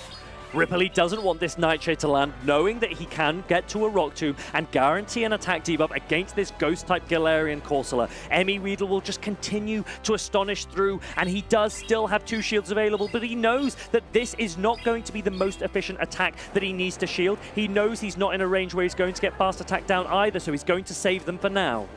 He is playing a risky game, though. Two shields left available to his name. Not a lot of HP on his Pokemon that he's using. Corsola is deep in the yellow and Tinkaton deep in the red. Throws another Nightshade here, and we're going to follow this up with another Rock Tomb. Now we're putting in shields. Now look at the switch timers here on the right side of your screen when they reappear, because Emmy Weedle will go into the Tinkaton. There it is, and he does have the player, and look at that. He's actually absolutely fine with this, because the Shadow Kanto Marok doesn't get any damage up against the Tinkaton, and it goes down to the play rough. Now can Cradley farm down this Tinkaton? This is a resisted acid. It does not a lot here, and Emmy Weedle is reaching, just barely reaching for the play rough, going for the KO against the Cradley. This was way closer than anticipated. Almost got it with the Cradley, but Tinkaton reigns supreme. Really superbly played by Emmy Weedle to tie up this series on the loser side of the bracket. He cannot afford to lose, but now neither can Ripley. It is one apiece. A decisive Game 3 awaits us. Ripley versus Emmy Weedle. We have seen two very exciting games so far. Precise energy management, reaction timing, anticipation. Everything is on top level, but what else would you expect from players like Ripley, an OG, and Emmy Weedle, a world champion, an IC champion, a regional champion? He has won every single title you can get in Pokemon Go. Every single player that I see entering the Pokemon Go Championship Series is getting better and better. And yes, you have the titans like Emmy Weedle with so many accolades to their name, but there is no reason why this man, Ripley, cannot bring it all down. Emmy Weedle does not want to let that happen, but everything is on the line for this final Game 3. It's a best of 3 format, one more win, but either of these players will see them through here at the Frankfurt Regional Championships. The Pokemon are being assembled to play together with their trainer. It is going to be very hard to win this game. Technical play, you need it. You need reaction, you need anticipation, you need every single aspect of Pokemon Go. You need to use all of these skills to perfection to overcome your opponent in this scenario. The players are almost ready to go. Every moment of thought and calculation could make the difference. We see Emmy, Weedle nod, Ripley nod. They look locked in. Our game 3 is kicking off. Let's go. We see Cradley up against Galarian Corsola. And now this is a matchup on paper. We've seen it again and again. Looks good for Galarian Corsola. But of course, Rock Tomb is such a strong attack that is going to debuff your opponent's attack. Maybe we are going to see a different kind of technology here. We're going to see a switch out immediately from the Corsola to just clear the debuff with the energy. Or we're playing these... Oh, we are going to see a switch out into the Kanto Marowak. No Moltres as an answer for Emmy Weedle. Emmy Weedle has to respond with his own Cradilly, but Cradilly as a rock type is taking neutral damage from the ground type attacks of Shadow Kanto Marowak, and a shield goes up for Emmy Weedle. And now a big decision to make for both players. Do you throw the super effective Grass Knot? Do you throw the resisted Rock Tomb? Emmy Weedle gets one acid through as this Bone Club is thrown by Ripley. Damage will be dealt. None debuffed here, not too much. Emmy Weedle is reaching directly for the Grass Knot. Ripley is calling a bait here, wants to keep the Marowak with a little damage, but the Grass Knot is going to take out the Kanto Marowak here. It was not a bait, but Ripley does not mind because the Cradley is locked in and he catches the Rock Tomb on his own Cradilly, and that does show skill, but it does also lock him in with a debuffed Cradilly, and I just don't know if that's what he wants as Emmy Weedle now returns with a Galarian Corsola that hits maximum energy. This Corsola has infinite amount of charge attacks, unleashing them onto this Cradley. Cradley barely hangs on here, tries to reach for the Rock Tomb, gets taken out by the Astonish. No, it's 3 Pokemon versus Shadow Caesar. Shadow Caesar is strong, but can it take it all the way here to defeat the previous world champion Emmy Weedle? Ripley will be hoping for a Night Slash boost if he can get it. Is he going to throw the Night Slash? He's actually going to allow this Corsola to get to its second Nightshade. All of the energy of Sizzle will be reliant on whatever is in Emmy Weedle's backline. That is interesting. The Lantern is going to come in soon. There's almost a complete farm down here. Now you have multiple Trailblaze, only one shield on Emmy Weedle's side. This game might not be over. The Trailblaze is going to land, and now Ripley can maybe think about going for back-to-back Night Slashes because the attack has been boosted, and Emmy Weedle reaching for that Surf. He's not at it yet. He shields up the first attack. The question is, does the Cradley still have energy? Night Slash is being shielded. No switch timer available anytime soon. Night Slash is going to be reached here. Everything is so low HP. Is this the absolute Shadow Caesar madness? How much damage is this going to do? A boosted Night Slash. Lantern goes down, and Emmy Weedle knows he's not going to be able to take down the Shadow Scissor. And that is the boost after the Night Slash as well. Take down the Corsola. Now there is Cradley. You have the counter. You have the bullet punch. Takes it out, and Ripley advances to the next round, defeating Emmy Weedle. Emmy Weedle cannot believe it. Ripley with his Shadow Sizzle played it to perfection, taking out the Galarian Corsola and unleashing those charge attacks against the Lantern. And the Night Slash boost to flex in the end when it was not needed anymore. Caesar said, I can get it without the boost, but I will show you that I'm also very much capable. And this is why we are here, for the magical moments that see special players like this take on the world. Ripley and his Shadow Sizzle progress here at the Frankfurt Regional Championships. This was a Pokemon Trainer Ace Pokemon scenario, right? The Shadow Caesar back against the wall. 1 shield up. 3 Pokemon left to go. A full HP Lantern, super bulky, lot of fast attack pressure, just went right through it. Such a race there at the end as Lantern looked to get to that Surf, and if only Emmy Weedle had shielded a Trailblaze.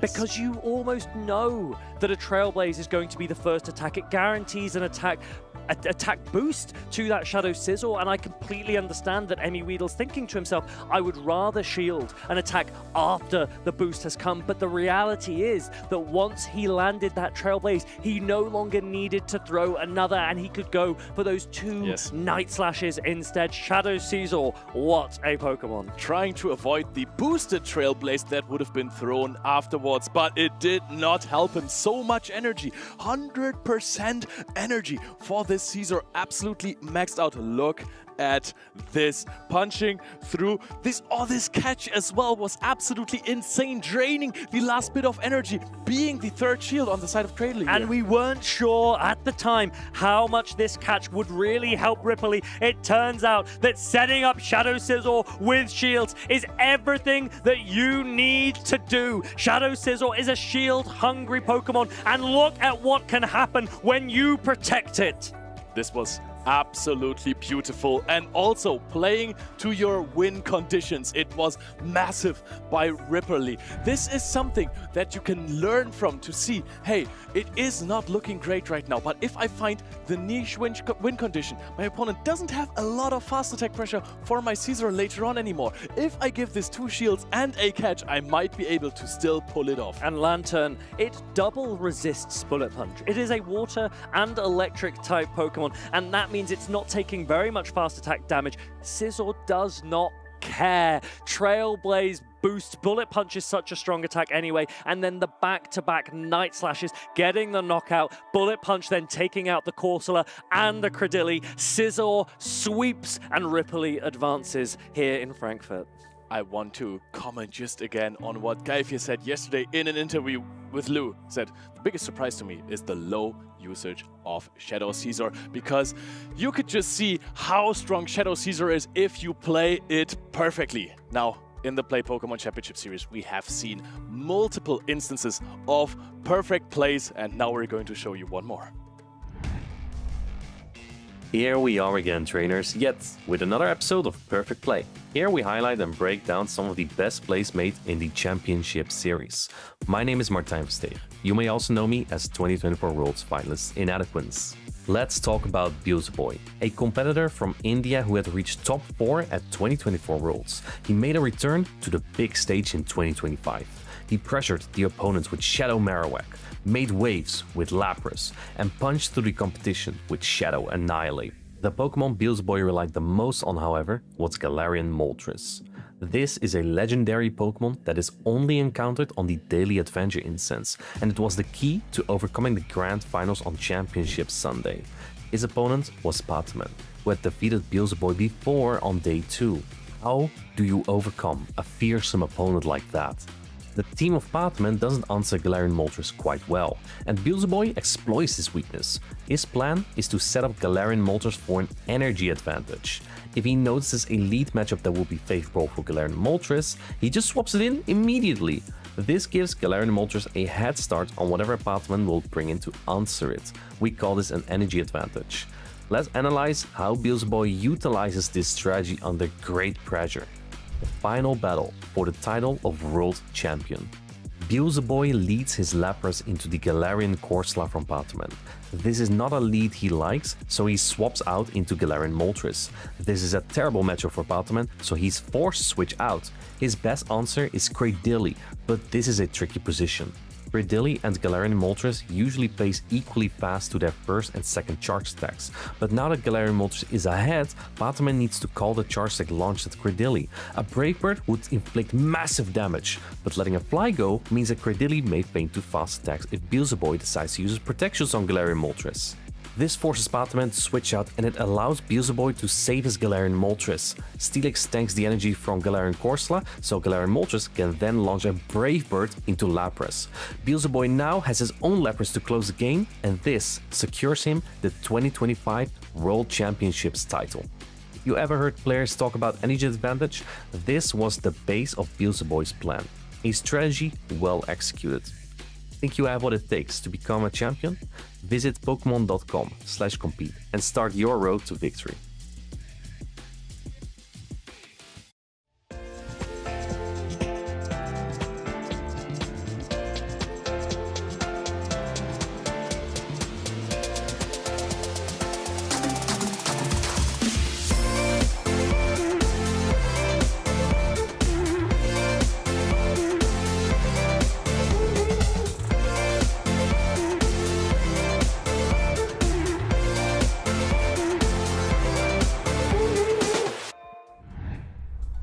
Welcome back, trainers. We are back here as well. I'm here with Lou. Hello and welcome back to the incredible, the awesome Pokemon GO tournament here at the Frankfurt Regional Championships. Jonka, so far we have had an incredible showcase of Pokemon play. So many Pokemon we are knowing from previous seasons and some new faces too. Absolutely, there are a lot of new faces here, and I'm excited for the final battles. It's going to be only a few more battles left, and there are going to be a lot of exciting ones. There are a lot of very well-known players still left in the competition as well. We see who's going to go on top. I think this is one of my favorite kind of turning points of the competition. When you come into day 2, you've already whittled it down to a remaining number of players, but as we go stage by stage, more Pokemon trainers get eliminated, and we're now down to just a final few. But in this losers round 2, it is King OWT versus Paman. This is going to be an epic match. This is going to be definitely an epic match. I was able to already interview King OWT before on the stream here, and he was able to win with that trusty Charizard. That was such an amazing game there for him. But also Paman, of course, a player that we have to look out for, a player that can definitely still even win the entire regional here, even from the losers bracket, because we know this player is a very, very strong player that won already a lot of regional championships. And day 2 didn't quite start Paman's way. That Scissor found its way against a Talonflame, and there is a Charizard on the other side here for King OWT's team. But the Scissor, when it is in the position where it finds the alignment correct, it can be so formidable, particularly if it shields up. It just has so much flexibility. Absolutely, and we see the consistency as well of Paman. Like, he really knows how to play out every matchup perfectly here. But yeah, I'm excited for the Scissor. This Pokemon is going to be definitely an interesting Pokemon here as well. Yes, and the Wigglytuff, a Pokemon that, when I was speaking to Paman yesterday, was saying has been, with that Charm buff, has really been a standout and a Pokemon that can be relied on in a matchup. On the opposing side, however, for King OWT's team, the Goodra does not want to take any of those charms, but Goodra has been a standout so far this weekend. Absolutely, and we have the 2 Goodras that are currently still in the competition against each other here as well, which is going to be very, very interesting, because they do, of course, super effective damage with the Dragon Breath, but those Awkward Hits and Thunder Punch, they resist it. Yes, and I always look forward to seeing, particularly with the Shadows at the moment, there are so many Shadow Pokemon out there, which ones our trainers are going to capitalize those shields on. King OWT has the utility to go for something with that Charizard, and Charizard has some decent play here. It can go into the Charge Bug, into that Scissor, but it does have to watch out for those mind games that we keep talking about with the Marowak, Rock Slide versus Bone Club. Absolutely, I do think that Charizard has a lot of play here, especially as well here. There's only one Pokemon that can really resist the Fire-type damage, which is going to be that Goodra here on this side. Yes, and Goodra as well, using that Dragon Breath to be able to get lots of damage and lots of energy up onto its side of the field with its great utility, Thunder Punch and Aqua Tail, giving it some great coverage across all of the different Pokemon here. Something like the Aqua Tail in particular could be devastating into the Charizard or into the Marowak. And the first battle is going to start here. We're going to have the Charge Bug already against the third. That's going to be a very, very neutral play. I like the shiny, of course, on King OWT side. Adding a little bit of style to the stage here at the Frankfurt Regional Championships. Furret is going to be first off the mark to that Swift, just trying to get some damage down onto that Charge Bug that goes unshielded. This is going to do some solid neutral damage here, but of course Charge Bug can take a hit. But we're going to see very, very soon that Exeter coming through as well against that Fur. And yeah, this Exeter is going to now connect, and it's going to do a lot of damage. Volt Switch is putting in a lot of work energy-wise. So much energy on that Charger Bug. It now has the utility to go for that X-Scissor and put the Furret into the red zone with a Discharge ready to follow it up straight away. Do we see a shield here, or do we see the Furret go down? The Furret is going to go down with a Discharge. Interesting play to go for the Discharge here, expecting maybe a swap into something like the Charizard to take that Exeter and just trying to play it safe. We're going to have here now the Marowak up against that Corsola. Yes, Charger Bug unleashing all of its energy, but now it's Corsola's time to shine. You have the Bone Club coming through from the Marowak. Again, Corsola very, very bulky. Paman maybe wanting to preserve those shields for something like the Goodra in the back. Corsola able to take it. This is going to be a very, very interesting endgame here as well. We, of course, still have the Goodra on Paman's side, but there's also still that Credilli, which is going to be very, very strong against the remaining Pokemon. We see the shield coming up here from King OWT for that Marowak. Shield on the Shadow Pokemon indeed, and look at all that energy that is stocked up on King OWT's Marowak. It's able to unleash this down onto the Corsola. This will be able to get the knockout, I believe, if Corsola goes unshielded. But no, Paman's saying you need to stay in the game. I need you to do some more work. This is going to be such an interesting matchup. We're going to maybe see even the final shield here on King OWT's side. Let's see. Yeah, we're gonna see the shield coming out here. That was kind of to expect there, because that Marowak still has so much potential against Paman's side. I think both those Pokemon had so much energy, it would have been such a waste to see them go down, unable to utilize it. Bone Club coming through once again, that final shield going unused into this Goodra. Still takes a heavy hit, but look at those Dragon Breaths coming through, stacking up all of that energy. Now can apply so much pressure with this Aqua Tail. This is going to be very interesting. The Eructum is coming through not first. We're going to see, of course, the Aqua Tail coming through first. From the Goodra storing up so much energy before the Credilli can go for a charge move. And that Gudra's going to be trying to go back-to-back with these Aqua Tails. One more Dragon Blast sealed the deal. It's able to go for another one. No Protect Shields remaining on King OWT side. This is very, very interesting here that Credilli can still hang in. I'm curious on if King OWT wants to keep a little bit of energy, but no, we're going to see the Rock Tomb now coming in straight away. I think this is the thing with Aqua Tail, though. There's no same type attack bonus. It's not the heaviest hitting charge attack in the world. So Credilli is able to hang on and fire back this Rock Tomb that lowers that attack. This is going to be such a close matchup. We're going to see the swap out here into the Charger Bug. Charger Bug is not having any energy on it currently, but that Exeter is coming through very, very soon here against that Marowak. And Charger Bug not happy with these Volt Switches down onto the Marowak. Yes, Marowak is exposed and is able to get to that Exeter nice and quick. That's a sigh of relief for the little Charger Bug. This is going to be very interesting. Can Credilli take this game home? Still 3 Pokemon on Paman's side. Credilli is very, very low. Does the Good have a charge move stored? This is going to be the question here right now. Yes, which Pokemon's coming in for Paman's side? Which one has the energy to try and deal with this opposing Credilli? Of course, Dragon Breath as well, fast and furious. Doesn't do a huge amount of damage, but Corsola comes in. This is great because it can eat up all of the energy that Credilli has got, unleashed it, and maybe paving a way for Gudra to take the win. But also Credilli still has another charge move stored here. There's already another charge move on it, and we're gonna see here that the Aqua Tail is coming through first. Gudra having a little bit more attack than Credilli, taking the first game for Paman. Gudra once again coming in at the last moment to clinch out the game for its trainer. Paman takes game 1 in this losers round 2 in tremendous fashion. That was such an interesting game there. I really wanted to see if the Credilli can win there as well. At the end, they were so close. The 2 charge moves were stored, but at the end of the day, it just came down to who has more attack, the Gudra or the Credilli. In this case, the Gudra won this one with an Aqua Tail. Very, very well done there as well from Paman, leaving that Aqua Tail on the Gudra just for the end game there. This was one thing Paman said in his interview yesterday, where he's very good at having Pokemon on very low HP, but still being able to think turns ahead with the energy conservation in order to get that victory. And I could see King OWT doing that as well with that Credilli. It was on very low HP, had all of those Pokemon to get through, and it very nearly was able to do it. But Gudra just had the edge. This was such a close battle, and I'm curious on how those players are going to adjust the team right now. I really felt like for King OWT that Marowak really had a lot of play against Paman. And looking at it, there is not really a Pokemon that can resist the 2 moves of that Marowak, so I think it's going to be a very safe Pokemon to play. But if you are in King OWT side, like, which Pokemon do you want to bring here? I think you definitely bring the Marowak. It had a lot of play, as you said, and I feel like he used the shields quite well on it to set it up for success. Credilli as well did put in a huge amount of work, but I'd almost be tempted to switch out a Pokemon like the Furret. Furret, yes, it was out in the lead, it was very neutral up against the Charger Bug, but the Swifts were not putting in as much momentum as something that maybe Tinkaton could even do. Tinkaton versus that Gudra would be a really good way to counter it. I do think that the Tinkaton has to kind of come here because it's going to be the best way of dealing with that Gudra. Gudra cannot really do a lot against this Pokemon, and we see Gudra a lot of times as like the safe swap there. So if you can maybe have a Tinkaton in the back, that could be a very good shout. But let's see what the players decide to do here. Well, we're going to see the Gudra coming out for Paman and the Marowak for King OWT. 2 of these Titans that the trainers have utilized so well throughout this tournament. Just going to be trying to get up energy on the board. Gudra gets there first, but there's a switch to that Credilli. This is going to be very, very interesting. Does Gudra want to just keep the energy? Yes, Gudra's going to swap out now, and we're going to see the Corsola coming in. But now Credilli going to have a little bit of an energy advantage, and it's going to be able to fire off those Rock Tombs quite early on, dropping the attack of that Corsola. And this is the thing, Corsola can take the attack, but the attack drop is always going to come through whether there is a shield or not, and that's going to negate some of the offensive pressure that Nightshade can deal.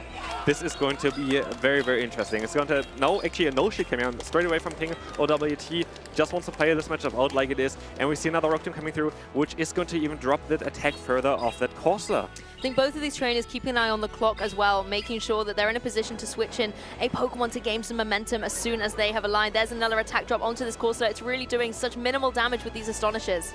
It's going to be such a close one. We're going to see the Rock Tomb coming in first against that Corsola. Do we see a Protect Shield? No, we do not see a Protect Shield. Yeah, that Corsola is going to go down with this Rock Tomb. Yep, Corsola takes the hit, keeping the shields intact for Paman in play, but King OWT also has those shields preserved. The Credilli is going to be almost mud slapped down. It's just able in the nick of time to get to its charge attack. This is crucial here. Do we see a shield? We do see a shield here. Of course, you have to respect the super effective damage there with that Grass Knot, but it's going to just be that Rock Tomb, which is going to drop the attack of the Marowak. Kinda maybe wants to make it swap out here just to clear the debuff. Quite possibly, and the thing is, you were able to get a lot of farm down onto that Cradily, so there's lots of energy on Paman's Marowak, but King OWT's was able to join with the energy it had stored previously. It does have to contend with this Gudra now with that Aqua Tail. No surprise to see a shield in play. Absolutely, and I would assume that we're going to see the swap out straight away into that Ferret, which is going to have a very neutral matchup against this Gudra. And honestly, I don't know on how this matchup is going to go here from now on. There's going to be so much in play. Gudra has so much energy stored already, but Ferret also is, of course, a very bulky Pokemon and can take those neutral Aqua Tails. And a lot of HP had already been taken away from the Gudra when the Ferret joined the field, so the Sucker Punches are stacking up, particularly as it has now got to the Swift. This is forcing one of those shields. We don't often see the shields go out on Gudra. It's very, very bulky, but it has to be in play to try and apply pressure with its charge attack so that it gets to quicker than the Ferret in this match. Absolutely, and I wouldn't be surprised if King OWT tries to keep that shield for that Marowak. Marowak looks like to be in a prime position, already has a move start as well to maybe even win this battle. As you're going to see that Aqua Tail coming through. Do we see the no shield here? Oh, let's have a look. Ferret might indeed go down, leaving it up to Marowak to clean through the rest of Paman's team. And I think this is a good thing because Gudra takes so long to get to its energy. It was energy dry at the end of that. It doesn't take too long to get to it at all. And now Marowak in play. That final shield has gone through. This is nice. Paman using up all of that energy on the Marowak on his side of the field. Now it's up to King OWT to try and get the knockout. This is huge here. Apparently King OWT's Marowak has a higher attack set than Paman's, and this is going to decide this battle here because Paman had a move start already as well, wasn't able to get it off because of that higher attack set for King OWT. Taking this game, it's a 1-1. I love a Game 3. We get to see more competitive action, and as you said there, in the Battle of the Marowaks, King OWTs came out on top, and that is crucial information going into this Game 3, knowing if that situation aligns itself again, King OWT has the advantage. Absolutely, and here just showcase something so like those common Pokemon that have a little bit of attack on them can be actually crucial in those mirror matchups, and this was such a close one. Literally came down to who has more attack on their Marowak.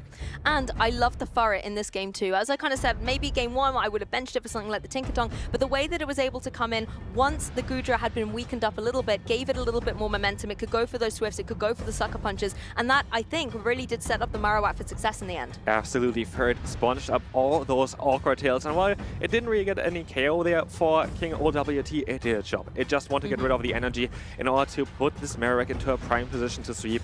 This was a really, really well executed there. I think as well it paves the way for a Pokemon like the Marowak to have more room to maneuver once a lot of HP has gone from its opponent's side, and I think that's a really nice position for it to be in. Taking a look at Game 3. King OWT, I think, has brought the same 3 Pokemon to all of the matches. Are we going to see him stick with that again or shake things up?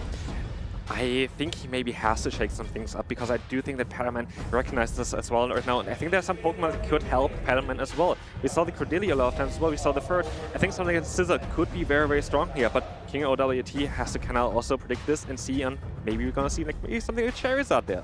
Of course, and don't forget, trainers, if you're just tuning in, this is Losers Round 2. The winner of this next game will advance in the competition. The loser will be knocked out and will no longer be eligible to become our Frankfurt Regional Champion. Cradily versus Scissor. Nice change up here from Paman. This is looking really good for Paman. As you're going to see the swap out straight away into Ferret. Ferret still does some solid damage with a fast move here, but it's not an ideal matchup at all.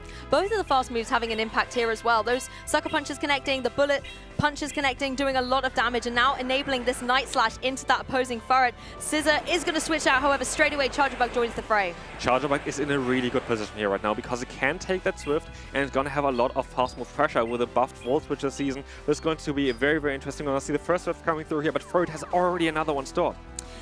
Yes, the buff to Volt Switch, the same type attack bonus, really enabling Charger Bug's Buck into this metagame. But Ferret is going to try and swiftly remove it from the game. Swifter will come through. It's going to be able to take it down into the red zone, but not enough for a KO. And look at all of that energy on the Charger Bug. It's able to unleash this X-Scissor now. There are 2 X-Scissors stored already on this Pokemon, and there's no Pokemon on King OWT's side that wants to take it right now. The Charizard is still at home there. It's not out on the battlefield, and we're going to see here an X-Scissor doing a lot of damage against the Marowak.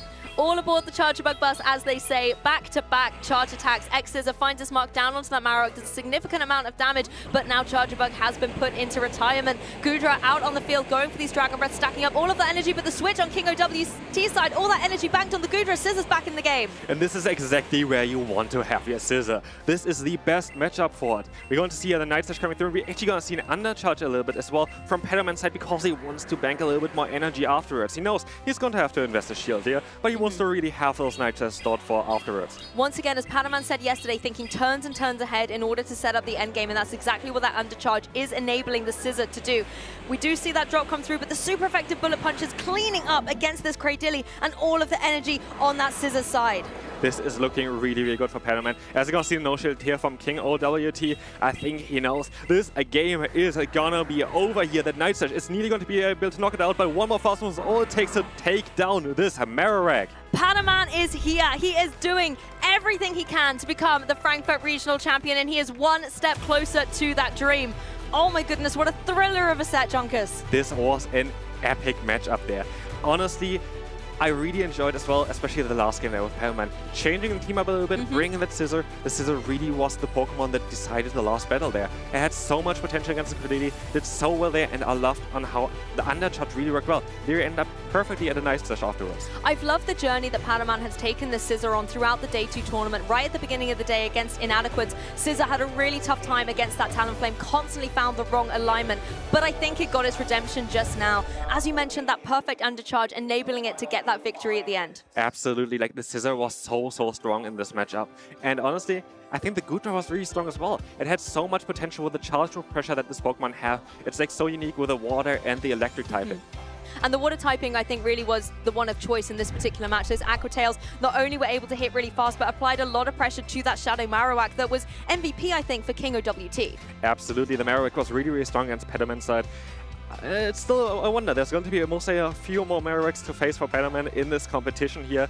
But so far, he was able to deal with it, and mainly because of that Goodra. Being able to pace so fast to that Aqua Tail is so huge against this Pokemon. I think Goodra definitely was a superstar to enabling success. We saw earlier when the Charger Bug went up against the Marowak, it was a slightly different story. This face-off between the Marowaks, though, was incredibly exciting for Game 2. King OWT's revealing that it had that advantage, was a little bit faster, higher attack stat, made this Game 3 possible. And here we see the Scissor in action again. King OWT knew already at this point there was not a lot that he can do there. And that's fine. This is going to be the Scissor. This is going to be showcasing again what this Pokemon can do. It's a Pokemon that people kind of underestimated in Day 1, but really is taking a lot of victories here today. Yes, it's definitely been one of the key Pokemon in the storyline of the Frankfurt Regional Championships. One thing I really liked about that match as well was the energy conservation. Both of our trainers spent a lot of time using their fast attacks naturally to get all of that energy stored up, but they were very critical of the time when they clicked that charge attack button. Absolutely, like especially we saw it on Paman's side. He always knows on when to store up those moves, and it came in clutch so often, like especially with that Goodra getting to those Orchid so fast. It helped him out so, like even in like the first battle there, in the second battle, he always kind of has all the energy stored for when he needs it. Because I think a lot of trainers, maybe just picking up the game for the first time, will see the charged attack button ready and will go for it straight away, because why would you not want to use one of your most devastating attacks? But sometimes being a little bit slower, being aware of the right moment to click that button can be critical, and we saw with that undercharge as well. Yes, you can get that damage on the board, but if you don't do as much and you know your opponent cannot get to that charge attack, you can use the opportunity to get more energy for the next turn. Absolutely, especially as the Scissor, of course, wasn't pressured here by the asset of that Cradilly. And we're going to take a look here at the next losers round as well. We're going to have here Chris versus Ripley. Yes, this is another losers round 2 for both of these trainers. It is going to be their tournament on the line. Both of them want to keep advancing, keep the dream of being the champion in the sight. So, for Chris, we're taking a look at this Dusclops. Dusclops has been a Pokemon that's been really impressive for me. I like the coverage that it has, particularly with that Ice Punch. Absolutely, but I feel like we haven't really seen a lot of it. Maybe in this matchup it's going to be a little bit different and we can see a bit more of the Dusclops. I would really like to see it, but we also see some other Pokemon that have been stars of the show so far. We're going to have here the Wigglytuff with the charm change there. This Pokemon generates energy faster and gets to those icy winds so fast, allowing it to take more hits as well, getting a bit more bulk because the opponent doesn't do as much damage. And then we have the Talonflame. If Wigglytuff can get some of the charms on that Galarian Moltres on the other side, that could look really beautiful for Chris. But at the same time, you have to contend with a Bullet Punch from the Shadow Scissor on the opposing side as well. So Wigglytuff has to find the right alignment. Malamar, always a Pokemon that we like to see. It definitely is the talk of the town at the moment. But does it have a place in this matchup, do you think? I think Malamar looks actually quite alright here. It's not going to have like any matchup where it's like particularly very strong against, but it's also still quite neutral. Even against matchups with the Azumarill, because you have that Shadow bonus on that Malamar, the fast moves are just adding up. Of course, against Cradilly, a superpower does some super damage. Yes, Sidewave we've seen constantly go into Azumarill and just chip away, chip away, chip away. And because Azumarill takes so long to get to its charge attack, sometimes that can be all the momentum that the Malamar trainer needs in order to unleash their charge attacks and get the battle in play. Taking a look at Ripley's side, however, as well, we might have another battle of the Flyers here with Talonflame and the Galarian Moltres. What do you think? This is going to be a very interesting battle of the Flyers. I do think that the Galarian Moltres kind of always has some play. Like you have again on the side of Chris, no flying type resist. So if you get to a Fly, if you get to a Brave Bird, and if you don't have shields on the other side, it is going to hurt. I think that's the difference with Shadow Talonflame and the Charizard. You have Incinerate, that's such a heavy hitting fast attack, but it is quite slow to get to. Takes, I think, 2.5 seconds to be able to reach.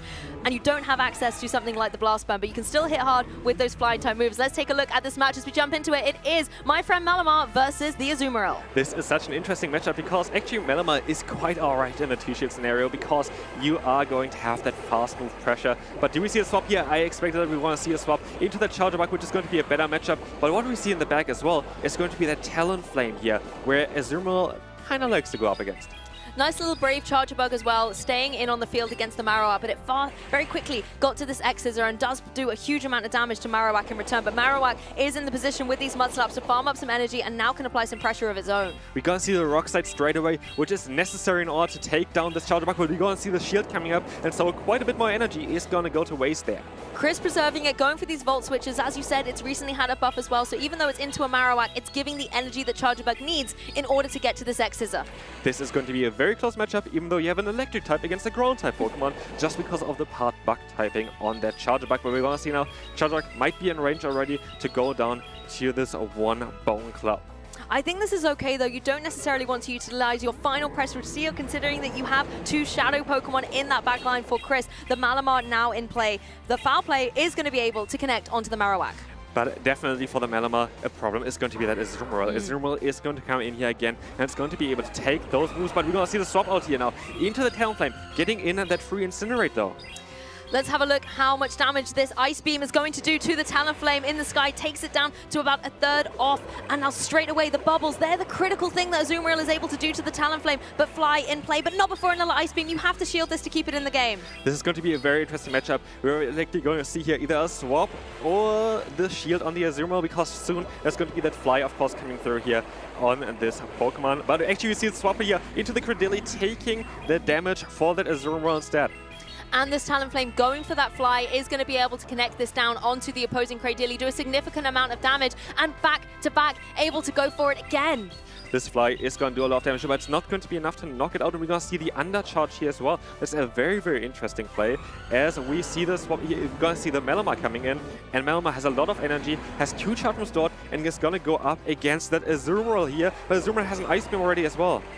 Yeah, as you said, Malamar has to find a way through this Azumarill. The Talonflame undercharging to give the Malamar a few more Psy Waves of energy, but that shield goes up on the Azumarill. It's not able to find its mark, but Azumarill primed with that Ice Beam. Chris not looking happy at this. Is this Ice Beam going to be actually enough, though, to knock out this Malamar? It's going to be very, very close, but it's not going to be enough. It hangs on, and it's able to go for another charge attack here, the Superpower. Is this going to be enough, though? It's going to be resisted damage. We're going to see not actually all the balls coming through, because Chris knows this is not going to be enough to knock out an Azumarill anyway. Yeah, going into a Fairy type, it's just not meant to be. You kind of get excited seeing the charge attacks there, but both of them not ideal into Azumarill. Absolutely. Well, it was a little bit of a tough lead there for Chris. Of course, that Malamar didn't really want to face up against the Azumarill. Azumarill kind of always got the alignment there as well.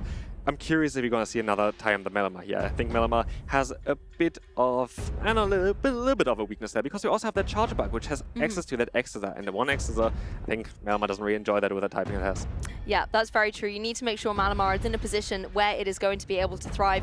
Now, for these trainers, there's so much on the line. Ripley, 1 game away from not only remaining in the tournament, but also from securing a medal here at the Frankfurt Regional Championships. Chris needs to find a way to equalize the score and win 2 games back-to-back in order to be in that position, getting a medal, advancing in the competition. I'm curious if you're going to see here today maybe even the Dusclops now coming out, because we have actually quite a few Pokemon where it's quite alright against. Even against the Charger Bug, resisting the Bug type damage, kind of forcing to go for the Discharge, which does a little bit less damage than the X-Scissor usually. It's going to be an interesting Pokemon to see here. Has actually quite a lot of neutral play, but of course it wouldn't want to face that Moltres. I think on Ripley's side as well, the Scissor is definitely a Pokemon that can thrive. You can get some good damage off with a bullet. punches, and as well, if you can get the Night Slash up, maybe even get a cheeky boost, that can give you so much momentum in this match. We saw some boosts already on the scissor today. There were quite some important ones as well. Yeah, maybe we're gonna see this here today as well. I think the scissor looks really, really good though against Chris. The only Pokemon, of course, that you don't want to face there is going to be that Talonflame. I think Talonflame maybe has to come here. I kind of agree with you. I think Talonflame's great into this matchup against Charjabug if you're able to get the energy up before it hits you with too many Volt Switches, and also if you can get the alignment on that scissor, it is perfection play for Chris. But we're jumping into it, Pokemon trainers. That Dusclops is indeed there out on the field, facing down against Marowak. And honestly, I think Dusclops looks really, really good here. We are going to have the Ice Punch. It's going to be super effective here in the lead matchup already. Do we see the swap? We see the swap here trying to catch the move onto the Azumarill. And now Azumarill is going to get weakened up a little bit, but we're very likely going to see soon the Charjabug coming in as well for Chris. Yes, and it's not an Ice Punch. It is indeed going to be the Shadow Punch going down into that opposing Azumarill. A little bit of damage, but now Charjabug is here to play these Volt Switches, doing a huge amount of damage actually into this opposing Azumarill, getting lots of energy up on Chris's side. With a buff this season, the Volt Switch really does so much damage, and this is also the main reason why we're going to see Charjabug here also on both teams as well. It's quite a common Pokemon. It just does so much against the current meta. And we saw the Charjabug in Game 1 stand up to the opposing Marowak, so it's not going to worry too much about the Ice Beams coming through from the Azumarill. It knows it can take some of these and apply so much pressure back with the Discharge. I think you have to go for another Charge Move. Yes, we're going to see the Exeter coming through here in order to actually take down that Azumarill in time. And so Charjabug is going to be able to still stick around for a little bit and maybe go for another Exeter down the line. This is really nice for Chris. I think it frees things up for Talonflame in the back a little bit later on. Charjabug once again finds itself down against its nemesis in the form of this Marowak, but has an answer for it. X-Scissor can come through. It will do a significant amount to Ripley's Marowak, but not put it into too much of a danger zone, so Ripley preserving those shields. This is going to be a very interesting because now we're going to have a very bulky Pokemon on the field. We're going to have that Dusclops, and Dusclops has a lot of moves stored already. And we're going to see, yeah, Marowak going to go for the Bone Club. Still does alright damage, but it's not going to threaten any KO yet. But now there's going to be a Rock Slide coming up. Do we see a shield here? Rock Slide does a little bit more than the Bone Club. I think you have so much energy on that Dusclops, you want to be able to utilize it. Rock Slide does get the KO. Dusclops is unable to unleash any of its attacks, and now Talonflame is in against this Cradily. So much HP on both sides of the field, but critically that Rock Tomb is going to be trying to get rid of the shields on Talonflame's side. I really think that Chris only expected there that the Bone Club comes through, but the Rock Slide does just a tiny bit more damage, especially with this season where Rock Slide got a little bit of an attack buff there. It is such an interesting play there. Like, really, really well done from Ripley, recognizing the potential to get that KO against the Dusclops there. Timing is going to be everything in these next couple of moments, making sure that these Rock Tombs can be charged up, applying pressure to the Talonflame. But Talonflame, on the same way, can apply pressure with these flies. The shields are going left, right, and center, but who is going to be left vulnerable first? Absolutely, Talonflame looks really, really good here right now. And we're going to see another Rock Tomb coming through, which is going to get the final shield here for sure. It will take down that Talonflame for sure. But maybe Ripley going to try to catch a move here from the Talonflame. Maybe the only chance of winning this battle. We're going to see actually the swap out here straight away. And we're going to have the swap out onto that Charjabug. Charjabug comes in and takes this Bone Club attack. You saw how much energy was left on that Talonflame in the back as soon as it comes in. The composure here from Chris, like, absolutely fantastic gameplay here again. We're going to see another fast move coming through from the Talonflame, and now I do think that the Cradily is not going to appreciate the fly that's coming in now. Definitely not when it has no energy, no shields. This is Talonflames for the taking. It takes to the sky, gets all of that energy powered up, ready to go, connects down onto the Cradily, and Chris is able to equal the score. That was so well done by Chris. Also, just the swap at the end, not only keeping the composure, but also what you do at the same time is clearing the debuff on the Talonflame to enable you to have that fly that can KO the Cradily, because before, with all the debuffs from the Rock Tomb, that would have never done enough damage. That's such a great point, actually, because yes, it wasn't taking the damage from the Rock Tomb, but the attack drops were constantly coming through, and that can be so detrimental in those last couple of seconds, particularly if maybe the switch timer hadn't been in favor, you wouldn't have been able to switch it out, but everything aligned perfectly for Chris to enable this equalizer. Now, one game is what separates these trainers from a medal. Absolutely, and this is going to be a very exciting game. I'm curious on how they're going to adjust. I think the Dusclops would have had a lot of play there as well, but again, the surprising KO there from Ripley, that was really, really well done there as well. At the end of the day, it wasn't enough for that battle, but I think it was such a good play there. I think it definitely put Chris on the back foot a little bit. Dusclops was looking so strong, it had so much energy, and if it had been able to hang on, you could have already unleashed a charge attack and gained more momentum and maybe more confidently finished out this game. But even though, yes, Dusclops went down, I think it still put in a lot of work and set Chris up for this victory. Absolutely, it took a lot of energy from the Pokemon from Ripley, which was mainly the thing I think that the Duskup was supposed to do there. It has so much bulk, it can take so many moves, and now Game 3, I think we're ready for it. The trainers are look to be set in there as well, and let's take a look on what we're going to face here. Yes, I wonder if there's going to be a way to stop Dusclops.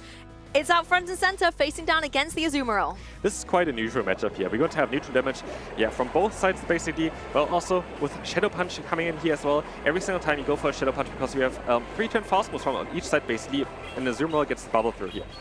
Okay, so the bubbles are able to sneak through, but the Shadow Punches will be able to connect on this particular turn. No shields coming up. You can see it's not doing too much damage. Azumarill's quite happy to take them and bank some of that energy for later. I'm curious what you're going to see here, the Shadow Punch. Maybe this was not, yeah, as we see as well, Chris is shaking that. I think he wants to go for the Ice Punch here. Would have done some super effective damage against that Credilli, but we're still going to see Ice Punch most likely here as well, because it's still going to do some super effective damage. And actually those Hex enabling quite a lot of energy regeneration on the Dusclops. Yes, it didn't go for the Ice Punch last time. Now it is able to get that damage on the board. And this might even be enough to put into range for another Ice Punch, but then again, we're going to have that debuff coming through here. No shield on the Dusclops. Of course, Dusclops is a Pokemon we mostly don't want to use the shields on because it has so much bulk anyway. Yes, Rock Tomb still doing a sizable amount of damage, but this is the critical thing. How many Hexes do you need to get down before that Ice Punch is going to be able to enable the KO following the attack drop? Is this going to be enough with that attack drop? I think it might actually be enough already to take down the Credilli, and yes, Dusclops is going to be able to align itself, and this is going to be crucial here.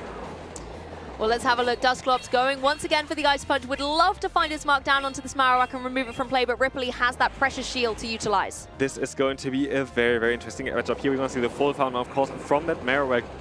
Marowak has now so much energy, and we're going to have 2 Pokemon in the back that's going to be weak to the rock typing. I mean, Dusclops spent so much time on the field in this Game 3. Finally, it's time for Chris to shake things up and bring that Talonflame into play, but there's no shield, and this is a Rock Slide. Oh, this is not what Chris wants to see. This is going to be very, very crucial for this matchup. We're going to see the instant KO there onto that Talonflame, and now it's a Charger Bug, an electric type against the ground type here. That was devastation for Chris. At least he was able to laugh through the pain as the Talonflame went down to the Rock Slide. Charger Bug now again in a position where it does not want to be. Bone Club is something that can threaten it. The Mud Slaps are hurting it already. Yes, it can go for the X's, but Ripley still has that shield. This was such a crucial moment there, hitting that rock slide and not going for the bait, which you saw a lot of times. We saw a lot of, especially Charizards, shielding the Bone Club here, went straight for the rock slide and did the right decision with that. The Talonflame went down straight away, and now it's a Charge Bug, a Bug and an Electric type against the ground type, and it's going to be very, very tough here. Marowak is always winning these mind games against the flying fire type Pokemon. Charger Bug doing its best though, is able to go for the X-Scissor into that Marowak, is able to secure the KO, but this Azumarill has so much HP remaining and it has energy. Yeah, the energy is going to be crucial as well. We're going to have that Play Rough coming through. This is going to be enough to pull it into one bubble range, and this is going to be it. Ripley is going to be able to take this game. Congratulations, Ripley. You advance on in the competition. You earn yourself a medal, and you do it with such tremendous style with that Marowak. So bold, so confident, getting the calls right. Ripley, generally a player who took a break from competing in those tournaments and now coming back with this performance. I wonder if he can take it all. Like, he looks really, really confident. He has so many great games so far. I like his team. I think he's really confident with his team. I think he used like basically perfection there. Honestly, I love the team as well, and I like the way that he's so easily able to switch through his Pokemon and have so much presence on the field. I also love this camaraderie between all of our Pokemon GO trainers, the way after a match, no matter how it goes, there's that team spirit and positive energy between them. Absolutely. That was a fantastic matchup though. Like, this was such a close one again. Like, we see so many close matchups right now, and honestly, the players play so well. Like, they play so well. They play basically every matchup perfectly, and it's really entertaining to watch as well. And again, I love the rock set. I love that rock set against so the Talonflame. We saw so many times this region already where Bone Club got shielded by a flying type. And so here, we decided to go for the no shield, and that didn't really pay off for Chris. Yeah, for Chris, the Malamar didn't pay off in Game 1 either. You can see it here trying its best to deal with this Azumarill, but Azumarill was able to come out on top. So in Game 2, it really came down to this adaptation on Chris's side, using the Dusclops and the Talonflame to be able to be victorious and even out the score. The Marowak here was able to get some decent damage onto that Charger Bug, but we know that Chris was able to come back into it. Absolutely, and here we're gonna see that crucial moment. There are 2 shields on the Talonflame side, and we're gonna see the Rock side straight away hitting through those 2 shields. What a bold move by Ripley. And we see here as well the reaction of the trainers looking up, laughing there as well, because they couldn't believe it really either that this actually happened. And it's one of those moments as well, like I'm glad that Chris can kind of laugh through it because it is a coin flip at the end of the day. You have to make that decision. There's only one of 2 options of what could be coming its way. And in that moment, Chris had the instinct that it was going to be a bone club, and unfortunately for him, it wasn't. To be fair, I think most of the times we see the other move coming through, the bone club coming through. So, like, I understand why the no shit happened there, especially when you have 2 shields on the side on a Talonflame that's going to be threatened by the Rock side. But again, shouts to Ripley there as well. Doing this play, like, he had a lot to win there, and actually not that much to lose. It's only like around like a bit more energy than that bone club. And it felt difficult for Ripley at the beginning because that Dusclops just kind of sat on the field. It wasn't going anywhere. It was able to get to its charge attacks reasonably fast, and particularly with the Ice Punch pressure, that made it a little bit difficult for that Marowak. But then as soon as the Dusclops was dealt with, Talonflame came in, and Marowak was like, I'm on a roll. I've taken down the Dusclops. I'm going to take you down too, Talonflame. I think Marowak so far definitely has been the starter of the entire tournament. There were so many battles where the Marowak was the Pokemon that was able to basically take down all the games. So always kind of lurking in the back, being able to close out those games with the coverage that it has. It's such a strong Pokemon. I kind of keep changing my mind about my MVP of the tournament. Obviously, we know Gastrodon's there, but I've loved Charizard, I've loved Tinkaton, and one Pokemon that can actually deal with both of those reasonably well is the Marowak, respectively. So Marowak, I think, is now taking center stage for me. Yeah, maybe not. I still think Wigglytuff is also a Pokemon that we have to kind of talk about. This Pokemon is going to be also something that we're still going to see very likely in this tournament. So, gonna be curious on if this Pokemon is going to also perform that well, maybe even gonna be a regional champion. But this is a big part of it as well. All of us have maybe the different Pokemon that we're rooting for, and within the community itself, there are so many different Pokemon that people want to utilize, maybe have as a signature Pokemon, and Community Day is a fantastic way to pick up a Pokemon that is a highlight in Pokemon Go. Community Day is starting right now. We are going to get an entire new move on Florges as well, which is going to be very important for the PvP matchups generally. It's going to be a water-type coverage move in that Chilling Water. They are going to be able to also drop the attack, which we saw a lot of times already here as well with moves like Icy Wind. Very similar, most likely played, and it's going to be a very, very good Pokemon to pick up. Yeah, so please make sure to continue watching the broadcast. You don't want to miss any of the competitive Pokemon Go aspect, but make sure to go out as well and engage with your community and catch some of these Pokemon to get that unique move eventually on Florges. Absolutely. And yeah, like it's maybe Florges is going to be a Pokemon we're going to see eventually as well here. It's had its time across some of the other games as well, you know, being a fairy type, and it gives it a lot of flexibility. We're seeing fairy types do pretty well at the moment, you know, with the Wigglytuff and the Tinkaton, so maybe one to watch out for the future. But speaking of the future, we are now in our winners finals. These trainers are undefeated. They have stopped at nothing to get to this point. This is going to be such an exciting battle, and I like both of the teams here as well. I think both players have such a unique team, and what a winners finals is going to be now. Both of these trainers have some really unique Pokemon. You've got the Giratina on Inadequins' side, and that Blastoise that was showcased so beautifully earlier today. Alfie as well. That Togekiss, really great Pokemon to be able to be in play, and you've been talking about it this weekend a lot. Absolutely, Togekiss has been absolutely phenomenal for Alfie, and if you looked at the last matchup that he had as well, Togekiss was the MVP there. Togekiss was able to take down so many Pokemon, and with that Packer, with that Psyshock, with that Aura-Sphere especially, this Pokemon has great coverage, and here we're going to take a look at the Giratina again on the Inadequins team. This Pokemon was also really strong in the last matchup. I think Giratina has some play here as well, particularly if Inadequins can set it up for success where it can come in at the end, maybe have a shield for a little bit of flexibility, and it can do some significant damage. Ancient Power into something like the Shadow Charizard on the other side, or even into the Togekiss, can be devastating, and it has a decent matchup against Gastrodon too. Absolutely, Giratina was really, really strong before. We saw already in the last matchups for Inadequins where the Giratina was able to take down a Talonflame with just a one hit with that Ancient Power, and here we're going to see the other team, Togekiss and the Dunsparce as well. Dunsparce is a Pokemon we haven't seen a lot either, but I think it's a great pick for the current meta, having access to a rollout, but Driven and Rockset as well, but also that normal typing is great against the Ghost types in this meta. Yeah, Dunsparce does have a lot of flexibility here. I think as well for the Giratina, you might think, okay, Togekiss, Fairy type, that's going to be good against the Giratina, but there are no Fairy type moves being run on this particular set. Corsola, on the other hand, does have that Ghost typing. It has the potential to maybe deal something back with the Nightshade, but it also has to watch out for Giratina itself. Absolutely. Let's see here. It's going to be a best of 5 as well. It's going to be a finals. It's going to be a Giratina up here against a Gastrodon. Gastrodon's on the field against Giratina. Now, I know Giratina generally has the edge here, but there's perfect opportunity to utilize some fast attacks and get some energy on the board. This is true. Of course, the charge moves are going to be resisted against that Giratina. Both water as well as the normal typing. It's not going to be great against a Ghost and Dragon, but you're going to see the Dragonfly coming through. How much damage is this going to do? Alfie lets it come through, does a significant amount to that Gastrodon, but it's farming up lots of energy and banks that for later. Now we are going to see the two rollout Pokemon throwing some stones at each other with the Blastoise and the Dunsparce. We saw the swap out at the same time from both players. This is such an interesting moment now because neither of them really knew what was going to happen now. But Blastoise in here again. Blastoise was already very, very strong for Inadequins in the last battle that we saw.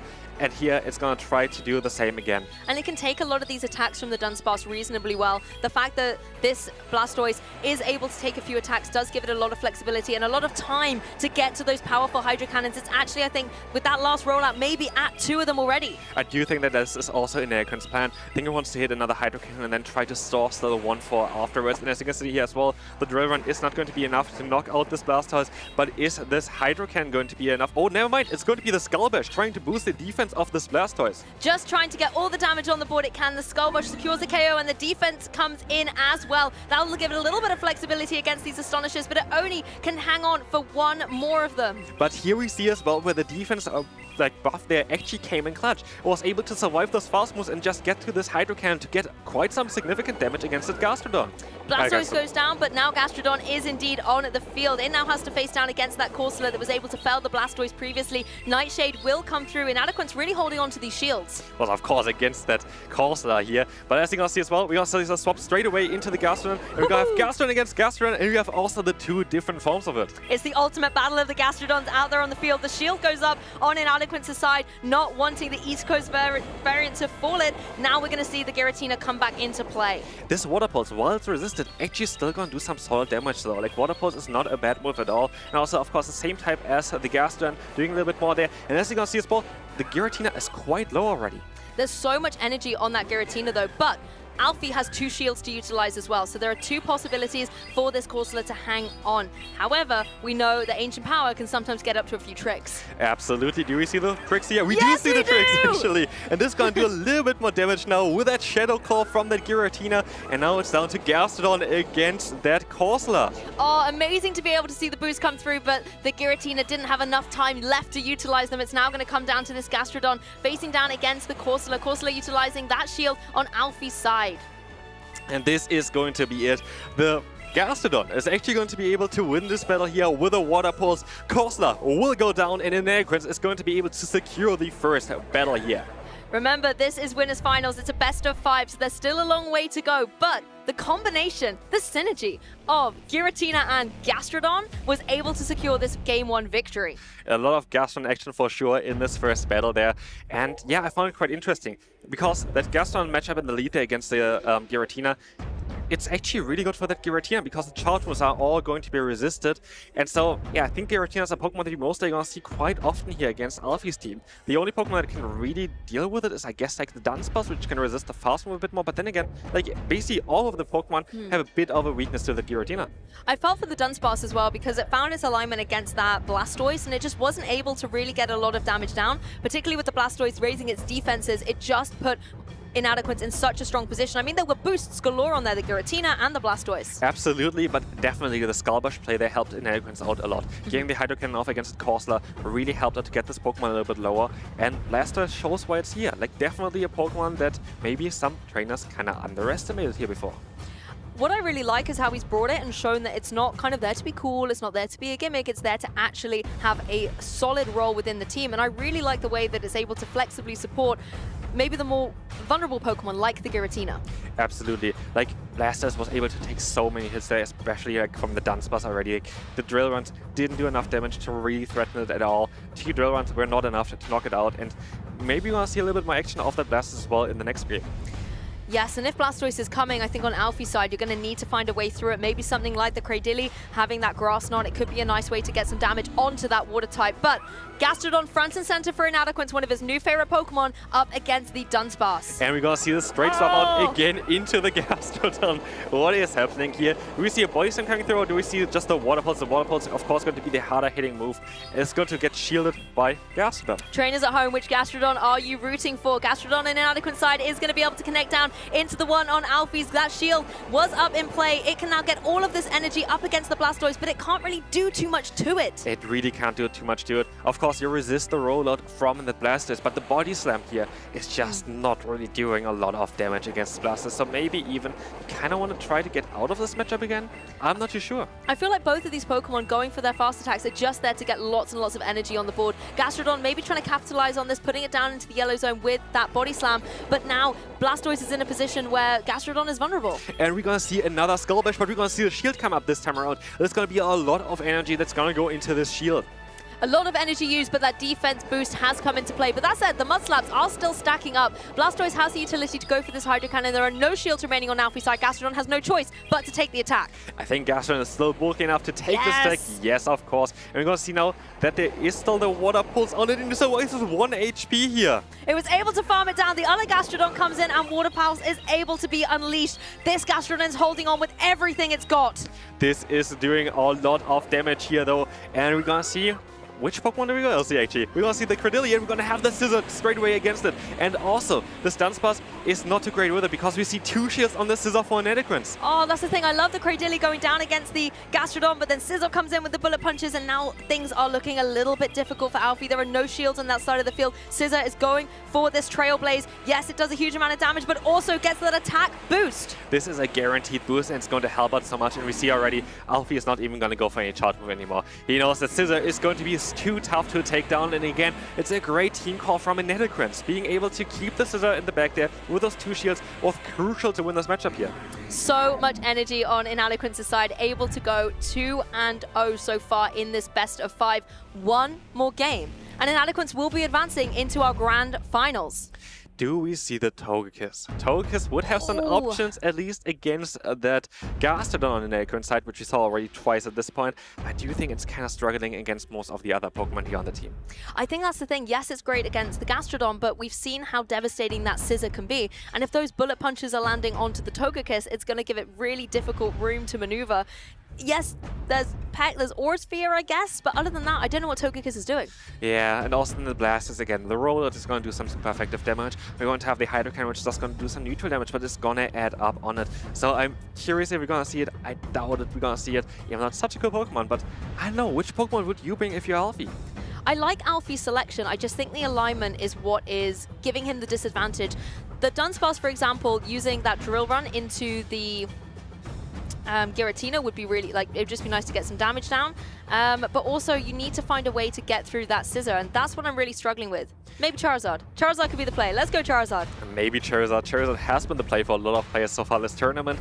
But again, I feel like Inadequins' team is so unique, it's very tough to prepare for it. Like, they have basically answers against everything. You're going to have here, for example, again, the Blasters, which you saw so many times already. Are you really want to bring a Charizard into that? I don't think you want to, but if you can get the alignment in play, that could be really, really nice. I mean, with the Dunsparce, I like the way it has the bulk. I like the way it can threaten with, you know, Rock Slide and Drill Run, but the Pokemon that Inadequins are bringing really don't care about that. Maybe bench that Dunsparce and bring Charizard. It's risky, yes, but you are also on the winner's side of the bracket. I feel like Dunsparce mainly performs well when you have super effective damage with it. Here we're going to see again Gastrodon. Yes, Gastrodon front and center up against the Blastoise. It looks like Alfie is going for very similar Pokemon from the rest of the set, but Inadequins has shaken things up a bit. Giratina lurking in the back for later as Blastoise steals the show right now with this Hydro Cannon. This still looks quite well for Alfie here because the fast move of the Gastrodon is adding up onto the Blast as well. And as you can see as well, you might even be able to take 2 Hydro Cannons. But yeah, again, we don't really have that much pressure with the Body Slams here. Yeah, Body Slam not going to be doing too much, but maybe it can put it down into the yellow. Just leave it a little bit more vulnerable for later on. Critically as well, there's a decent amount of energy on that Gastrodon, but the same can be said for this Blastoise. Now, I don't know if Gastrodon can take 1 more Hydro Cannon, but do you want to use those precious shields? We see the no-shit coming through, and the Hydro Cannon is not going to be able to take down the Gastrodon, and we see the Body Slam coming through now. Is it going to be enough to knock out the Blastoise, though? I think this is going to be close, and the issue is if it's going to be able to get a Mud Slap to follow up, if it's not enough, but it does manage to fell the Titan. That is Blastoise. Now the Giratina comes in, however, gets its revenge. Inadequins not looking too happy, but it has got rid of one of Alfie's Pokemon. The thing is here, Alfie is going to be able to have perfect alignment. We're still going to see, of course, that Credilli in the back with the super effective asset against that Wigglytuff later. But here, Inadequins is showcasing that the matchup is actually not that bad because we have a lot of damage coming through from the Dragonclaw this season now. Yes, Dragonclaw has been buffed coming into this, and it is going to be able to whittle away through this opposing Dunsparce. But Dunsparce is able to find its mark, this Drill Run going down into the Giratina. This is going to do some solid damage here against the Giratina. Another Drill Run might even be enough to knock it out already, but because there's a swap out here as well into that Wigglytuff, and we have the asset coming in now with the Credilli, and of course we have access to the move Rock Tomb, but also still that Wigglytuff has access to the move Icy Wind, which is going to be super effective against the Credilli. This is where the shields are going to come into play. Going straight up on Credilli's side, doesn't want to have to take this damage from the Icy Wind, knowing that the Credilli and these assets are so important to deal damage to the opposing Wigglytuff at the same time. The Rock Tombs can come through. Even if a shield's in play, we've seen how important that attack debuff can be. This is going to be a very, very interesting matchup here because both Pokemon are dropping each other's attacks, so they're going to do less and less damage here. And we see another Rock Tomb coming through, another shield coming up for that Wigglytuff. I'm curious on what Inadequins is going to do here now. Another one of Inadequins' signature Pokemon in the form of this Wigglytuff, and he's protecting it with all he's got and those shields. Giratina rejoins the fray. Dragonclaw is ready, but Dunsparce gets there first. That Drill Run is going to be close to being enough to knock it out. I'm not too sure if it's going to be enough though. It's just barely not enough, and we see the Dragonclaw coming through now from Inadequins. I wonder if we're going to see a no-shit here. That's the thing, where do you want to keep your shield? Possibly on the Credilli in the back. Dragonclaw comes down, but Dunsparce is able to hang on, able to get one more. I don't know if it was even able to connect it. It tried its best, but Credilli in play. Lots of energy now. There are no shields remaining on Inadequins' side, so Credilli has the opportunity to go for this Rock Tomb, fully undercharging it. And I think this is a very, very smart play by Alfie here, going for the Rock Tomb, securing that we get the KO here, but also he knows there's going to be still the Icy Wind coming through from that Wigglytuff, and we still have a shield in play. Can we get to the Rock Tomb in time? We can, and this is going to be enough to knock out this Wigglytuff, taking the game here for Alfie. Oh, it was getting so intense on Wigglytuff's side of the field with that energy going up, but the Rock Tomb finds its mark, is able to get the knockout, and Alfie gets some scores on the doors. This was an amazing battle again. Like Credilli there at the end, it was perfectly played by Alfie. Keeping it around like this, also going for the charge move still against that Giratina was really important there, just to secure that you still have the shield left there, so you don't have to get hit by that Icy Wind. I liked as well, you know, Inadequins has used this Blastoise so well throughout this set so far, but in this game 3 that we just saw, I feel like Alfie had a good way to try and counter it. The Gastrodon was able to sit there, take the Hydro Cannons really well. I think it took 2 of them in the end there, and just kept chipping away at Blastoise, so it wasn't a threat for the remaining Pokemon. The lead matchup was really important here for Alfie for sure. Was definitely way better than the 2 matches previously, and the Blastoise still seems to be such a threat though to Alfie's team. Blastoise was super strong still there, but of course against Gaston came on top there, was the Pokemon that was able to win this battle, and let's see on how that's gonna go for the next one. I wonder on how the players are going to adjust here again. I find it quite interesting that the one match that Inadequins didn't bring the Gastrodon to was the match he's lost so far. So I'm very much expecting to see it come into the next game, if that's the way you want to play it, let's say. Absolutely, and I'm also curious if we're going to see the Shadow Caesar again there, because I feel like it is quite unlikely to see the Charizard, but then again, maybe you have to take those risks. Like, as Alfie, I don't know, like you kind of have to predict on what Inadequins is going to do here. We saw already, of course, a Wigglytuff, where also the Charizard would have a lot of play against. That's the thing, you've got to make sure that if you're taking that risk, the reward is paid off on the opposing side. Blastoise is out once again for Inadequins, really having a lot of faith in this Pokemon coming down against the Corsola. This is going to be, again, a very neutral matchup. You're going to have a little bit more fast move pressure here with the Astonish from that Galarian Corsola, but the Blastoise is just going to be able to get to those Hydro Cannons away faster, and Hydro Cannon is just doing so much damage. Hydro Cannon can be relentless. Corsola able to soak that up though, has lots of energy of its own on the board, and can now retaliate with this Night Slash. Inadequins knows that the Blastoise can take one of these, but you want to make sure that once again, your Blastoise doesn't get lost early on. This is going to be very interesting. There's another Hydro Cannon already stored, and the Nightshade is going to be there as well, but we're going to see the extra fast move here for Alfie. Do you see a shield here? I think it can still take another hit. I think it can take one more, but it looks like there's almost a second Hydro Cannon ready to go on that Blastoise. Just one more rollout needed to secure it. If you want to use it though, you need to shield against this Night Slash. Inadequins may be trying to decide whether shields are better utilized on this Shadow Pokemon he's got lurking in the back. Blastoise goes down, and now it's going to be all out on the offensive for Inadequins. We got to see here the Giratina Giratina coming in, and the swap straight away into the Gastron. And I think this is actually really good for Alfie, because you're still going to have the Charizard in the back. And while, yes, the charge moves are going to be resisted here, this is still a very solid matchup for Alfie. The fast move is going to do a lot of damage. The Mudslap are just hurting that Giratina quite a bit. This is the thing, if Gastrodon can contend with this Giratina and Parv open a victory for the Charizard, then when Scissor joins the field, Charizard's going to have a field day. But it's still a bit of an uphill climb for Gastrodon. It isn't able to land that Water Pulse, but critically gets a shield away from Inadequins. This shield is actually going to be quite smart from Inadequins. I think you kind of need to keep the health on that Giratina. Now we see the no shield. It's going to be just a double resisted body slam from the Gastrodon. Just in the nick of time here, you weren't able to get to the Water Pulse in time before you go down, but at least this way it was a little bit more chip on Giratina. Now if you are that Corsola, you can always start going for the Astonish, but the Giratina has the Shadow Claw. That's going to be devastating. It's going to be interesting. Do we see the Charizard coming in? Yes, but we have the Ancient Power already stored, and we're close to another one as well on that Giratina. But of course, at this point, the Charizard is the only Pokemon that Alfie can rely on. It's the only Pokemon with a lot of HP left. There's still, of course, that Corsola, but Corsola is really, really low. And we see the next Ancient Power coming through as well. We're going to have another shield coming up here for sure. Alfie's got to use those shields back to back. They're both gone. Inadequins has removed them from play, but Charizard has been able to use this opening to get some energy up on the board. And there is the Scissor. The critical thing, though, is there's still one shield on Inadequins' side. And if on this Shadow Charizard the Ember cannot put in the work, then Scissor's going to be able to claim the game. We're going to have here the Air Cutter coming in. Do we get the boost here? This might be crucial for this matchup. We don't see the boost, and we also see the Composure on the Inadequins' side. And I'm fairly certain that Scissor is going to be able to get the move off here. And yes, there is going to be the Night Slash. Is this going to be enough to knock out the Shadow Charizard?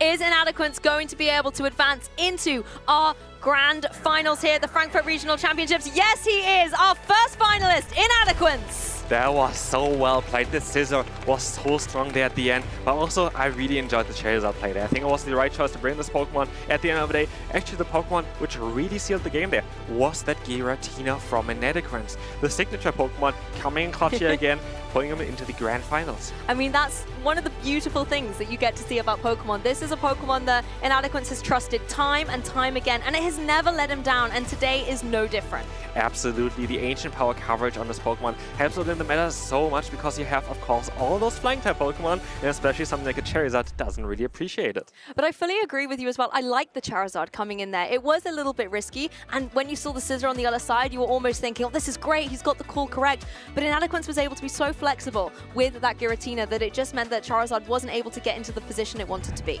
Absolutely, and of course, we also saw the Air Cutter had the chance to boost, could have made it decide the battle a little bit differently there as well.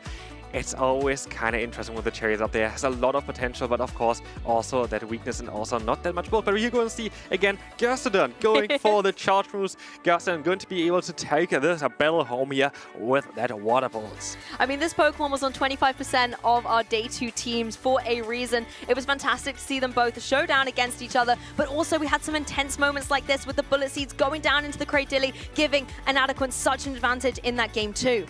This was such a good matchup though as well. I really enjoyed it here as well. We're going to have that Wigglytuff was really well done by Alfie here in order to take this game home there. Really well played with that Cradilly, taking out that Wigglytuff here right now. Also taking out before that Giratina with that. Very, very well played there from Alfie. Well played from both of our trainers. And one of the lovely things about this double elimination tournament is Alfie is not knocked out yet. He will just go down to the losers finals. And with our next match, the losers semis, we'll find out who he'll be competing with to try and still get into that grand finals. Absolutely. Alfie is still not out here. He still can even take revenge against the Inadequins there. Maybe going to go into the grand final as well. Get the reset. Who knows? And we've seen storylines like that before. Paman and Beelzeboy at the World Championships. Paman was the victor in the winners finals, but then, you know, lost the grand finals to his opponent. Absolutely. That Moltres there was very difficult for Paman to deal with. But I think Paman is still in here as well, so we'll see on how he's going to do. Well, Paman will be coming up next against Ripley in our losers semi. So we'll be going back to a best of 3 to be able to determine which of those trainers will face down against Alfie in the losers finals best of 5. It's going to be a very exciting game. I can't wait for it.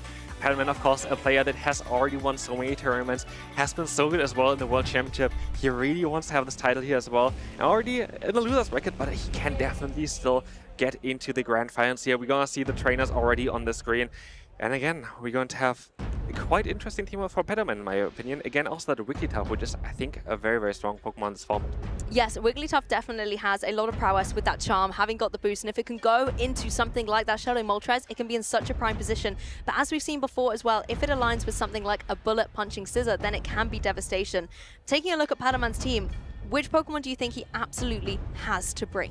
Oh, I do think we kind of want to see that Marowak here. I think Marowak is a Pokemon that just, if you put into the right position, which Paman is great at doing, you just have so much play with it. The coverage it has, especially if you have it like somewhere in the back and keep the shields for it, this Pokemon can destroy entire teams.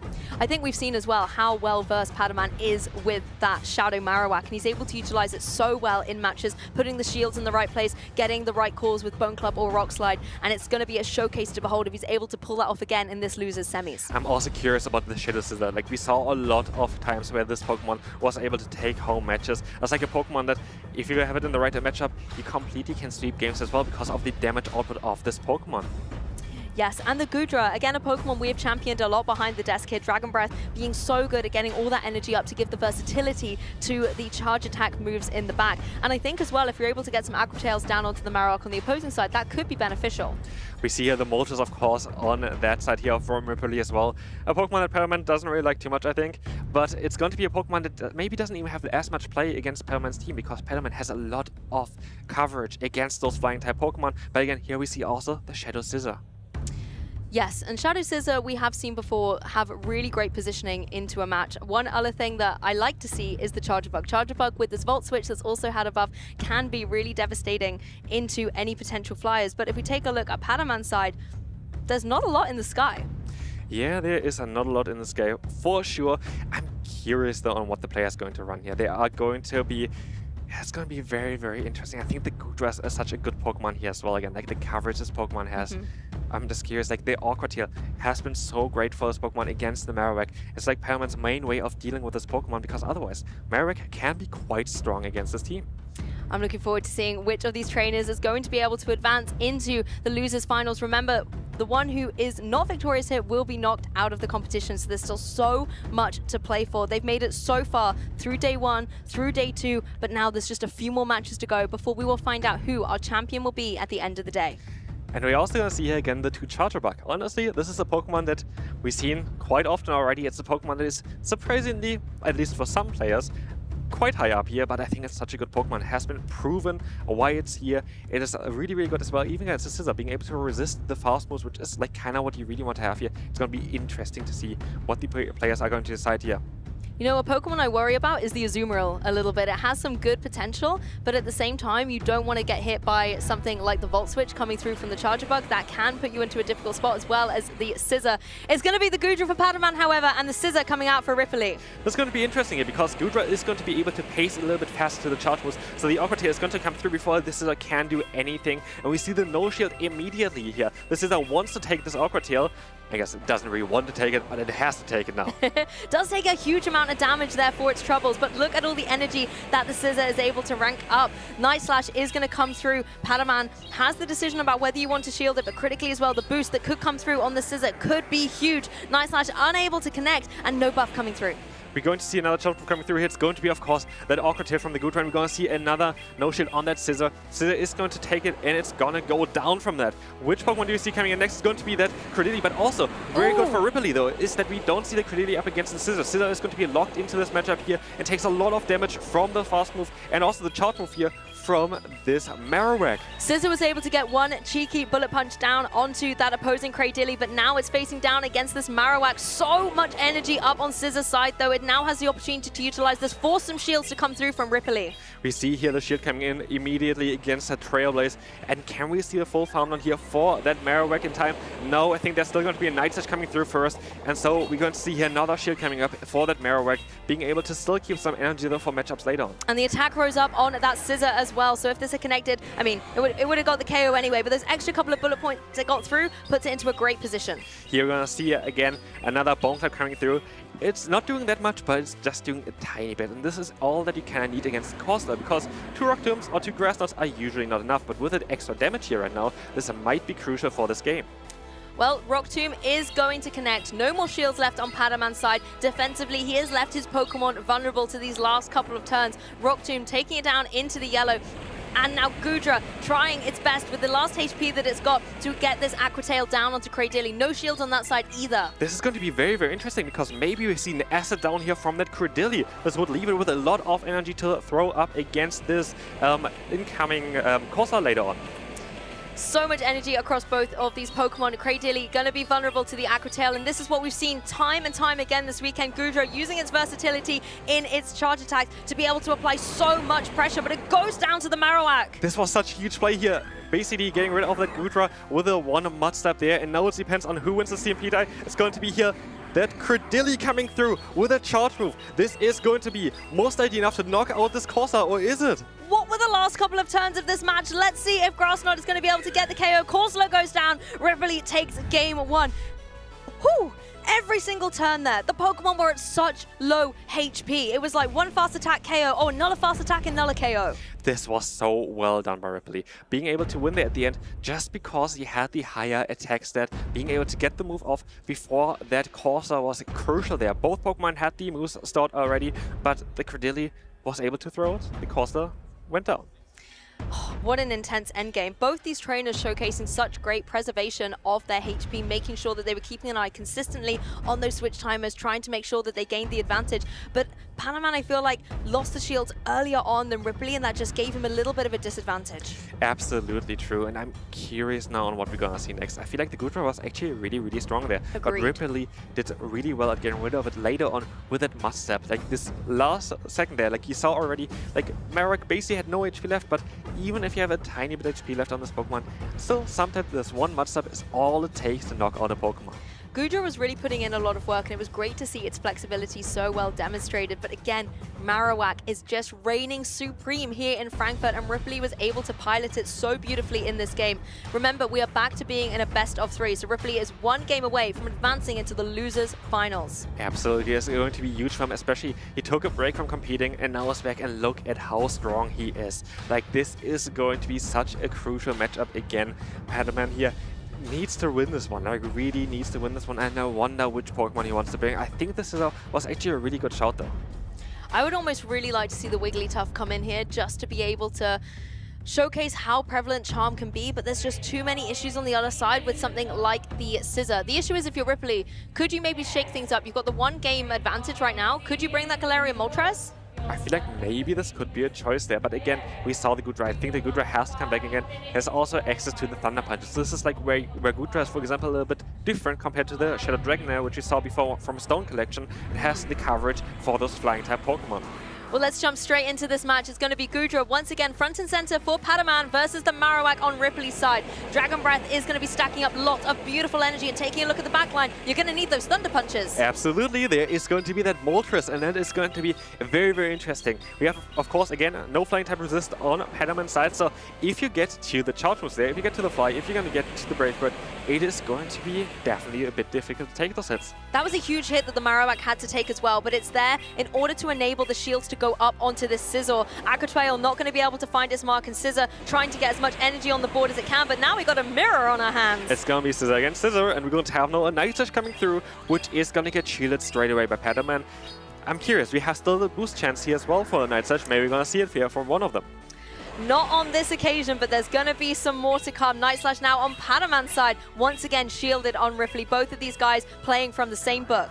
This is kind of a bit risky though for Ripley, because I guess he can still sub out after this charge move now, which is going to be the main thing though, because we're going to maybe see the shield coming up. Yeah, we see the shield coming up here, but now, of course, the Scissor is kind of already quite low on Ripley's side.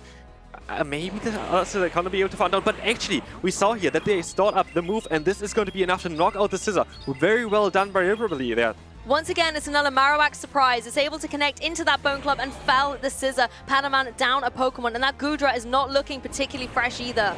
Yeah, absolutely. Goodra is going to be able though to farm down this Marowak, just barely having coverage now against the other 2 Pokemon in the back. But what we see there is, sadly, the Corsa maybe doesn't want to face up against that Moltres. This Moltres has been a beautiful selection here for Ripley. Corsola in play, yes, it deals with the scissor, but now it's going to quake on its little legs as the Moltres comes in. Sucker Punch landing from the sky, just absolutely going through this Corsola. Yes, there are no shields on the other side, so this is still going to hurt the Moltres a little bit. Absolutely, and I do think that Gudra had a move start still, right? So I think this might look quite solid for Paman. We're going to have here very soon a fly coming through because you have to throw a fly, and this is going to now definitely knock out, of course, his Corsa, but does the Gudra still have a charge move start?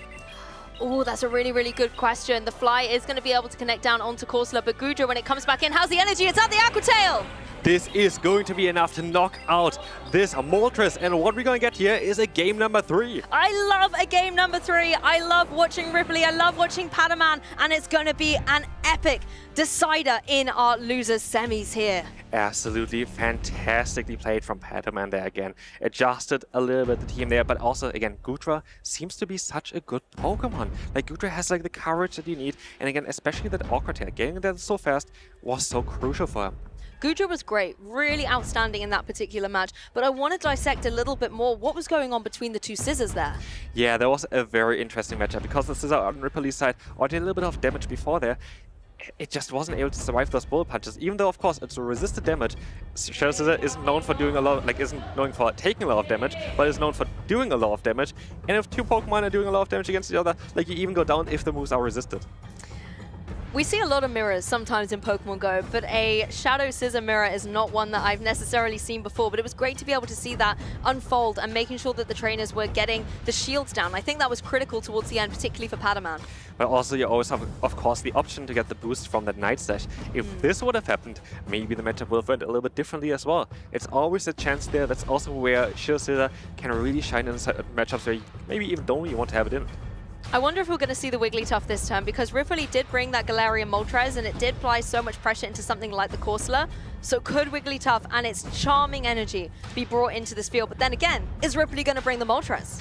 Very good question here, but I do think even if there is no Moltres, Wigglytuff has a lot of potential. Especially against like Pokemon like the Credilli or the Marowak, you have that Ice-type coverage. Well, let's jump into it. The final decider, who would be advancing on into the tournament, into our losers finals. It is once again Marowak versus Gudra, but an adaptation straight out of the blocks for Ripley. We're going to see again also that Scissor coming through. This is going to be a neutral matchup. We see the shield coming up, and we have again the Scissor as well on Paman's side. We can kind of maybe see a very similar game that we saw already in the last one there. Once again, Scissor taking all the shields. It is going to be able to go for this Night Slash. A shield coming up on Padamon's own Scissor. Once again, we're in this mirror situation. This is going to be very interesting because there's always the option for the Night Slash boost. We didn't see it here, but maybe we're going to still see it today. Yeah, particularly as two Scissors Night Slash apiece. It looks like Ripley's is really going on the offensive here. A second Night Slash being locked in. Another shield going up for Paman here. It will not be able to connect, and it will not be able to get the boost. That is very interesting, though. We're going to have now no shields on Paman's side, but what we have is a ton of energy, and there's no Pokemon that really wants to take this here. Going to be the Trailblaze coming through. Of course, this is going to do a significant amount to Marowak if Ripley wants to let this go through, but critically, it's also going to be able to get the attack boost. You don't need to rely on Night Slash when Trailblaze can do it for you. A switch out, however, completely resets that, and Gudra is now taking the stage. This did so much damage, but yeah, now we're going to have here the Gudra being able to chip away a little bit on that Credilli there. It's going to be interesting because Scissor is still there, and Acid is going to be a double resisted hit against that Scissor. So even though Scissor's quite low there, I do think it still has a lot of potential even against the Credilli here. And the Pokemon with all the potential we've seen all weekend long is indeed this Gudra. The Aqua Tail is ready. It is going to be allowed to connect onto that Credilli, just tipping it over into that yellow. Of course, there are no shields remaining on Padaman's side. Scissor took all of those earlier in this game. This is going to be very interesting. We see the under farm there as well, going to try to get a few more assets in for that Credilli that might be crucial for later on, because he kind of still need to get rid of whatever's in the back. And we see here now that Wigglytuff coming through. And while the fast move damage is super effective from the Credilli, this is looking very, very tough for Ripley. It was nice being able to get that additional bit of energy, but Wigglytuff is so bulky and there's a lot of it to go through. Yes, you're able to do some decent damage with the Grass Knot, but let's not underestimate how much work Charm is also putting in. It takes down that Marowak as soon as it joins the field. Now you've got the Credilli back in action. Another Charm, another KO. Paman is advancing into your losers finals. Paman is taking this game, and the way he did it, it is crazy in how strong this player is. Being able to maneuver through those situations. And again, I really enjoyed the lead matchup there because it was very similar to the second game. And again, it kind of played out a little bit differently with the scissor matchup. Deciding to do 2 shields there, but keeping all the energy was so crucial because he had in the back 2 Pokemon that really didn't want to face up against the energy of that scissor. Absolutely true, and it was great to be able to see him maneuver his Pokemon just like you explained. I love seeing that Wigglytuff at the end as well. Charm, yes, it didn't manage to find the Galarian Moltres, but as you were saying earlier, there are other Pokemon it has utility into, and it was showcased so beautifully at the end of that match. Absolutely, and I'm curious on if Paman is going to be able to go all the way, go up to the grand final. Definitely looks like a very strong player. I think he's really happy with his team, though. I think he plays so well with his team. He can adjust even if he loses the first match. Doesn't really matter to him. He's still gonna win. That's the thing, he's so composed in a lot of the way that he plays, and throughout day 1 he was undefeated, came into day 2 on the winner's side of the bracket, lost his opening game against Inadequins, who is currently our finalist, our grand finalist, ready and waiting, so potentially, oh, that's actually so exciting, either Paman or Alfie are going to be facing down against Inadequins, both trainers that Inadequins have kicked to the loser's bracket, so a lot of redemption on the line here. This is going to be very interesting, and again, we also have some interesting teams here. I'm still curious, like the Goodra is such a cool pick. We haven't seen it a lot, but like the players who actually used it had a lot of success with it, and I think it's going to be also Pokemon most likely has a lot of play in the next game there. Yes, and taking a look again at this game too, the Moltres came in, but even though that was a great adaptation by Ripley, Paman was able to find a way through it, and then bringing this beautiful little Wigglytuff into the match was all that it took to secure him the victory and advance into the competition. Commiserations, of course, to Ripley, played so incredibly well, particularly with that Marowak. I have to say, I love the way that Ripley has piloted Marowak this whole weekend long, and is a name that we need to watch out for now that he's back in our competitive realm. Absolutely, Ripley was so strong here as well, and you got a medal as well, right? Yep, got a medal. That's definitely something that is an incredible accomplishment for the very beginning of the season. Absolutely, and again, he played it so well. I'm curious, like Paman, the way he plays there, he's just so confident in himself as well. He knows, okay, I lost the first battle, just make it better for the next one. And again, he plays also so differently because he knows there are different ways of victory, like being victory here. Yeah, different play styles as well, and we say this quite a lot where it's not just the Pokemon, like yes, you need to have a good team that's possibly a good medical or the good stuff so that people know are reliable, but you also need to have a play style, and you need to make sure that as the player piloting those Pokemon that you're going above and beyond the mindsets of your opponents. Absolutely, and yeah, I'm curious on who is going to make it there. The losers final is going to be super exciting, but then again, Inadequins weighing there in the winners finals, in the grand finals, it's going to be so cool. Maybe going to see the Giratina going all the way.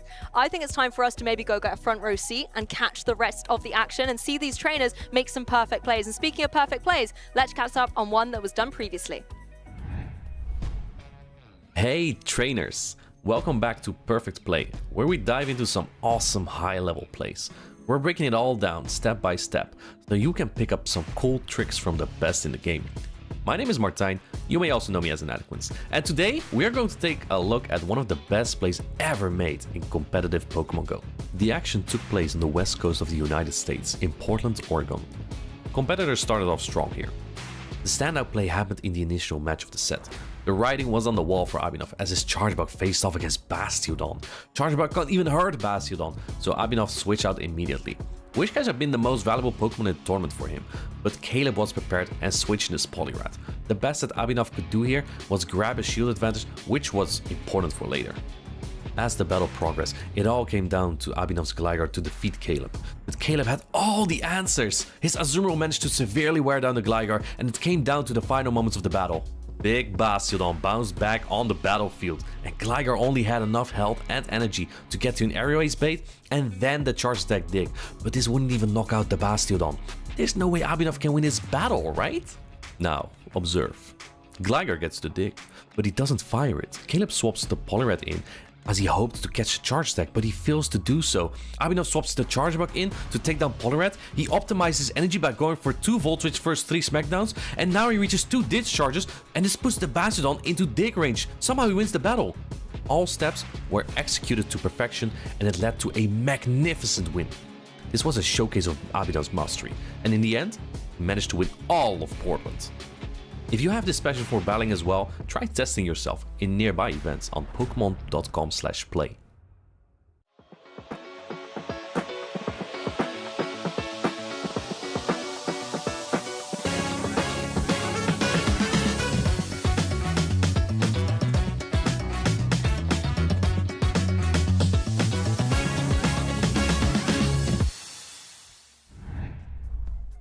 2 more matches to play. We are now at the losers final stage of the Frankfurt Regional Championships. My name's Farid, I'm joined by Leo, and we have 3 players left in this tournament. Alfie, Paman, and Inadequins waiting at the end of Victory Road here, once again in a grand final. Now, both of these trainers have already lost to Inadequins right here. Alfie versus Paman. And let me tell you what, Paman is angry about that loss. He's got a best of 5 opportunity to take on Alfie and get his redemption match against Martijn. Alfie, on the other hand, this is the first time he's ever got to this stage of a tournament, and he wants to show the world that he has what it takes to fight against the best of the best. And if one of these trainers, or when one of these trainers makes it to the grand finals and wins a match versus Inadequins, not all hope is lost for the Dutchman, because actually he is on the winner's side of the bracket and the bracket will just be reset. So if you're winning now, you're going to the grand finals, you'll have to best Inadequins twice. And that's if you can even take 1 set off him. He looks like the player to beat in any tournament, but especially this one. His Shadow Giratina altered form looks unstoppable. And just as you go to try and counter it, Shadow Talonflame comes down from the skies. It looks like he has his meta read to perfection. And if you've pinned him against the wall, the last ditch effort, the last desperation play will always be the Wigglytuff getting you. 3 of those Pokémon have already been used by him 2 years ago in his Utrecht victory. But before either of these players need to think about that match, they have to get through. The man on the other side of the table here, we have Alfie on the left, Paman on the right. And we know Paman is our world's finalist from Anaheim 2025. Alfie, a new face to many of you watching, not necessarily a new face to those of us in the Pokémon GO Championship Series. He did play in Bologna. He got into that top 8. He's taken that 1 step further this weekend. And he's one of the trainers bringing Charizard, but most importantly, the Togekiss. This unique Pokemon. Nobody else in the top card has Togekiss on their team. Alfie has been showing time and time again why this Pokemon, if played perfectly, is an absolute threat to the metagame and his opponents. Shadow Charizard as well, such an exciting option coming into this Tales of Transformation season. Which of the flyers will he lean into as he looks to take on Paman and the double bug team of Shadow Scizor and Charjabug? Yep, and also a dragon. You know, Paman is always known for bringing so many bug types, but while Charizard always looks like it's trying to be a dragon type, Goodra is a full-on dragon.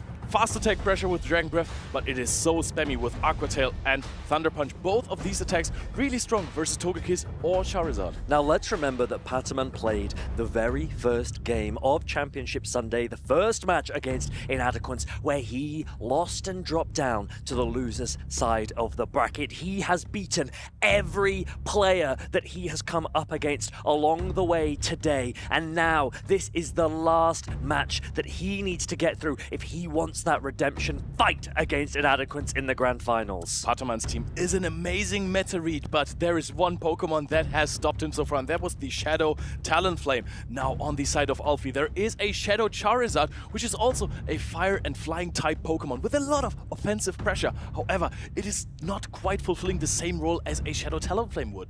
This also might be one of the first times that Paman will be facing a Dunsparce this weekend. Not a popular Pokemon here in Frankfurt, but it is a Pokemon that many players will be familiar with from previous seasons. Paman has such a flexible team. What options will he lean into as he looks to take on a player that I don't think he will have ever played against before, utilizing Pokemon that he might not have as much practice against? In this scenario, I think the Goodra looks good for Paman. In the last few matches that we have seen, the Goodra has been so incredibly good for Paman. Paman is a player who thrives off of fast attack pressure and, of course, as well, energy management. And Goodra is a Pokemon that just supports him with that.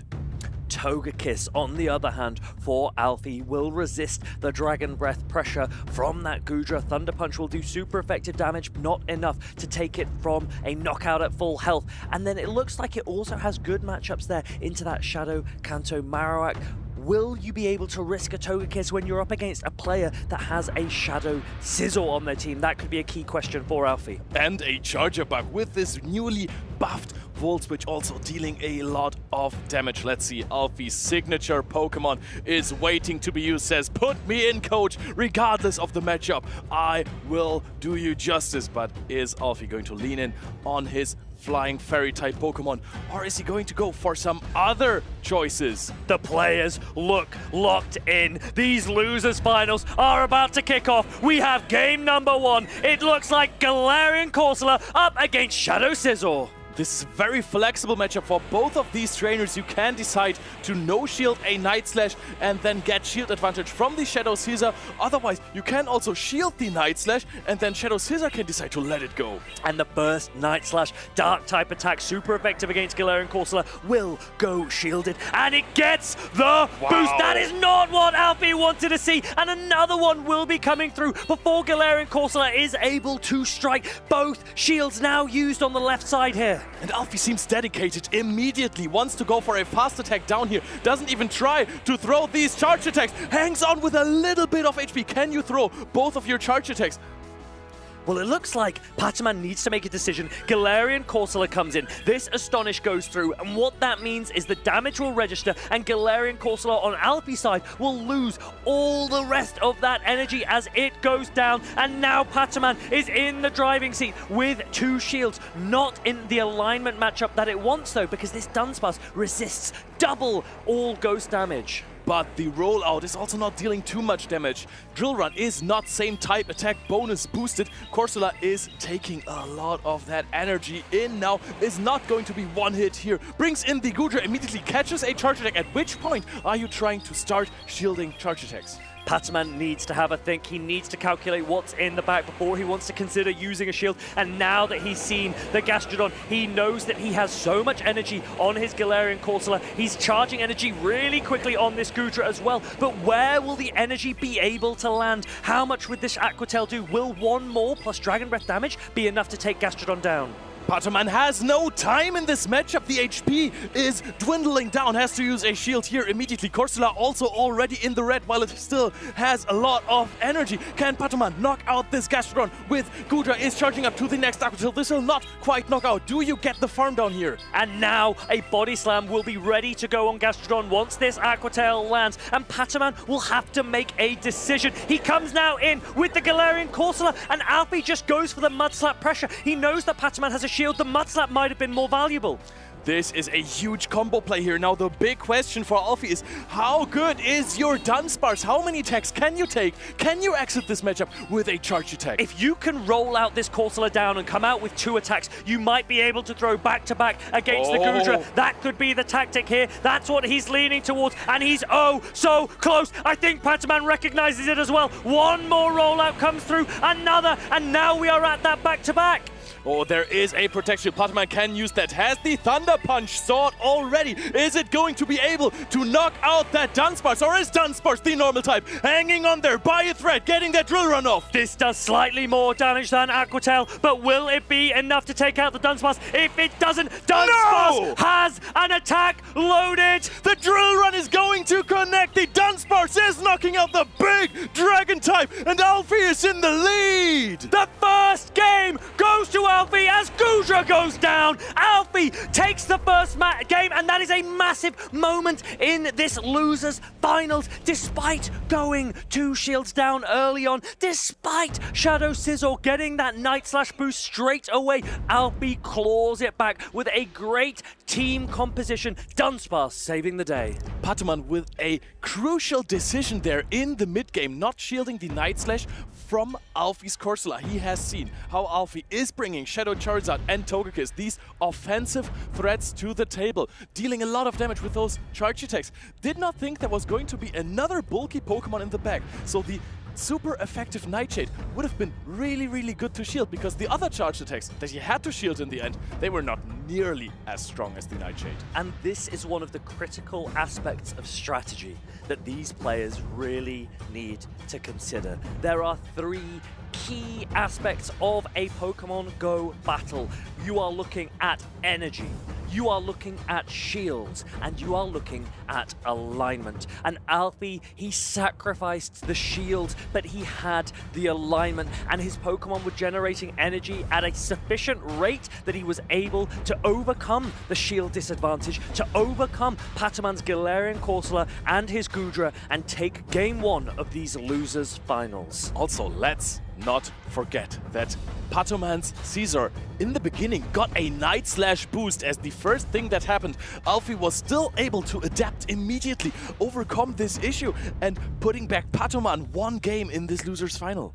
We have seen Pataman lose game 1 before. Yes. This is a best of 5. That means 1 victory means a little bit less than it otherwise would have in a best of 3. And Pataman has such bulk available to him when he needs it. We've seen him use the flexible Goodra alongside Galarian Corsola and Wigglytuff before, and he uses those to sponge damage, to put fast attack pressure onto his opponents. Will this be a strategy that he uses once more? Because he needs to claw his way back.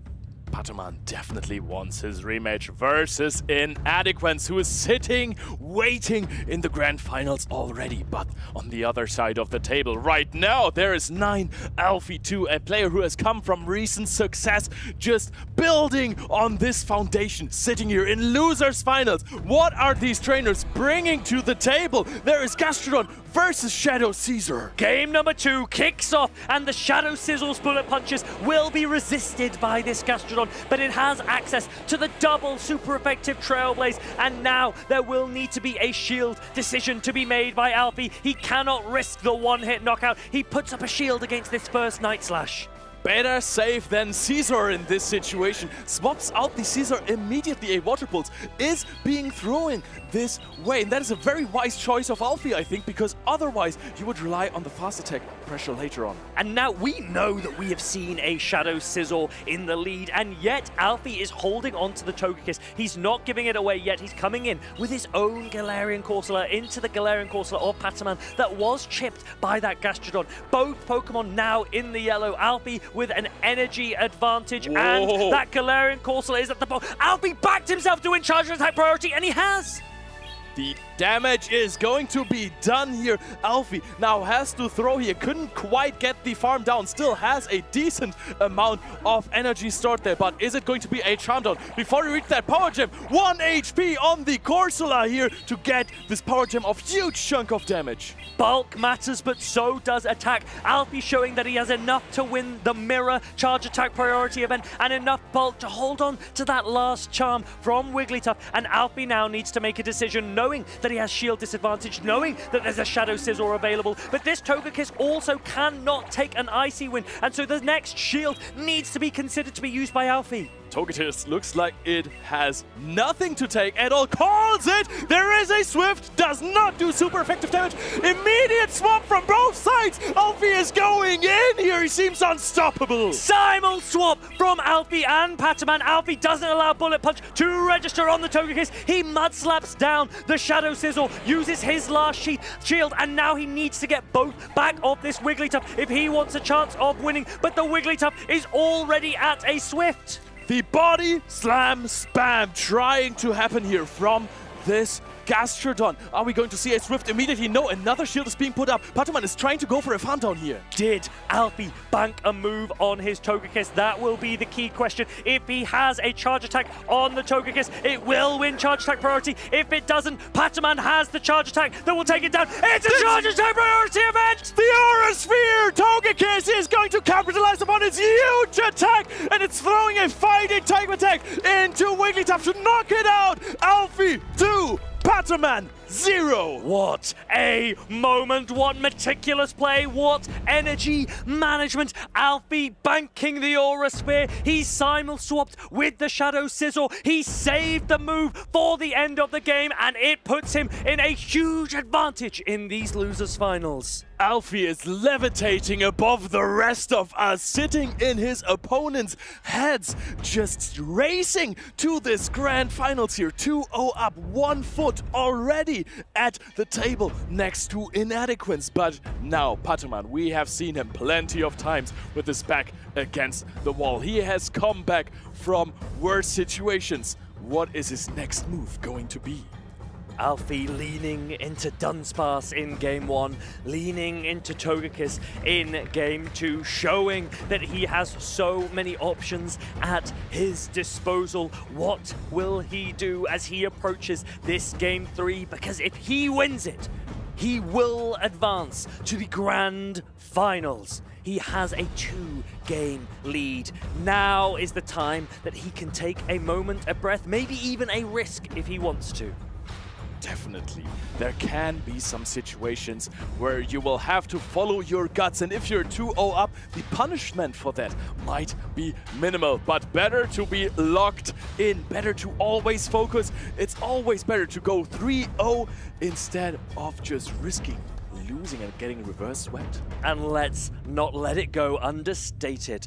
The moment that Alfie called the swift bait, when Togekiss held on, when an Icy Wind would have knocked out, it just shows that when you get to this stage of the competition, you need to have the guts. You need to have it inside you. That aura he showed inside, the aura his Togekiss showed at the end of the game. Alfie wants one more win. Alfie truly is aura farming on the big stage in front of all of these people, wants to show absolute dominance over one of the best trainers in the world in Game 3 as well. A neutral lead in the beginning, Cradley versus the Corsola. And it looks like Alfie has made sure that he will not be weak to a Wigglytuff or a Goodra in the back. He's playing such a neutral line here. And we know that a Cradley with a lot of bulk can hold on against a Galarian Corsola in the lead zero shield scenario where neither Pokemon use a Protect Shield. When Protect Shields are being used, the whole situation flips, but let's face it, who wants to Protect Shield attacks from a Cradley on your Galarian Corsola? Corsola's role in most teams is to soak attacks, sponge damage. Rock Tomb landing again. This has double debuffed the attack of the Galarian Corsola. Paman has no time for that. Comes in aggressively with his Goodra, knowing that there aren't a ton of options available to Alfie as an immediate counter swap. Goodra is throwing this Aqua Tail, and Alfie is very, very happy to shield the Cradley and ensure that he can get either damage, but definitely an attack debuff in return. Let's see if Paman even shields the Goodra here. Goodra will take the full Rock Tomb here, swap out immediately into the Dunsparce, and Dunsparce is super happy to take 1 or 2 charge attacks even in this situation. Everything here is debuffed from the Goodra now. Gets to throw a Drill Run before Paman throws anything. Dunsparce so bulky, I wouldn't be surprised if Pataman's looking to bank energy and then save his Goodra for later. We've seen him do it before, but the switch clocks aren't quite up yet. He's waiting for it, and there he goes into the Wigglytuff just as the Drill Run comes through. Even gets the full charm through. Dunsparce is now facing the Fairy type here. So much fast attack pressure. Still locked into this switch timer. Can you get another charge attack off? Drill Run now coming through. This won't threaten a knockout. Paman knows it, but he knows that if it lands, all of his Pokemon will be so low in health, and he will need to be managing everything perfectly. And he is now being met by a very bulky Gastrodon. Icy Wind will at least reduce its attack, but Alfie looks like he's in a very good position here. Nobody wants to see their opponents at full power. Both of these trainers keep debuffing each other. Their Gastrodon gets a full farm down here, but there's the Goodra. It has so much energy. The first Aqua Tail about to land on this Gastrodon. Alfie was leaning for that body slam. Was this a charge attack priority event? Yes, it was. And now Paman has to shield up this Goodra if he wants to get off the rest of the energy that's available to it. Alfie looks in a good position. Shields are still available for Alfie. One is remaining. Will he use it now? Paman is playing with all his Pokemon, spreading the damage from Alfie on all of them. Has so much energy, so little HP on all of these Pokemon. Now goes for another Aqua Tail. Alfie has a shield available to his name, uses it on the Dunsparce. How much energy is left on the Corsola? The switch timer's up. Paman could go for a combo play if he has a Power Gem here. Galarian Corsola's in the back, and look at this. Paman is reaching for it. He did have so much energy there, not quite enough for a Power Gem, and now this Drill Run will will land, but the Goodra also has energy available. Goodra has an attack, but it only has 1 HP, and the Cradley is sitting strong in the back for Alfie. Aquatel is going to take out the Dunsparce, but Cradley reveals supreme. Cradley taking down this Goodra. Alfie sweeping the losers finals. Paman drops out of the Frankfurt Regional Championships. Alfie coming out of nowhere at the end of last season and now going to the winners finals, dropping down to the losers finals, going back up again. Grand finals performance, silver medal at least secured here. Silver medal guaranteed for Alfie at a minimum. If he can play against Inadequins in those grand finals, if he can win another best of 5, he will have the opportunity to play for gold. And I think so many of the crowd here, so many of you at home want to see him do well. He is a new face. He is going up against a veteran, a titan, one of the greatest dragon trainers Pokemon Go has ever seen in Inadequins. That's the story of Frankfurt, I suppose. We have the new faces and we have the legends of the game. And now I think Alfie can also call himself that. Surely Paman, his opponent here in the losers finals, and all of those games really came down to the wire.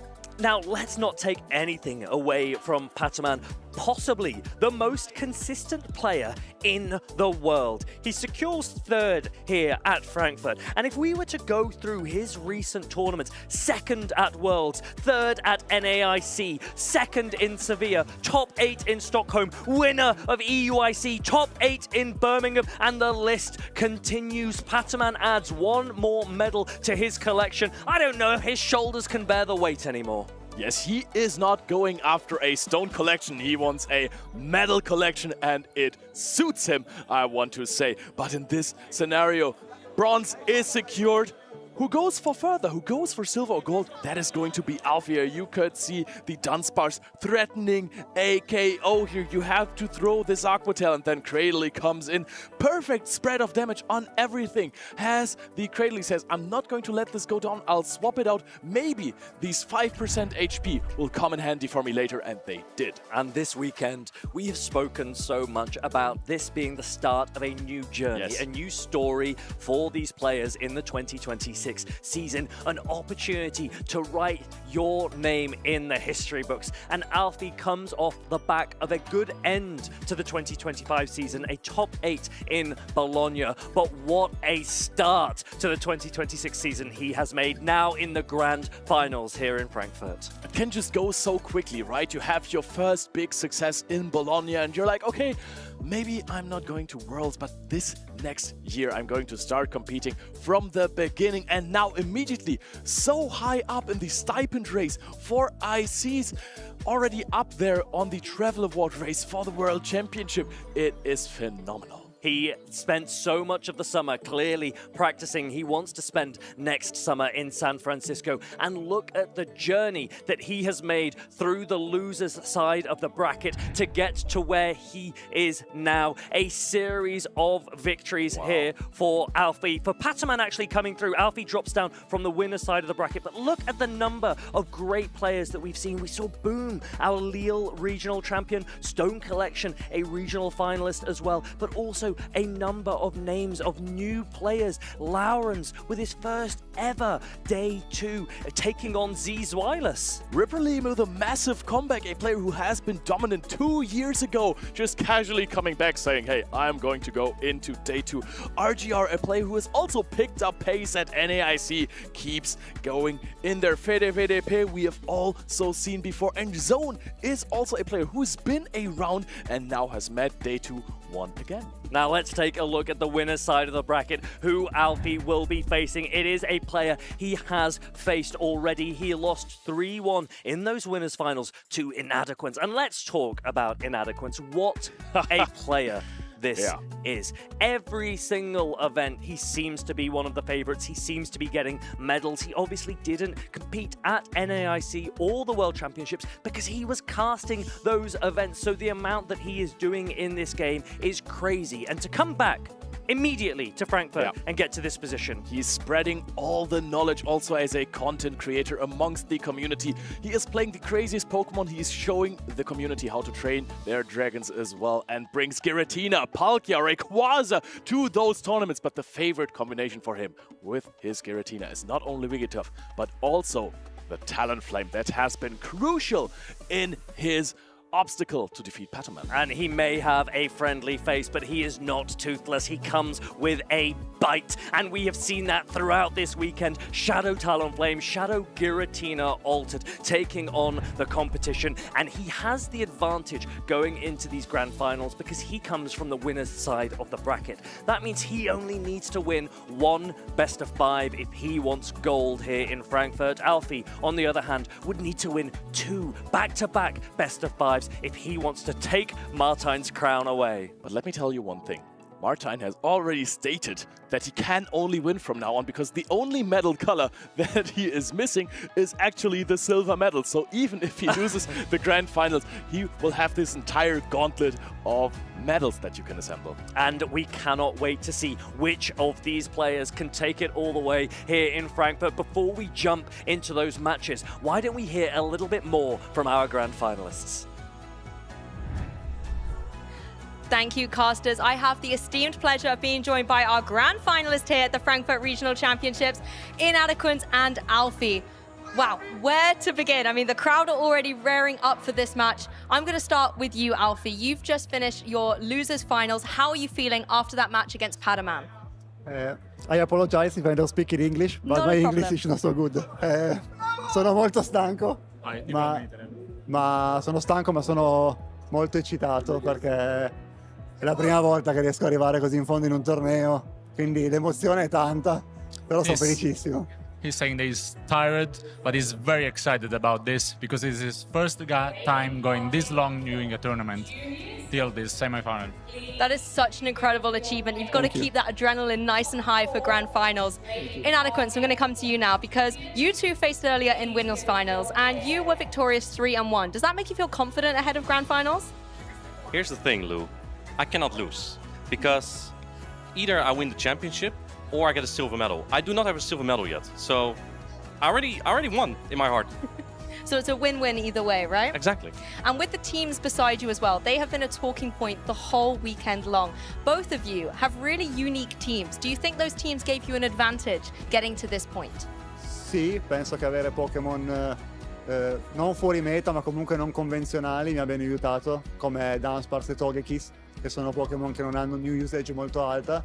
In molti matchup mi hanno aiutato, hanno core breakato bene molti team e sì, mi hanno aiutato molto. He thinks that some Pokemon like Dunsparce and Togekiss gave him an edge during some matches because people are not used to play against those Pokemons that had a buff during the last seasonal meta change.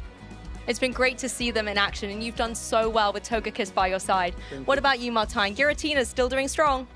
I've played 4 tournaments with it, and 3 times I reached the grand finals. So perhaps there is something about Giratina, and we'll just see how it goes. The only thing I'm wondering is if my Italian friends are rooting for me, I see you, or for him. That's a decision they will have to make for sure. But there's a lot of support for you out in the crowd. One Pokemon I, however, have supported this entire weekend, and I have to ask you about it, is Gastrodon. Now, Gastrodon, between the two of you, I have to say thank you. You've made it a regional champion. But who is going to be the winner, Blue Gastrodon or Pink Gastrodon? Why do you think the Blue Gastrodon is the best? Beh, il blu è il colore del cielo e del mare, quindi Gastrodon è un Pokémon d'acqua, spero che possa aiutarmi. Blue is the color of the sky and the ocean, so it's the color of the water. And it will win because of that.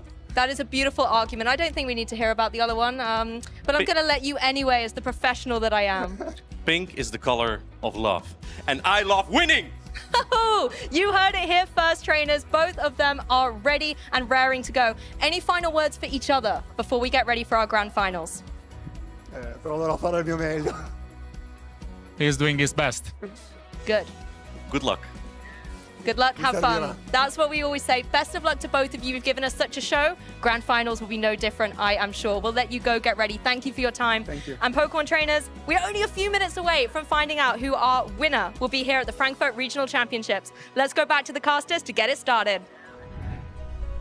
Thank you very much, Lou. I don't know how she does it, having to put up with Martine, the troublemaker, next to him. But he is a player that doesn't have a silver medal, but he has a silver trophy, right? And as he says there, he is a winner. He wants to win. So even though he says he's already won, I know he'll be going for gold this weekend. Yep, and this time, you remember the Utrecht Special Championship that he won? He went on a big losers run there because he lost the first game immediately on day 2 versus Normalheim and his trusty Shadow Golbat. This time around, Alfie has another unusual flying type, so maybe this might spell Martine's demise.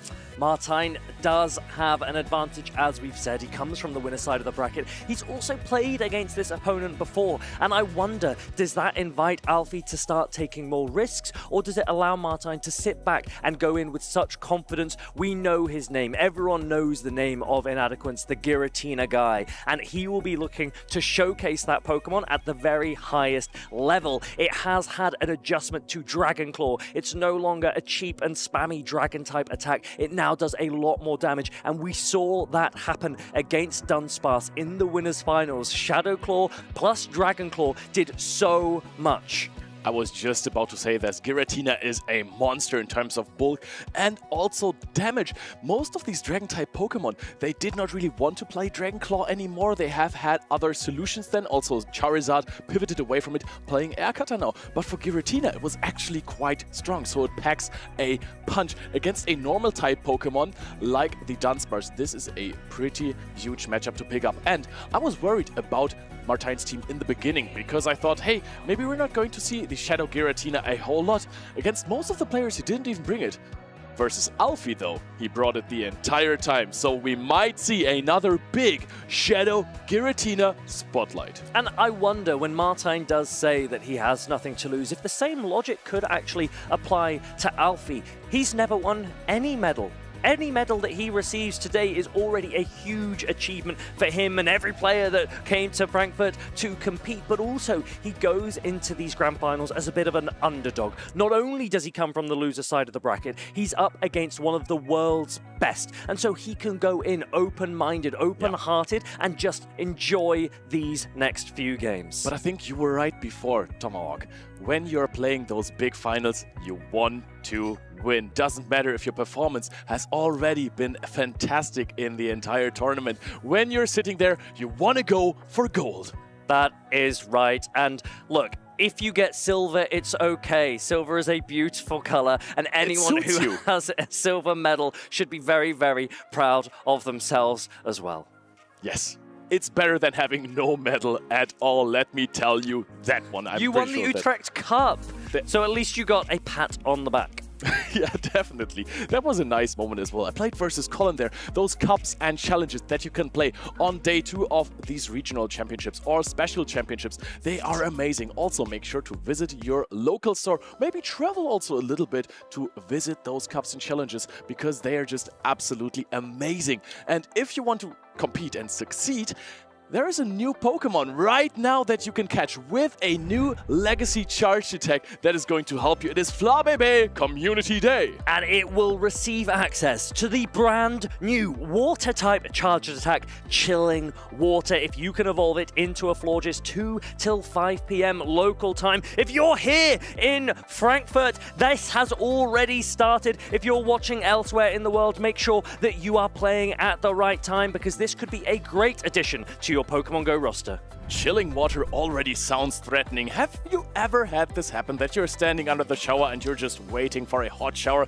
and then you get hit by chilling water? It's the worst. And it really does reduce your attack. Definitely, 100% chance of reducing your attack, definitely. And if then a Moonblast also comes your way, it's over. Yes, so whilst we wait for these players to get ready, let's take another look at their teams. They are on the stage, and we have seen Martine's team, Inadequins here, with that Shadow Giratina altered, Shadow Talonflame, and then with his trusty partner Pokemon, that Wigglytuff as well. These are Pokemon that he has succeeded with in the past. In this event, he pairs them with Gastrodon, Blastoise, and Shadow Scizor. And I want to pay special attention to that Blastoise because it has served him so well in these tournaments so far, or in this tournament, because it is so incredibly neutral. It is spammy, it is bulky, and it has the hard-hitting Skull Bash to secure some matchups like a Azumarill, which would otherwise be, if you had Ice Beam, a nightmare of a matchup. And Martine has so much flexibility here. He will be able to use any of these 3 Shadow Pokemon, but he also has so much bulk that he's paired them with, and that makes it really, really difficult for opponents to work out what the strategy is, because there is fast attack pressure and charge attack pressure throughout the team. Alfie needs to consider this. He has a couple of squishy options, fragile options in Shadow Charizard and Togekiss, but he has his own bulk as well, and we saw that come to good effect against Paman, the Galarian Corsola, the Dunsparce, and the Gastrodon especially.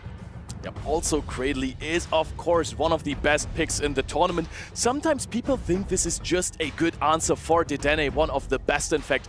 But Cradley has served so many players so well. It is incredibly strong. And if you're losing the lead against it, getting your other opponent Pokemon that you're swapping in debuffed can be crucial. Getting to these final stages of the tournament, one more match to be played, and if Alfie can win it, it will be a bracket reset. So far, just a Bologna top cut for him. He made top 8 there at the end of the 2025 season, and he is up against a titan, Inadequins, our world's finalist from 2024 in Honolulu, Hawaii, our Utrecht special champion from that season too. He's placed top 4 at the European International Championships, and he's placed top 16 at the World Championships before. The list could go on. The number of medals that he has already is just simply superb. Imagine if he wasn't a caster, how many accolades he would have had by now. But then also we would have missed on all the great jokes and crucial information that he has taught the world. Yes, all of the whooshes and woos that we hear from him when he's behind the desk, he'll now be whispering them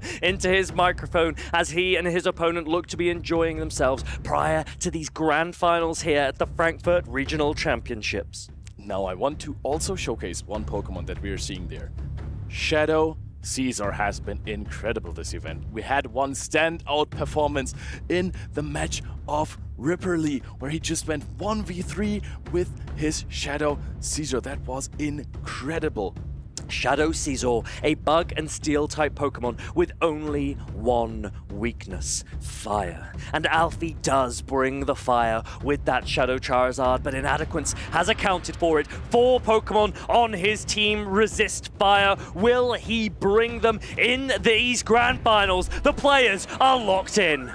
We see the lead. It is Gastrodon versus the Shadow Scizor. That is a good lead for 9. Alfie 2. First of all, you're dealing a lot of damage. Yes, Trailblaze would knock out your Gastrodon, but you have shields. And now you draw a shield from Alfie, and do you come in with your Giratina or your Gastrodon to try and sponge some of this charge attack pressure? Yes, you do. Martine straight in with the Giratina, and it's going to be responded to with the normal type Dunsparce, double resisting the ghost type Shadow Claws. But we have seen that the Dragon Claw actually deals so much damage that you're putting this Dunsparce into a possible farm down range later on. Also keep in mind, Shadow Scizor has some energy stored, while Gastrodon has an entire lake of energy stored. And now the drill run will come through as Alfie maximizes out his energy on the Dunsparce. Drill run will take this Giratina into the low yellow health, but it won't threaten a knockout. One more will be needed. And now Dragon Claw could have been thrown, but Alfie's going to throw a drill run first to force a shield from Inadequins. He wants to protect his Giratina from being sniped out of the match from a Corsola. Astonish here goes to throw another Dragon Claw, and this will take out the Dunsparce. So much damage from this bulky Dragon-type Pokemon. Picks up its first KO in this Grand Finals. The adjustment to that Dragon Claw makes it such an offensive threat. It does a huge amount of damage. Same type attack bonus. It shares a typing with its user. Giratina altered the Shadow form, doing huge damage to this Corsola as well. And now Alfie comes back in again with his Gastrodon. Alfie is reading his opponent like nobody else in this tournament. The next simultaneous swap from him takes a Night Slash here to the face. Of course, Inadequins gets some damage off with this Shadow Scissor on the charge attack priority. Huge play by him as well. But now a Body Slam is going to connect. You still have some energy. Alfie with a ton of energy still on this Gastrodon, but not much health. And there is a full health Gastrodon in the back for Inadequins. This is going to be big for him. Alfie is going to throw this Water Pulse. Inadequins will shield it up straight away. And Alfie now really needs to lean into his Galarian Corsola, which already has some energy. The switch clocks are so close to being up. It doesn't make a difference now. Alfie cannot afford to allow for a catch, but he needs to make the correct shield decision here. For Martijn, it is now really important to have a lot of energy stored at all times here. The HP is dwindling for Alfie. Alfie has to deny a catch here, but he is letting this go, but it's still chip damage.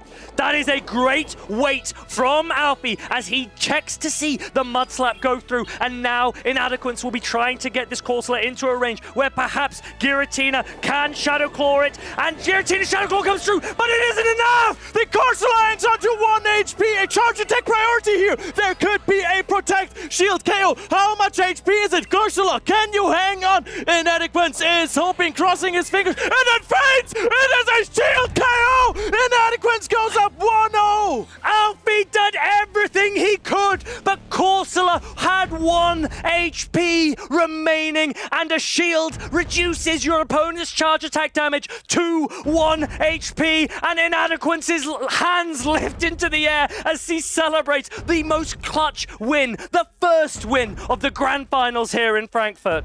Frankfurt, are you entertained? This is the Grand Finals of the first Regional Championships in the 2026 season, and we are in for a treat. Closer it could not have been. What more can you do? You wait, you play to perfection, you ensure every fast attack, every charge attack goes where you want it to go. Alfie pulling out all of the stops, but it wasn't enough. Inadequins is the man of the moment, taking the advantage here in these Grand Finals, and that will give him so much confidence as he proceeds to try and become the Frankfurt Regional Champion. I think you could make 3 perfect gameplay moment videos out of this matchup. It is absolutely insane on which level those two trainers operate here. Alfie has anticipated swaps, played the perfect energy management, had the shield advantage in the end, had the energy advantage in the end, but he did not have enough HP. And now, the players line up once more as they get into Game 2. The same leads that we saw in Game 1, but 2 adjustments, one on either side of their backlines. Will the players work out what their opponents are strategizing? The first attack comes through, and it does again draw a shield from this Gastrodon. Is Inadequins going to go for the same strategy? No! This time around we bring in the Blastoise, confusing our opponent perhaps, but a rather fast answer with this Cradley. Blastoise throwing this water-type Hydro Cannon neutral against the grass and rock type of Cradilly. Not enough to take it into a range where even one more Hydro Cannon would threaten a knockout. And now Cradilly will over-farm. It wants to get into a position where it can take out the Blastoise and then potentially Rock Tomb whatever comes in next, because Alfie is not worried about these rollouts just yet.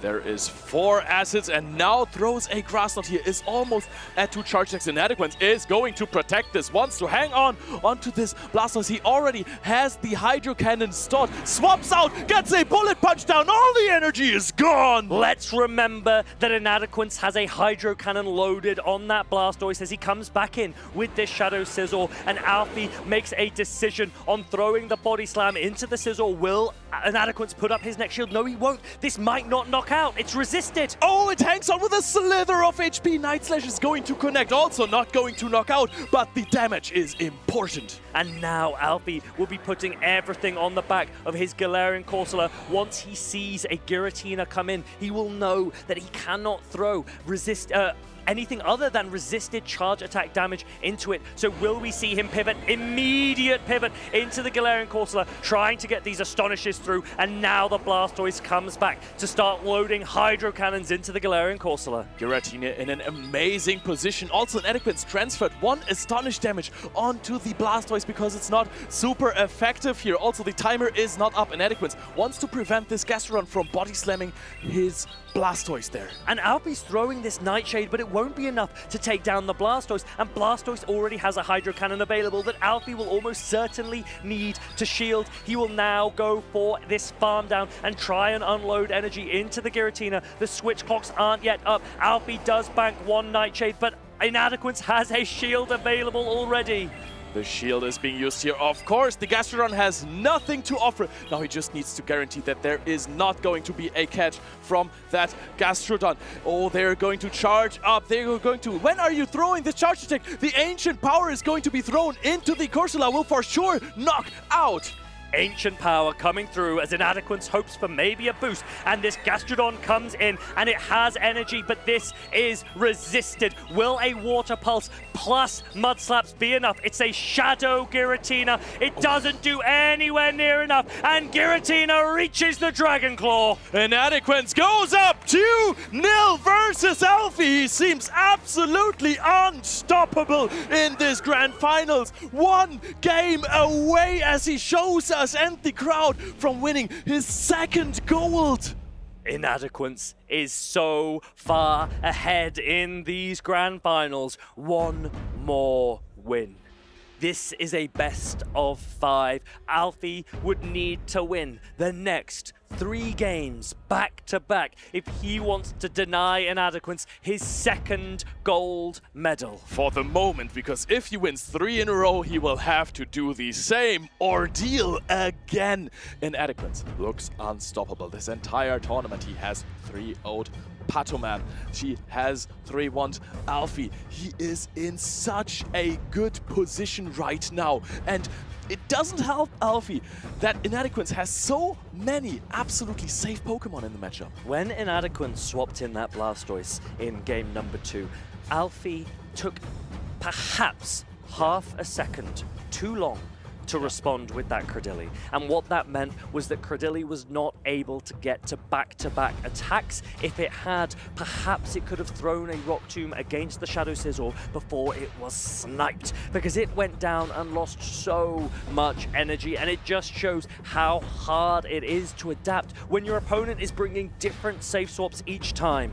And look at how high the standard is that he keeps to himself. He's shaking his head like he was in some sort of a pickle here, while Alfie is also absolutely locked in. Focus, doesn't give anything away, shows no signs of frustration from 1 game of Pokemon Go to the next to eventually try and become the Frankfurt Regional Champion. But his opponent is no less than Inadequins, the absolute champion of Utrecht, world's runner-up, and maybe future Frankfurt champion. It's game match point for Inadequins. Game number 3 kicks off with Blastoise up against the Galarian Corsola. 2 bulky Pokemon, one with access to that super efficient Hydro Cannon, the other with just residual Astonish damage and Nightshades that can chunk its way through. Inadequins strikes first as Hydro Cannon lands. He's outpacing the Corsola as well, already at the 2nd Hydro Cannon, while Alfie is still going for Astonish after Astonish, perhaps wants to go up to 2 Astonishes. And we've seen before what can happen when you leave your Pokemon low. You do leave them susceptible to a snipe when a Pokemon comes in from the back benches and takes you out before you're able to unload your energy. Alfie does not want to let that happen, and he banks up as much energy as he can before he takes out this Blastoise. Corsola, I want to say, is now in perfect farm down range for anything. Alfie will have to react quick to the Pokemon that Inadequins is bringing in. It is going to be the Shadow Giratina, and he gets the full 3 Shadow Claw farm down. Giratina is incredible neutral in this matchup. Alfie does not want to give alignment. He won't want to give up shields easily. This is the matchup that he wants the Dunsparce in, but he recognizes that Dragon Claw is such a powerful move. I wouldn't be surprised to see him farm up to a ton of energy to prevent prevent Inadequins from aggressively swapping in something that could take the energy. He gets a free rollout through as well. That could be huge for him. That might have sent him over the 100% range though, because he has a lot of energy already. The Giratina is sitting there. It is still bulky. It is not going to take too much damage, but maybe 2 Drill Run will be enough to knock out. However, Inadequins is 1 shield up, and he only needs to land 1 Trailblaze. Oh, wow. Drill Run now coming through just before this Night Slash. I think each of us have bated breath as to how this game is going to end. We've seen that the Giratina still has health available. There is a Gastrodon in the back, and Inadequins is able to one-shot it potentially with a Trailblaze. Alfie's going to come in now with that Gastrodon, and there is a huge shield decision to make here. If you let this through, you will lose. Is the shield going up? Yes, it does. He protects Gastrodon from this massive damage. The timer is almost up for Inadequins. Alfie is racing to that Body Slam, trying to get it off. I don't know if Body Slam will be enough. Is Inadequins now at the Trailblaze? Can he knock out, or will he have to swap out immediately into the Giratina? He's trying to reach for the Trailblaze, but the Mud Slap down is happening. Giratina's coming in a last-ditch effort, but this is not enough HP. A massive moment for Alfie as the Gastrodon is able to Mud Slap down the Shadow Sizzle. My heart was stopped. Inadequins and Alfie's probably were too. And now Gastrodon claws 1 game back from Inadequins in this Grand Final series. The first time Alfie did not get the favorable lead, he all of a sudden wins the game, and that speaks for how neutral these matchups really are right now, because if you are safe swapping your Pokemon into another matchup, you might get a little bit of an energy head start that in game 2 won Martijn the game. Every moment matters. Every decision at every level, every half second in these Pokemon Go Grand Finals could be critical to decide the outcome. Who will be the Frankfurt Regional Champion? Alfie has 1 point on the board, and he needs to use that momentum. He needs to get this next game as well if he wants any chance of claiming gold for himself. He needs to win 5 more games against the Titan that is Inadequins, but if he wins 2 in a row, he has more breathing room. Inadequins, on the other hand, he is 1 game away from victory. Are we maybe seeing him again going back to this strategy he had before? Shadow Caesar lead with Blastoise and Giratina in the back? The players look almost ready to go. Inadequins calculating how can he utilize his Giratina altered Shadow form to best effect, and Alfie plotting what can he do to stop it. The players are locked in. Game number 4 of these Grand Finals are ready to go. Here we are. Inadequins versus Alfie, and Inadequins with a huge lead, absolutely walling the Gastrodon with Shadow Giratina. Alfie is farming up some energy. Is he maybe trying to get, what's he going to switch into? Dunsparce is the only real answer. A big Dragon Claw coming in through. This got a massive damage buff this season. It's a little slower to reach, but look how much damage it does to the bulky Gastrodon. And now Alfie will come through with this Dunsparce to try and sponge some energy. Inadequins says, I'm happy to throw Dragon Claw once more. This is looking super strong for Inadequins. Non-same type attack bonus boosted damage from Dunsparce is existing, but if it is against a bulky Pokemon with no super effective damage, the damage is really lackluster, and Gastrodon is so bulky. Let's remember that Alfie does have the switch clocks completely misaligned, meaning the energy on that Gastrodon might be able to go onto a Pokemon better than the Shadow Giratina altered.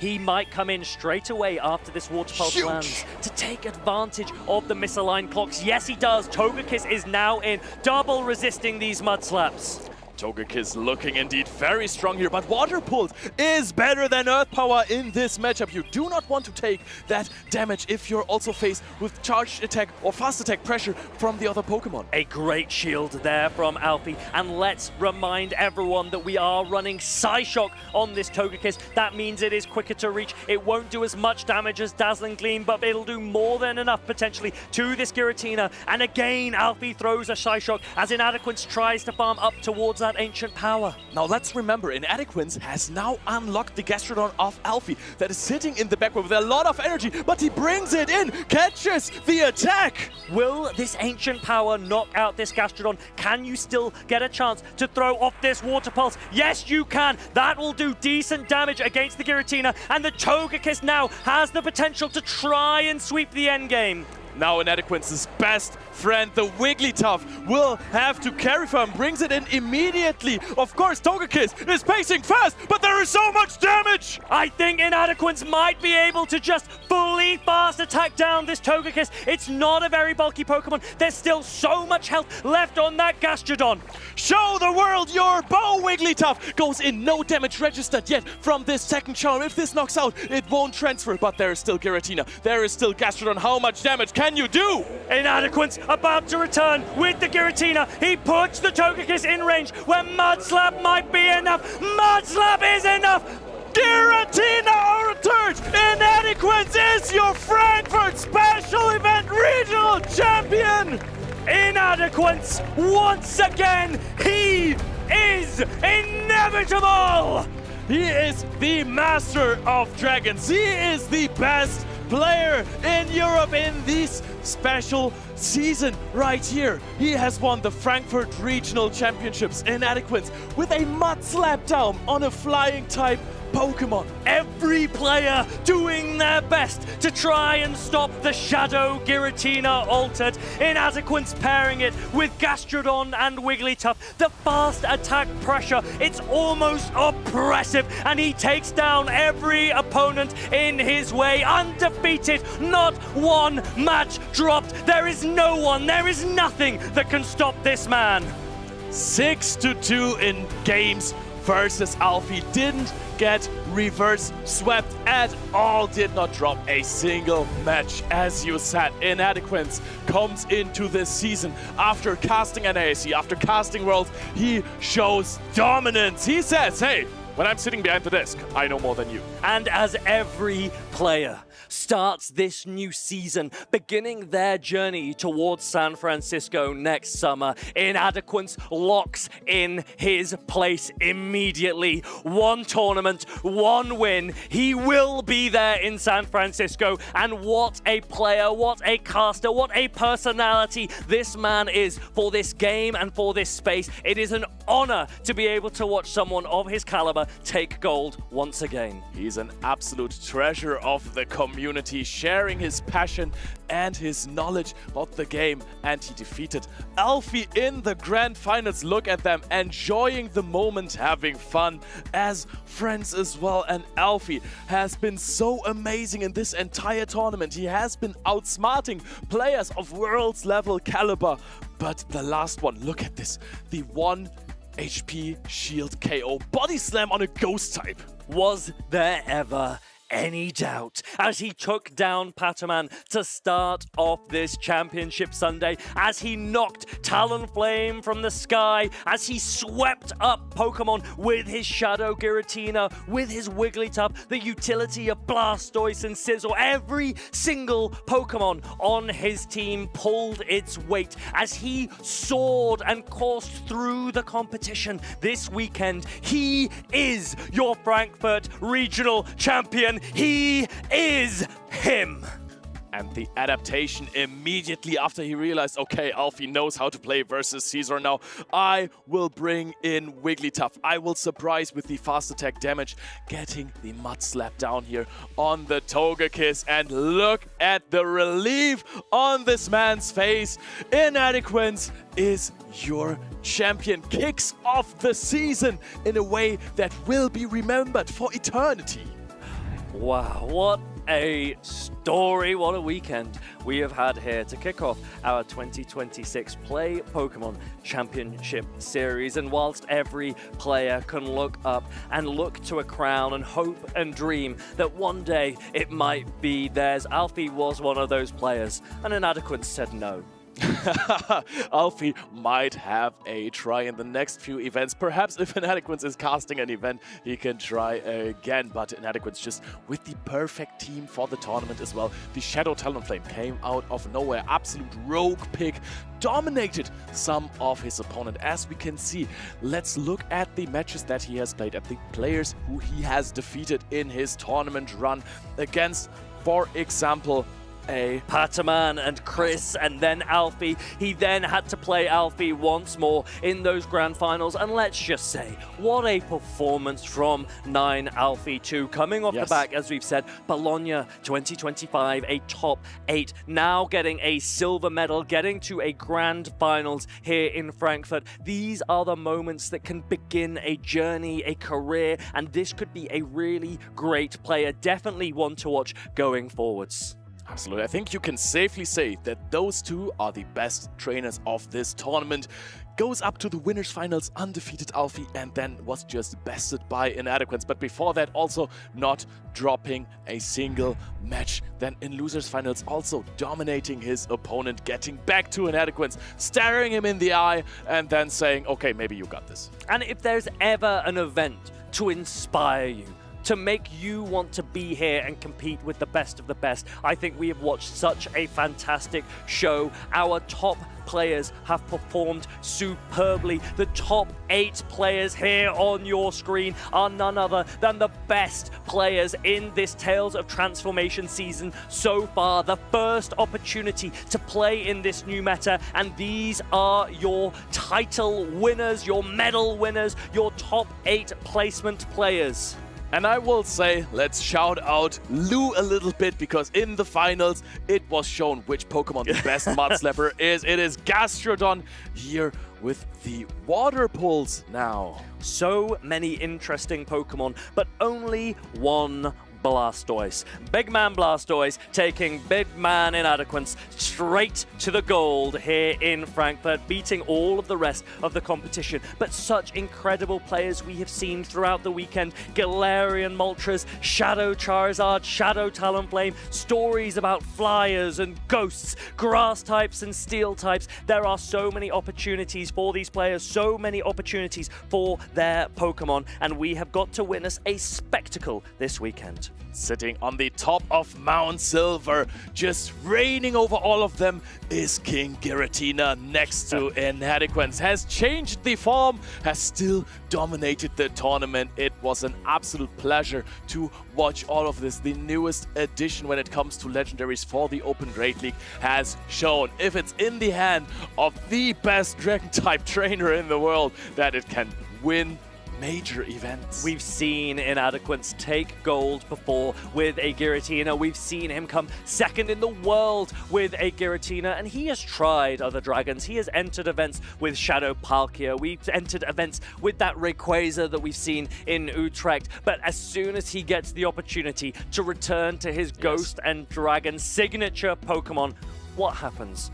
What else would happen? He comes out on top. Yep, and you can just see the difference that the coverage makes, right? When you watched the World's Finals that he played back then.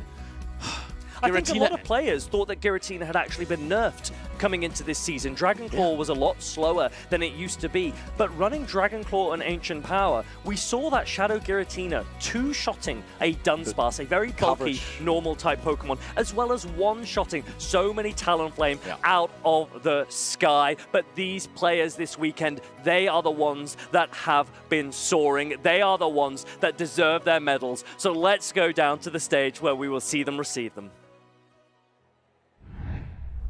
They most certainly have been the standout Pokemon trainers from this weekend. And I think it's safe to say that Frankfurt has kicked the 2026 season off in style. But let's get to our award ceremony. Our 4th place finalist, a trainer who has had a stunning run across this weekend after being away for a few years, is back in action. Please give it up for Ripley!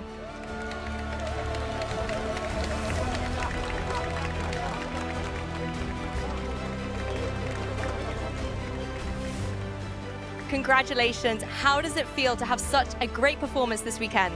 I mean, I haven't been in one of these kind of tournaments for quite a while, so I took like 2 years off, So I was quite nervous, and my expectation was just don't go to 0 and buy. So standing here really means a lot to me, and I feel like it was really valuable to connect with the community again. I really enjoyed the social event, maybe a bit too much for my own sake, but I think it was really all worth it, and I'm hoping to one-up this, or maybe three-up this in the next occasion. So yeah, I see what the future holds, but so far I'm pretty happy with my result. Yeah. Fantastic. It's great to hear that you exceeded your own expectations, and we look forward to seeing your name throughout the rest of the season as well. Give it up one more time for your 4th place finalist, Ripley! Now, in 3rd place, a trainer who almost needs no introduction. This trainer is a master in charm and has already, at the start of the season, got another medal to his name. You know the name. Give it up for Paman!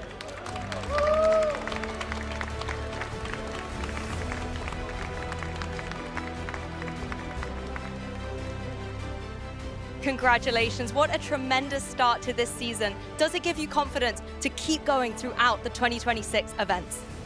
Yeah, so basically I think I'm confident about this result.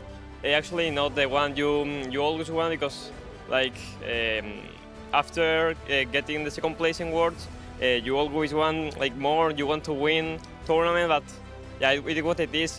My opponents played well, and that's all, yeah. Well, you played incredibly well too. It's been a joy to watch you throughout this weekend, and I know we will see you doing tremendously well at the next event. One more cheer for Paman! Now, our 2nd place finalist has had us on the edge of our seats almost every single game. This trainer has taken Togekiss to soar to victory. It is Alfie!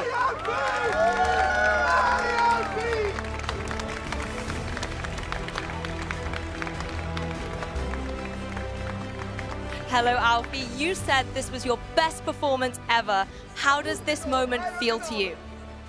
Ancora non ci posso credere, nemmeno nelle mie più rose aspettative mi aspettavo di arrivare fin qui. Voglio ringraziare i ragazzi per il supporto che mi hanno aiutato tanto, ma soprattutto voglio ringraziare mia moglie, perché questo weekend era il nostro primo anniversario di nozze e lei mi ha permesso di venire qui, quindi devo almeno portare la cena. I thank all my friends and my wife, and I'm very excited to be here. And I was not expecting to get this far during the tournament. So yeah, a big shout out to my friends, my wife, and yeah, that's it. I mean, once I saw your Gastrodon, I had no doubt that you would do incredibly well. I look forward to seeing what you're going to do next. One more cheer for our 2nd place. It is Alfie! Okay, so name a more iconic duo than Giratina and Gastrodon. I don't think I can. I think it's time to celebrate the trainer who piloted them so beautifully to victory, your Frankfurt Regional Champion, Inadequins!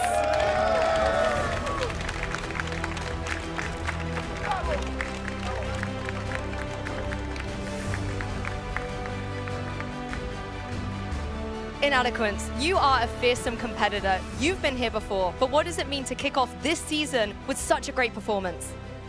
There's so much to tell, so little time. I just want to start off by, maybe this doesn't answer your question exactly, but I want to shout out Paman. I feel like we did this together. A couple weeks after the World's Grand Finals, I messaged him to check how he was after being in such a good position to win it all. And like no one else, I felt like what it was to lose the Grand Finals as European. And now I got 3rd place as well, so big congratulations to him. I feel like this is something that we both really wanted. And just the product of all the practice I've offered and done myself through my servers and with my friends, I feel like it's iconic that I had a team locked in for a week and a half. I practiced with it, and I did it. Insane. I think that's one of the beautiful things, that it's your win, but you can also celebrate everyone else's wins that have helped you get to this point. And on that note, is there anyone out there you would like to thank who helped you get to this moment? There's too many people. I will forget someone. Let's United for sure. I have joined another team now, Waste Potential. But I've not part ways with my good friends. I've been part of my teams from EU Emperors for 5 years, and I will always love them. I love that. It's such a great team spirit here at Pokemon, and you certainly have excelled to great success this weekend. I'm looking forward to seeing what you and Giratina get up to next. Trainers, can you give one more loud applause for Inadequins? So, we're nearly at the end. The medals have been given out. Our champion has been crowned. But us casters have still got a few more things to say to wrap up the event. So let's kick it over to the couch. We'll be there in just a few moments.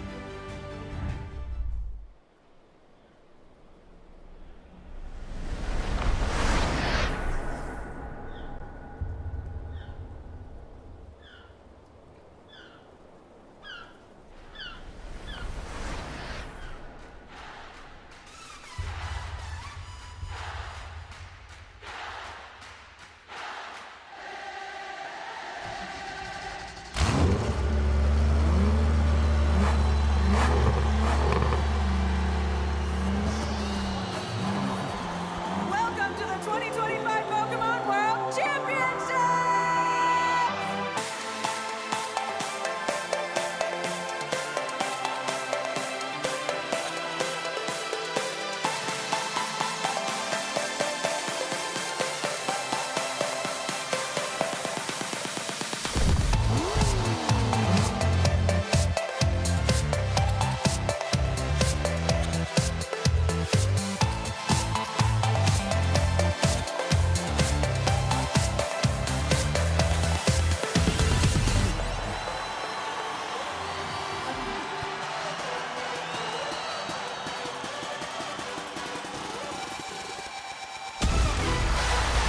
This is what Pokemon dreams are made of!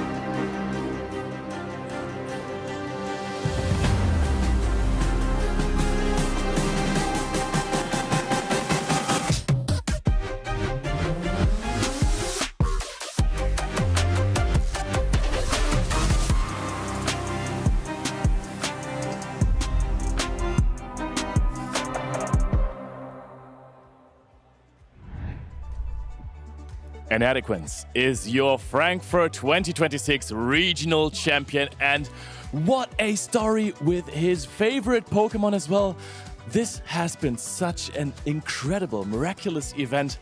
How are you feeling about this? I just think it's one of those moments where, coming off the back of NAIC that he casts, coming off the back of Worlds that he casts, and he tells me, I'm not casting Frankfurt to kick off the season, I'm planning on winning it instead. And obviously we laugh and we smile, and I sit here and I watch him and I just think, of course, of course. It's inspirational, and I think that's really the key thing. Not only is he an incredible commentator, but the fact that he can put those skills to the test outside of the casting desk as well in such tremendous fashion makes him formidable in more ways than one. I just really loved his team though as well. He was someone who wasn't using actually the top meta picks. He wasn't using a Corsair, he wasn't using a Marowak. He had his own style, and this was all that he needed. He had his own Pokemon, he had his trusty Giratina, and we saw on what this Giratina can do. He's not only a regional champ, he's also the people's champ. But let's not take anything away from the other trainers that we have seen succeed this weekend. It has been a weekend of top gameplay, and those are our top 3 players.